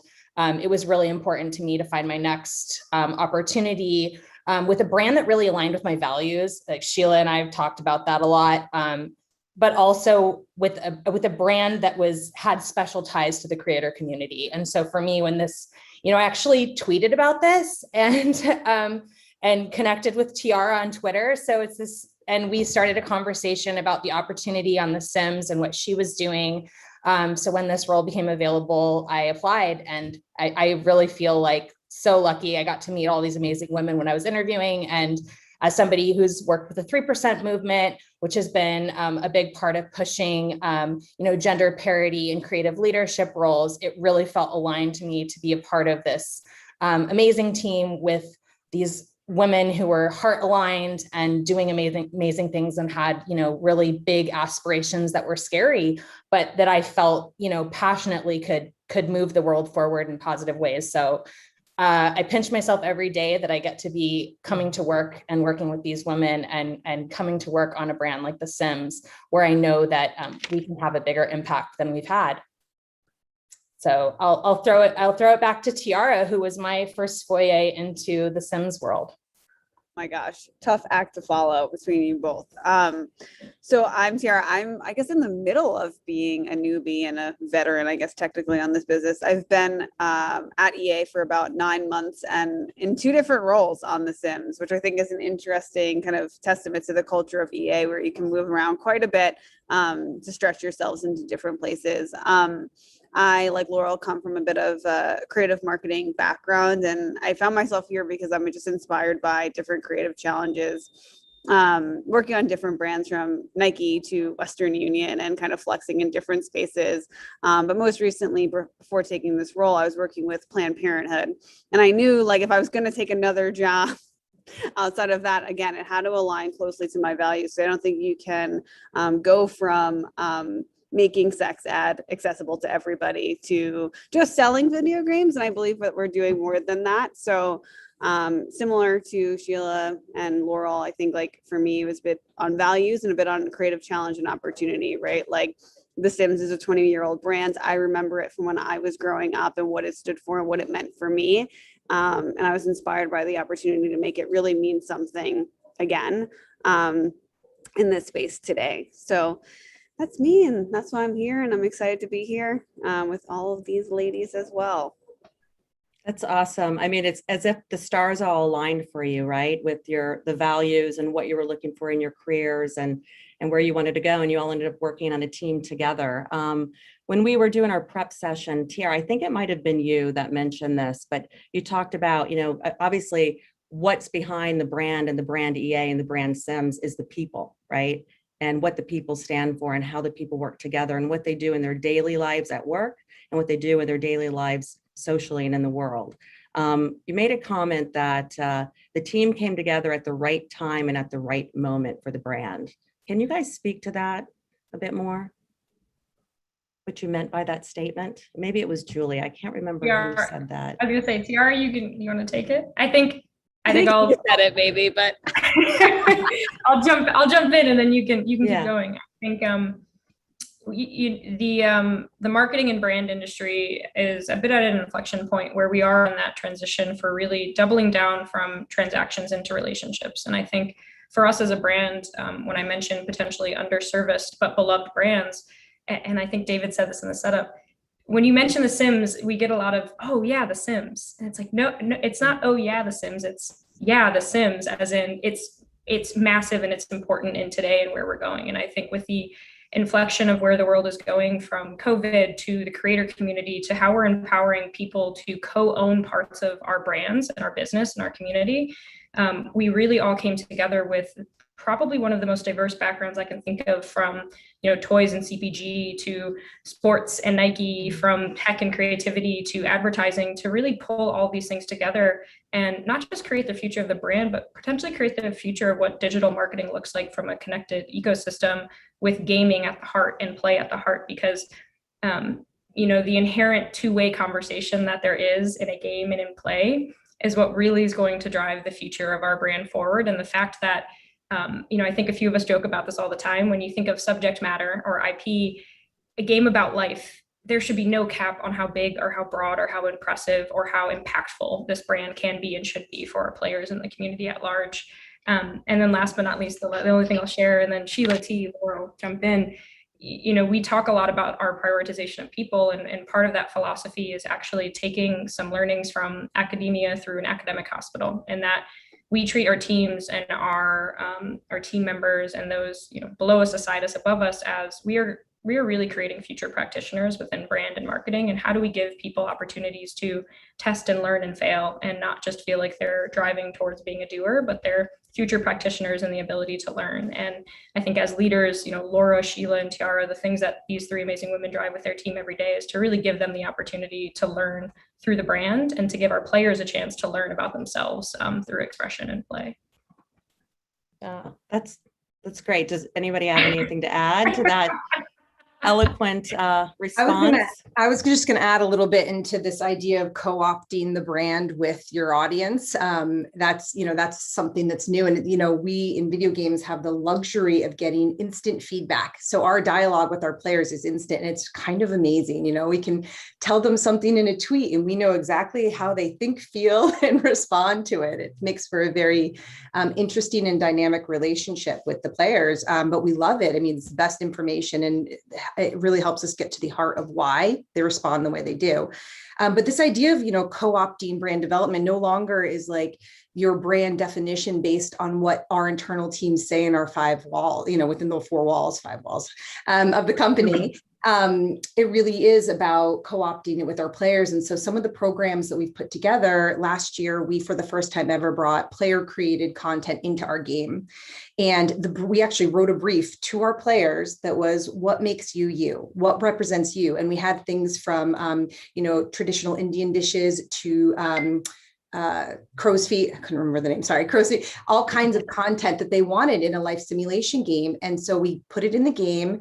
It was built, went through all of our official development systems with our studio to make sure it worked, because everything in The Sims works with everything else. It's not a linear game.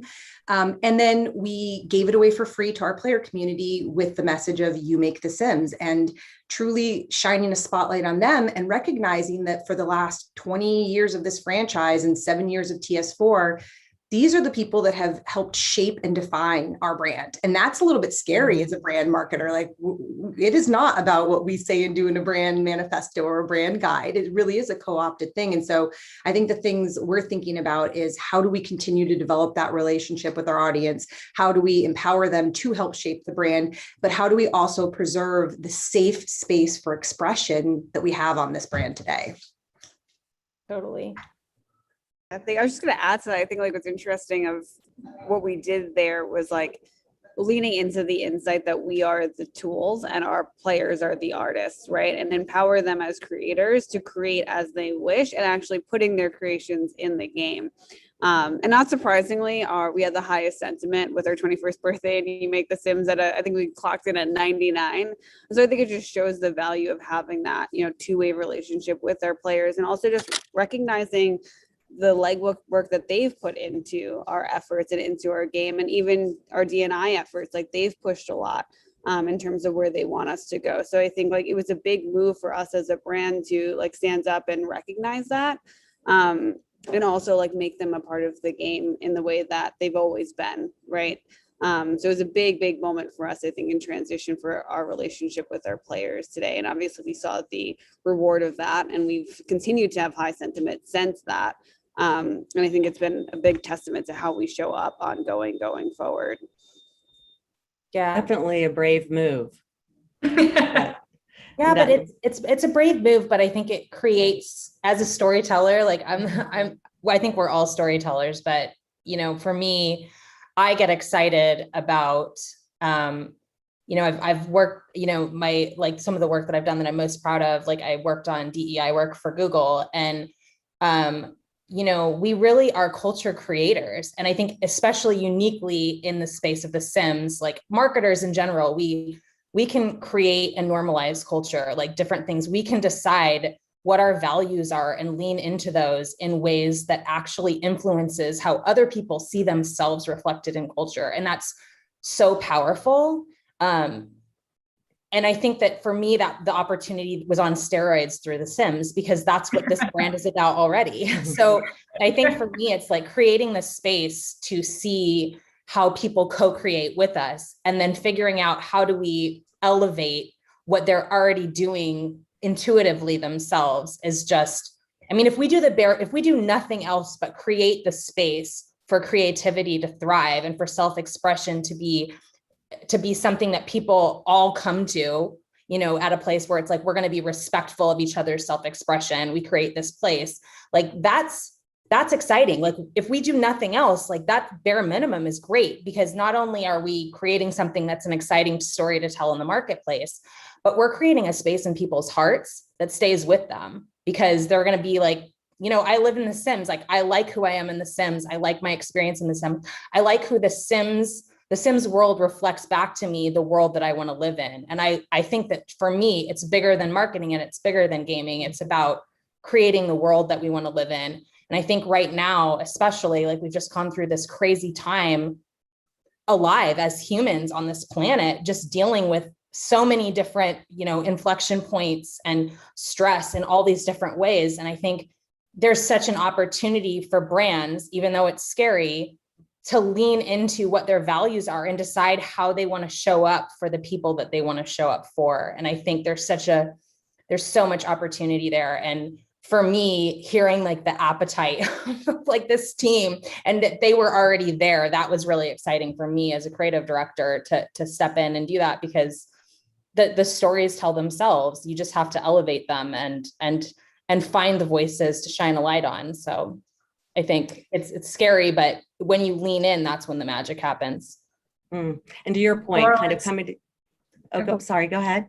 Go ahead. Oh, no, I was just going to piggyback because it was something off Sheila said of, we talk a lot about our priority is to create safe spaces for people to tell their stories. But we also, this team does an incredible job of pushing the boundaries to make sure that we aren't necessarily being a safe brand, and that we know that life is not a utopia. There's a little bit of chaos and mischief that's inherent in who we are as a game and as a platform and as a brand. And creativity democratized doesn't mean it's watering it down. It means it's actually shining a light on the edges of where creativity and creation and brands are going and culture is going. And those edges are what's going to influence potentially the mass, but while creating a safe space. So you just got me thinking about, the things that Sheila was saying and the incredible work this entire team is doing around really playing with that dichotomy of safety within the space that we create, but the brand that we want to be and how we want to push culture in the world forward through just a little bit of mischief every now and then, a little bit of fun, a little bit of play, That is what life needs to be about, right? Yeah, exactly. I think we all need that after COVID. Yes, exactly. We all need more play. Well, you touched on a couple of things that I think is really important, particularly the topic of DE&I, diversity, equity, and inclusion. And I know that for EA, EA as a brand feels like that is actually a business mandate. It's something that's really important. I think it's also reflected here in this panel of inspiring women with different backgrounds and in the gaming sector. Yes. We've got a long way to go, but we're working on it. But yeah. And it's a very big topic in our industry overall, right? I mean, I haven't had every brand we work with is discussing this and talking about how do I reflect our values within the D&I world, in our marketing and the platforms we're investing in, the creators that we're funding, right? And then every agency holding company right now. And in fact, the IAB overall is putting together a workforce to address this, because it's a really important issue that we in the digital media space and media in general need to address. So I'm curious, you've touched on a little bit, but can you speak more to how your EAs and even your brand's DE&I mission comes through your brand in more specific ways? I was just going to ask you, oh, sorry, David. Stephanie, I was actually okay, I love this. Funny enough, Sheila, all I was going to say is the Zoom thing, right? All I was going to say is Sheila saying that she is the most tenured person on the team. This is actually a huge initiative that she was driving even before any of us joined, and she has a lot of insight into how we're continuing to accelerate that. Thanks, Davey. Nice tip. Thank you. We planned that. One of the things I was actually going to comment on when you were talking about this in other industries is this idea, that culture is really cultivated in two ways, right? It's tops down and bottoms up.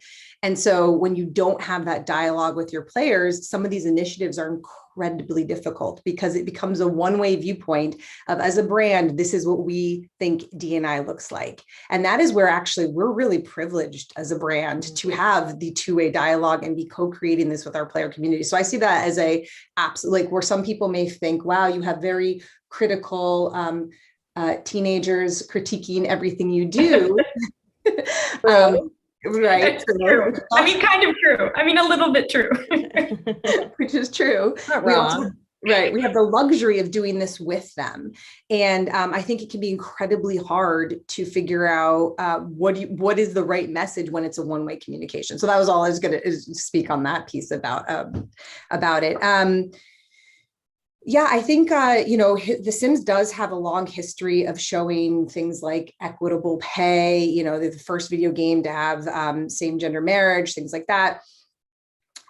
We do have a long history in there, but I think, we also have an obligation to continue to build this. And, we're not building this to have a different point of view. We actually are building this world because we want to create exposure to differences at a young age, which we know creates more open-minded people, and more open-minded people become more accepting people and better problem solvers. And so all of that. And so it really is a focus on like, why are we doing it? In terms of, EA does have, positive play, where they're trying to create, safe and fair and equitable play experiences for all. We do have that in The Sims. We also have something that a lot of the other games don't, is that we're not a competitive game. And so that is where things tend to get more difficult for brands, right? When there is an element of competition, what does fair look like? Like JV and I talked about this huge coming from, from playing sports, and like, what does fair look like when there is a winner? And so it's a really hard question. Well, I definitely can see the advantage and or the passion and inspiration you guys have for your brand, because you're able to actually have this two-way dialogue with your community, right? The people who are using and playing your game. And it's a great way to continue to have that positive impact on society overall. So it's definitely a unique opportunity, and I can see why you guys wanted to come to the team for sure. Any other comments on the creative front from the D&I perspective for Sims? I was just gonna say, I think, I'm like wired that way as a person. Yeah. Like I literally knew I couldn't go anywhere where they'd be like, here she is talking about like who we're missing from the room again, or like why we didn't have that. I knew that I needed to go somewhere where if I had that conversation, people already knew that was going to happen. But I think the thing that's so cool about The Sims is like, we take that casting idea one step further, at least from the marketing standpoint. And one of the areas that T and I are like really excited to explore together is thinking even about how we tap into the creators that are already on our platform and where our audience already is and the things that they're thinking about. And that really is tapping into Sheila's point, like the benefit that we have of this like open dialogue. And I think there is a lot like brands, we're still figuring this out ourselves. It's like, we're still growing and testing things ourselves, but honestly, social is such a great place to have, to test things and to see how people react and to get that instant feedback. And one of the things that we've been finding fun is just seeing where our audience most excited and who are the people that are resonating with them, and finding ways of like pulling that talent back into our game. So for instance, we just cast Kira Please in the latest trailer that we ran for our latest game pack, which was Dream Home Decorator. And Kira Please is this amazing Black woman creator who does a lot of cosplay, and she had there was a huge crossover in terms of our audience and cosplayers and the people that they're excited about. So that became this other like narrative. One, we got to be the first I think we were her first ever VO, like that hired her to do VO, but then everyone was so excited for her. And there was this nice, I know we're getting storm. For those of us in New York, there's a massive thunderstorm happening. Massive thunderstorm coming in. I think Batman's going to fly by. There's ways of just like, if you listen, you don't have to force it because the answers come to you. And if you're willing to like have that feedback and to listen and sit with it and figure out how to implement it authentically, that's how you grow as a brand. And it doesn't have to be this scary thing. It doesn't have to be like, you have to be aware of it, but it doesn't have to be like, okay, this is our DEI effort and we're doing it this way. It's like, find ways of pulling that creator community in, like, and harnessing and up-leveling the creative talent that's already there. And I think that that's, as primarily like white marketing team, like that's what we need to do, so it's about yes, it's about hiring, more diverse people, but it's also about acknowledging and up-leveling the talent that's already there and that's already, on our platform and already beloved by the people that are playing our game. Yeah, you are definitely in a unique position where your brand is right in the conversation. And I think what's great about what you guys are doing as a team, though, is you're choosing to listen, right? Not all brands need to choose to listen to that and then kind of react in that way. And you're taking advantage of this organic, if you will, conversation that's taking place where you can really understand what's important to your customers and your players. I know we have a couple questions. We can take those now or leave them for the 10-minute Q&A. Do you guys have a preference? That's your Julia. You go ahead. Yeah, let's go. Let's make it interactive. Let's do it. Do you want to take question number 1? I think I'm taking them both. Okay.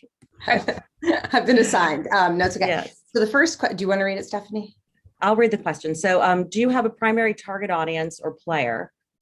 Adults, kids, teens? Does the fact that so many different groups of people play make marketing more difficult? The answer is yes to all of it. Yes, we do have a primary target audience. Our primary target is 16 to 24, although because this is such a beloved game, people stay with our game for very many years. So we have a lot of players that have come in teen years and stayed until later years. The Sims game, because it's mostly played on console and computer, it's a deep game. It takes a long time to play. And so you need time to play it. And we all know that as we become an adult, time becomes less available. And so there's a very clear, line between discretionary time and time spent playing our game. We see it on weekends, holidays, with school breaks, that's when people play. In terms of kids audience and all of that, we definitely do things for different audiences in terms of our marketing. And so we might have a very specific message for our players that have been with us for a longer period of time, such as a campaign like You Make the Sims. You've been with us, for 7 years. When we do our birthday celebrations, it's usually for players that have been with us for a long time. So we do try to, have very specific messages for specific audiences. The only other thing I will say about that is that we are a digital game, we're a digital brand and a game. And so anything you put out into the internet is going to be posted, reposted, and shared. And so in some ways, we sort of feel like we're creating Pixar movies where there's that double messaging for dual audiences in the things that we do.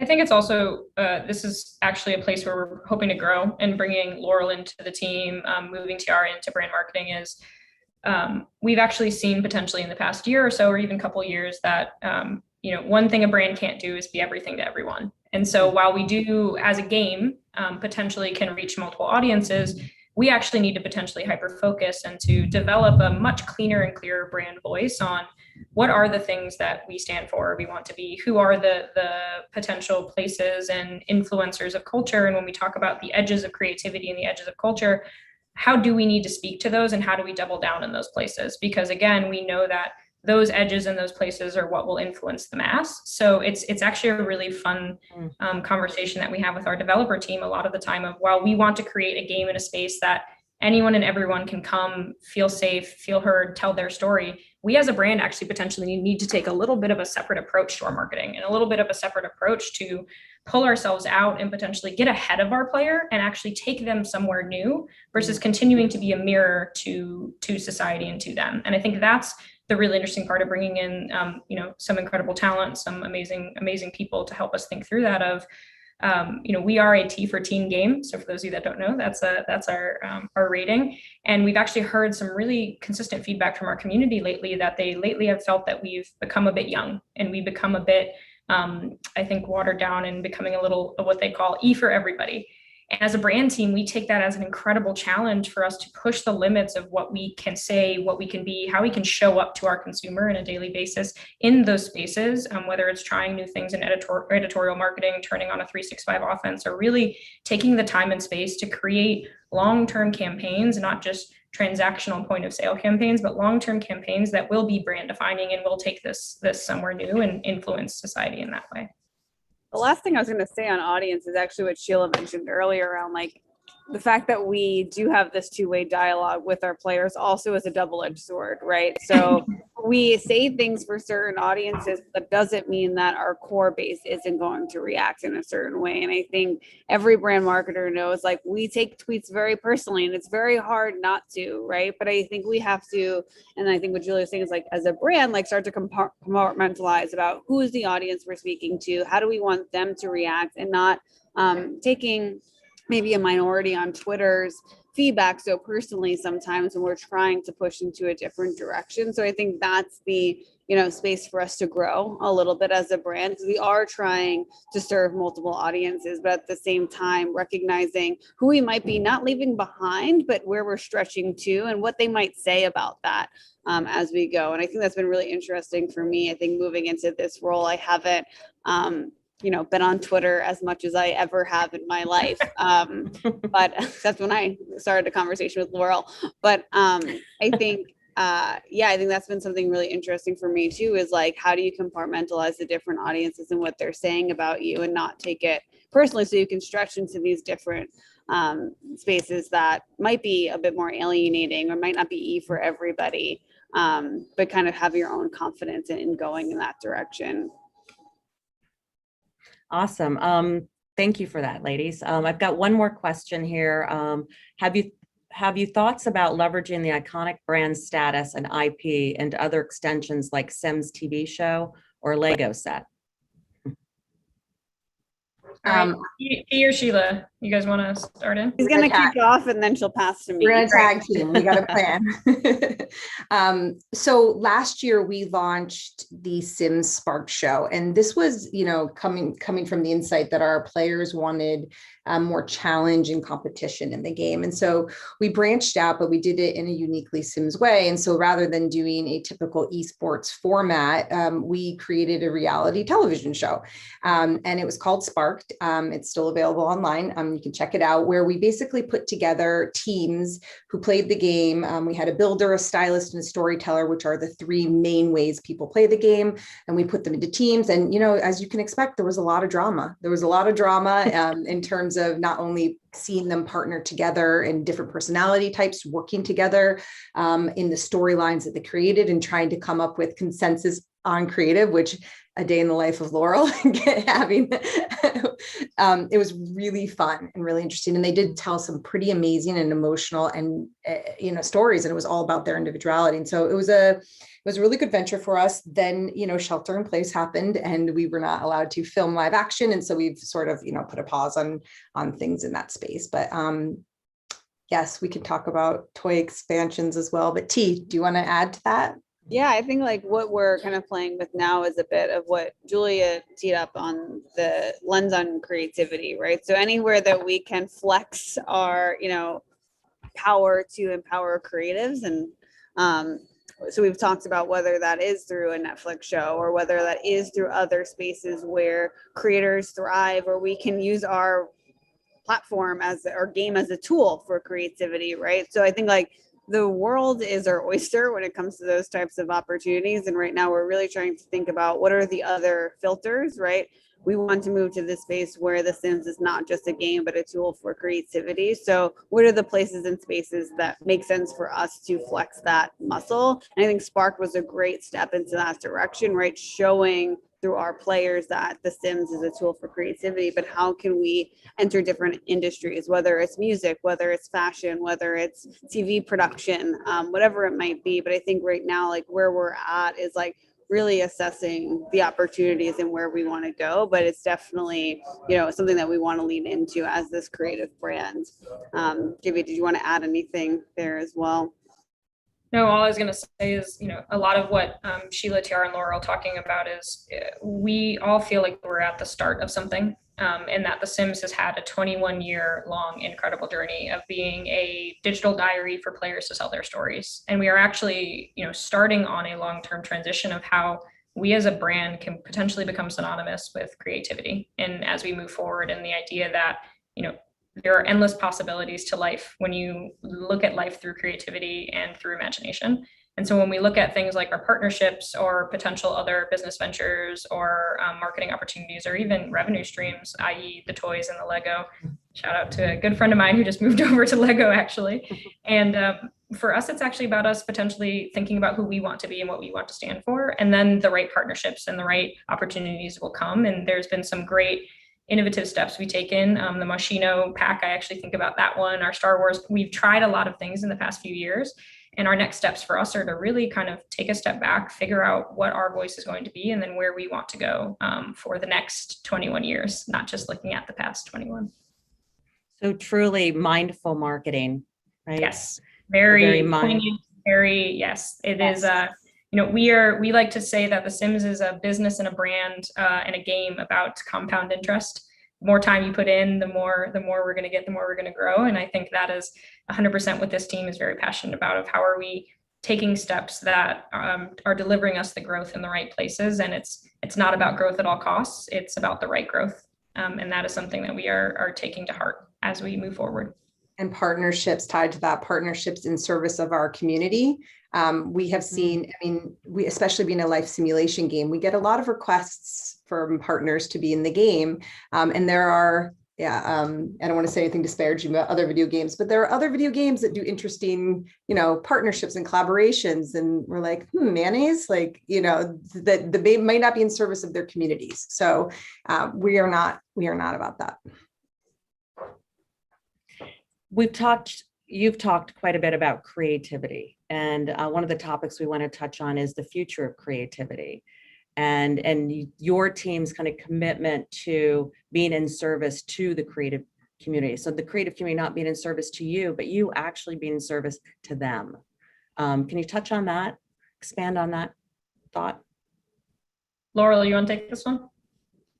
Yeah, I think I have a marketing lens to this, but I definitely feel like we kind of touched on this a bit with the DEI thing, that one of the reasons that our industry as a whole is struggling right now is because we have one way of getting into our industry and one idea of what success looks like, or at least this predominant idea of what success looks like. And what we're really seeing, there's so much data to back this up, that, we're really limiting ourselves in terms of innovation and financial success, at which we're a business, care about that. But we're also, we're limiting our impact on the world around us and our ability to stay relevant because we have this omnipresent voice and this one track forward. So I think one of the things that the team and I are really excited about is the fact that The Sims is really, in support of and moving towards this idea of what does it look like when there's this democratization of creativity, when everyone can join the conversation and everyone is given the tools to tell their own story, to create in the ways that are meaningful to them. And so I think,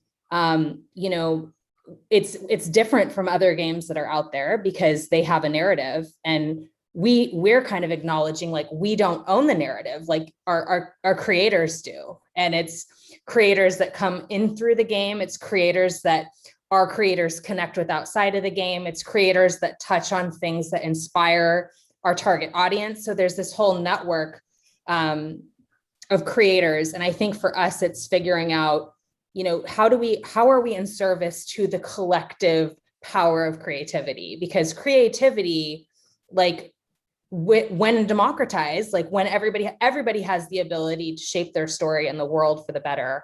And that's good for everybody. So I think that's what, at least in my mind, that's how I think of showing up today, is figuring out, how do I create space for somebody who hasn't seen themselves in a story yet to tell their story? How do I create space for somebody who has something inside them that they haven't figured out how to tell yet? What are those tools that we can provide to them? What are the partnerships that are going to inspire somebody to see themselves as a powerful creator, as capable of shaping culture, of capable of telling their own story in a powerful way that then turns around and inspires other people? Yeah, and with younger audience. I was gonna say, the spotlight on those creators, you mentioned Kira Please before, and this is her first voiceover opportunity, right? We have, a lot of up and coming musicians who love to sing in Simlish. So how do we put the spotlight on them? And I think seeing our role as a brand of spotlighting those creators and what they're creating with their platform and with our brands guys that we have. Like Simlish is a powerful tool that we have within our brand world, like, and people are using it and musicians are using it to get seen on TikTok, for example. And how do we continue to shine the light on them? Sorry, She, go ahead. Oh, no, it's all good. And then, with younger generations like Gen Alpha, like even the words that they use about like brand and the expectation, like my Gen Alphas who are like, they know what a brand is and they have an expectation that they are participating in the brand, right? And so like, future generations are going to have expectations around this, but then also like sharing that long-term impact, it's Laurel, like I think you said it, it's not just them having a place where they can share an individual story, but we know that brands actually shape culture. And now we are empowering people and younger generations and everyone to help shape the culture that we want. And maybe that sounds like a little bit too. Or that they're deserving. They're deserving of. I think that that's like such a thing, that there is this idea that if you hire people that all get behind this idea that things don't have to be the way they are now, that there's this infinite possibility in the tomorrow. And what does that look like?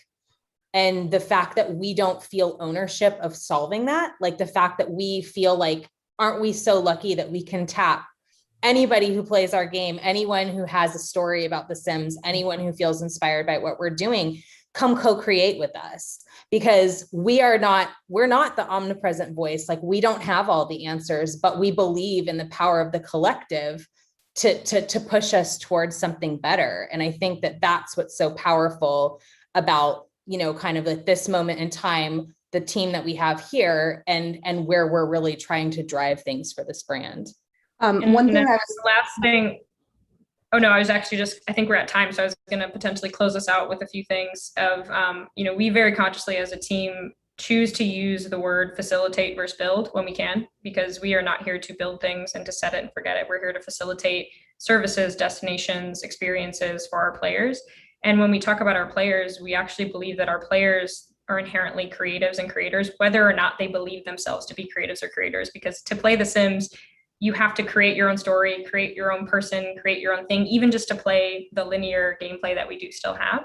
And so with those few kind of sharp points, that's why, we again believe that, our vision here and where we're going with The Sims is to facilitate that destination for creativity, for creative culture through the lens of play and engagement and gaming, as what we believe we are potentially selling or doing is a service and not a product and not a game. And that, we are here for our players, we are here with our players, not for our players. I messed that last one up, but I think we're a minute over. So.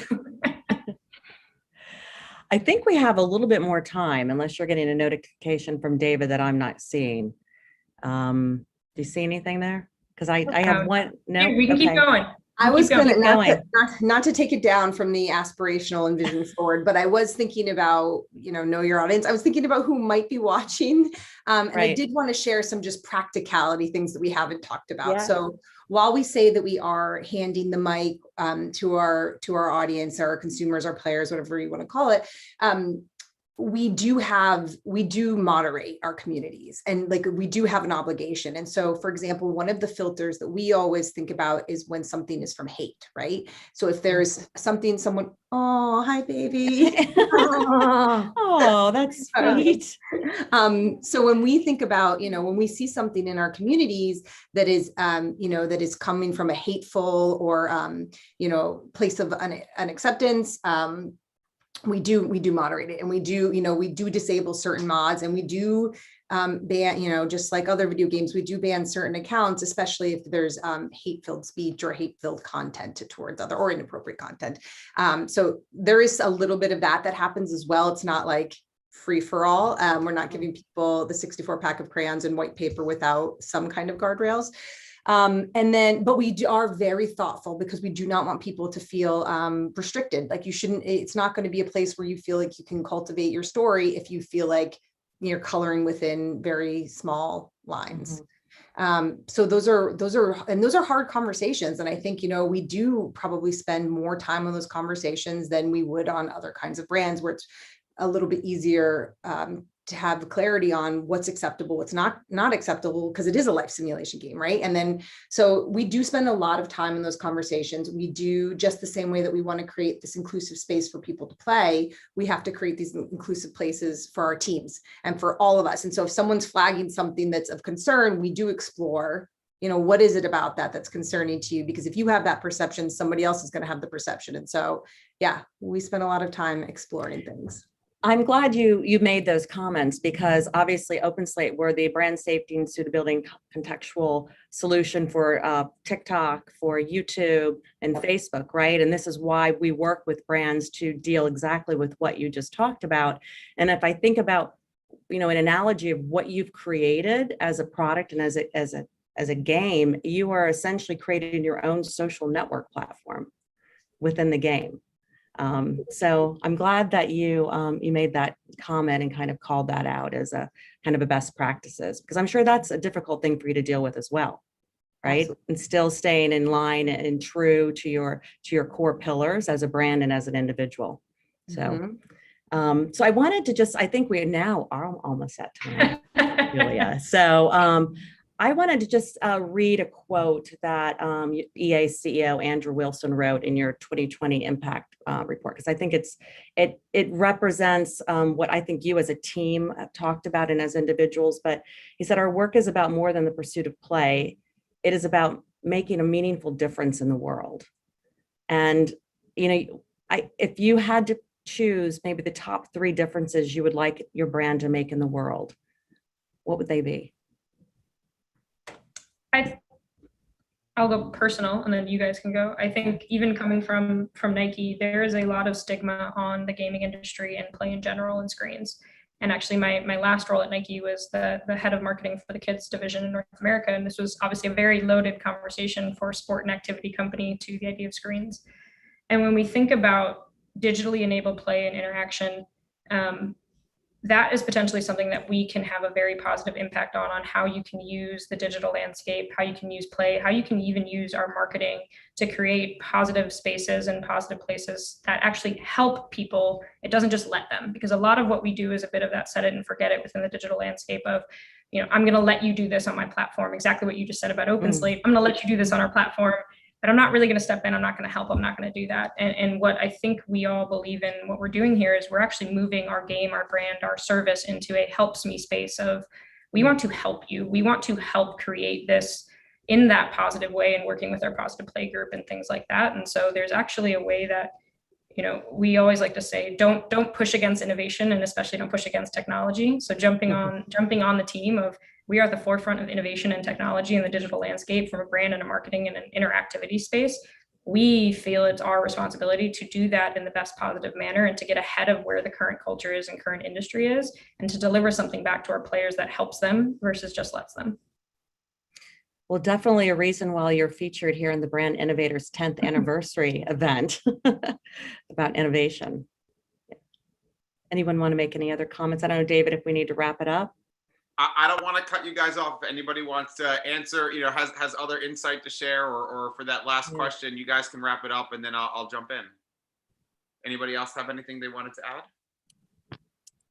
I think for me, really creating the space for people to tell stories that are more reflective of the world at large and the experiences that people have, because I think it's a really safe, within a game, it's a relatively safe place to explore yourself, explore topics that are hard, to try things out and figure out how you really feel about something. So as somebody who really is deeply hopeful for us moving to a place where we're a more empathetic and accepting society, I really see that as such a tool available to us through The Sims. And so I'm excited about the stories that we're going to enable people to tell that will help shift mindsets and open hearts and make people feel seen.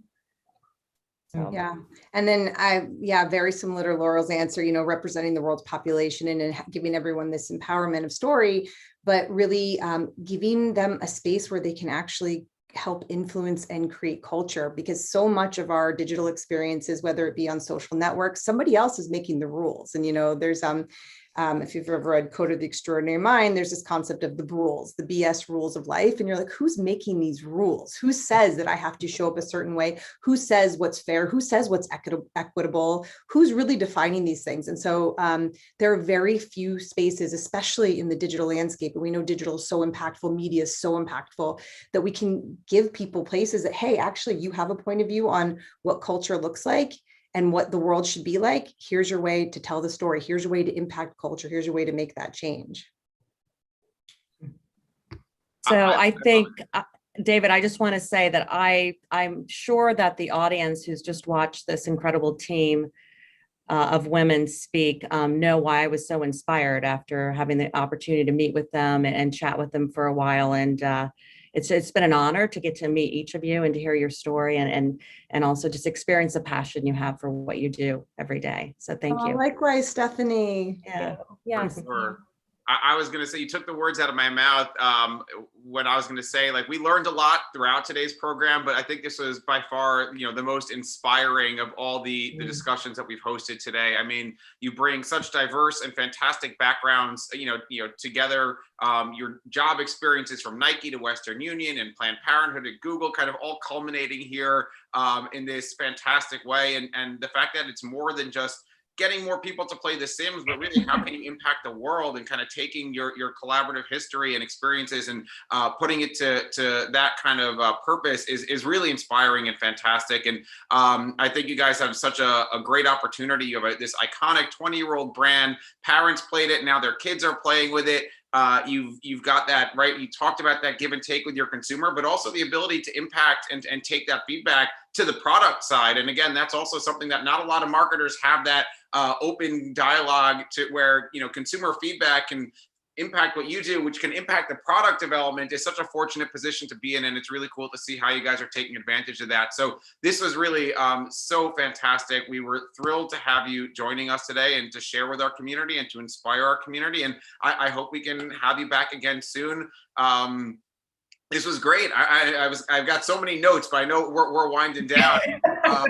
I gotta say, I think it was Laurel. I've been on mute several times today. I also got my a number of jobs through Twitter, so I love the Twitter community. I was gonna say Sheila Plato to The Sims. I mean, what a fantastic career trajectory. I mean, it doesn't get better than that, really. So it was just truly a pleasure having you join us today. So thank you to everyone, and Stephanie, thank you for moderating and leading today's conversation. Yeah, my pleasure. Thank you.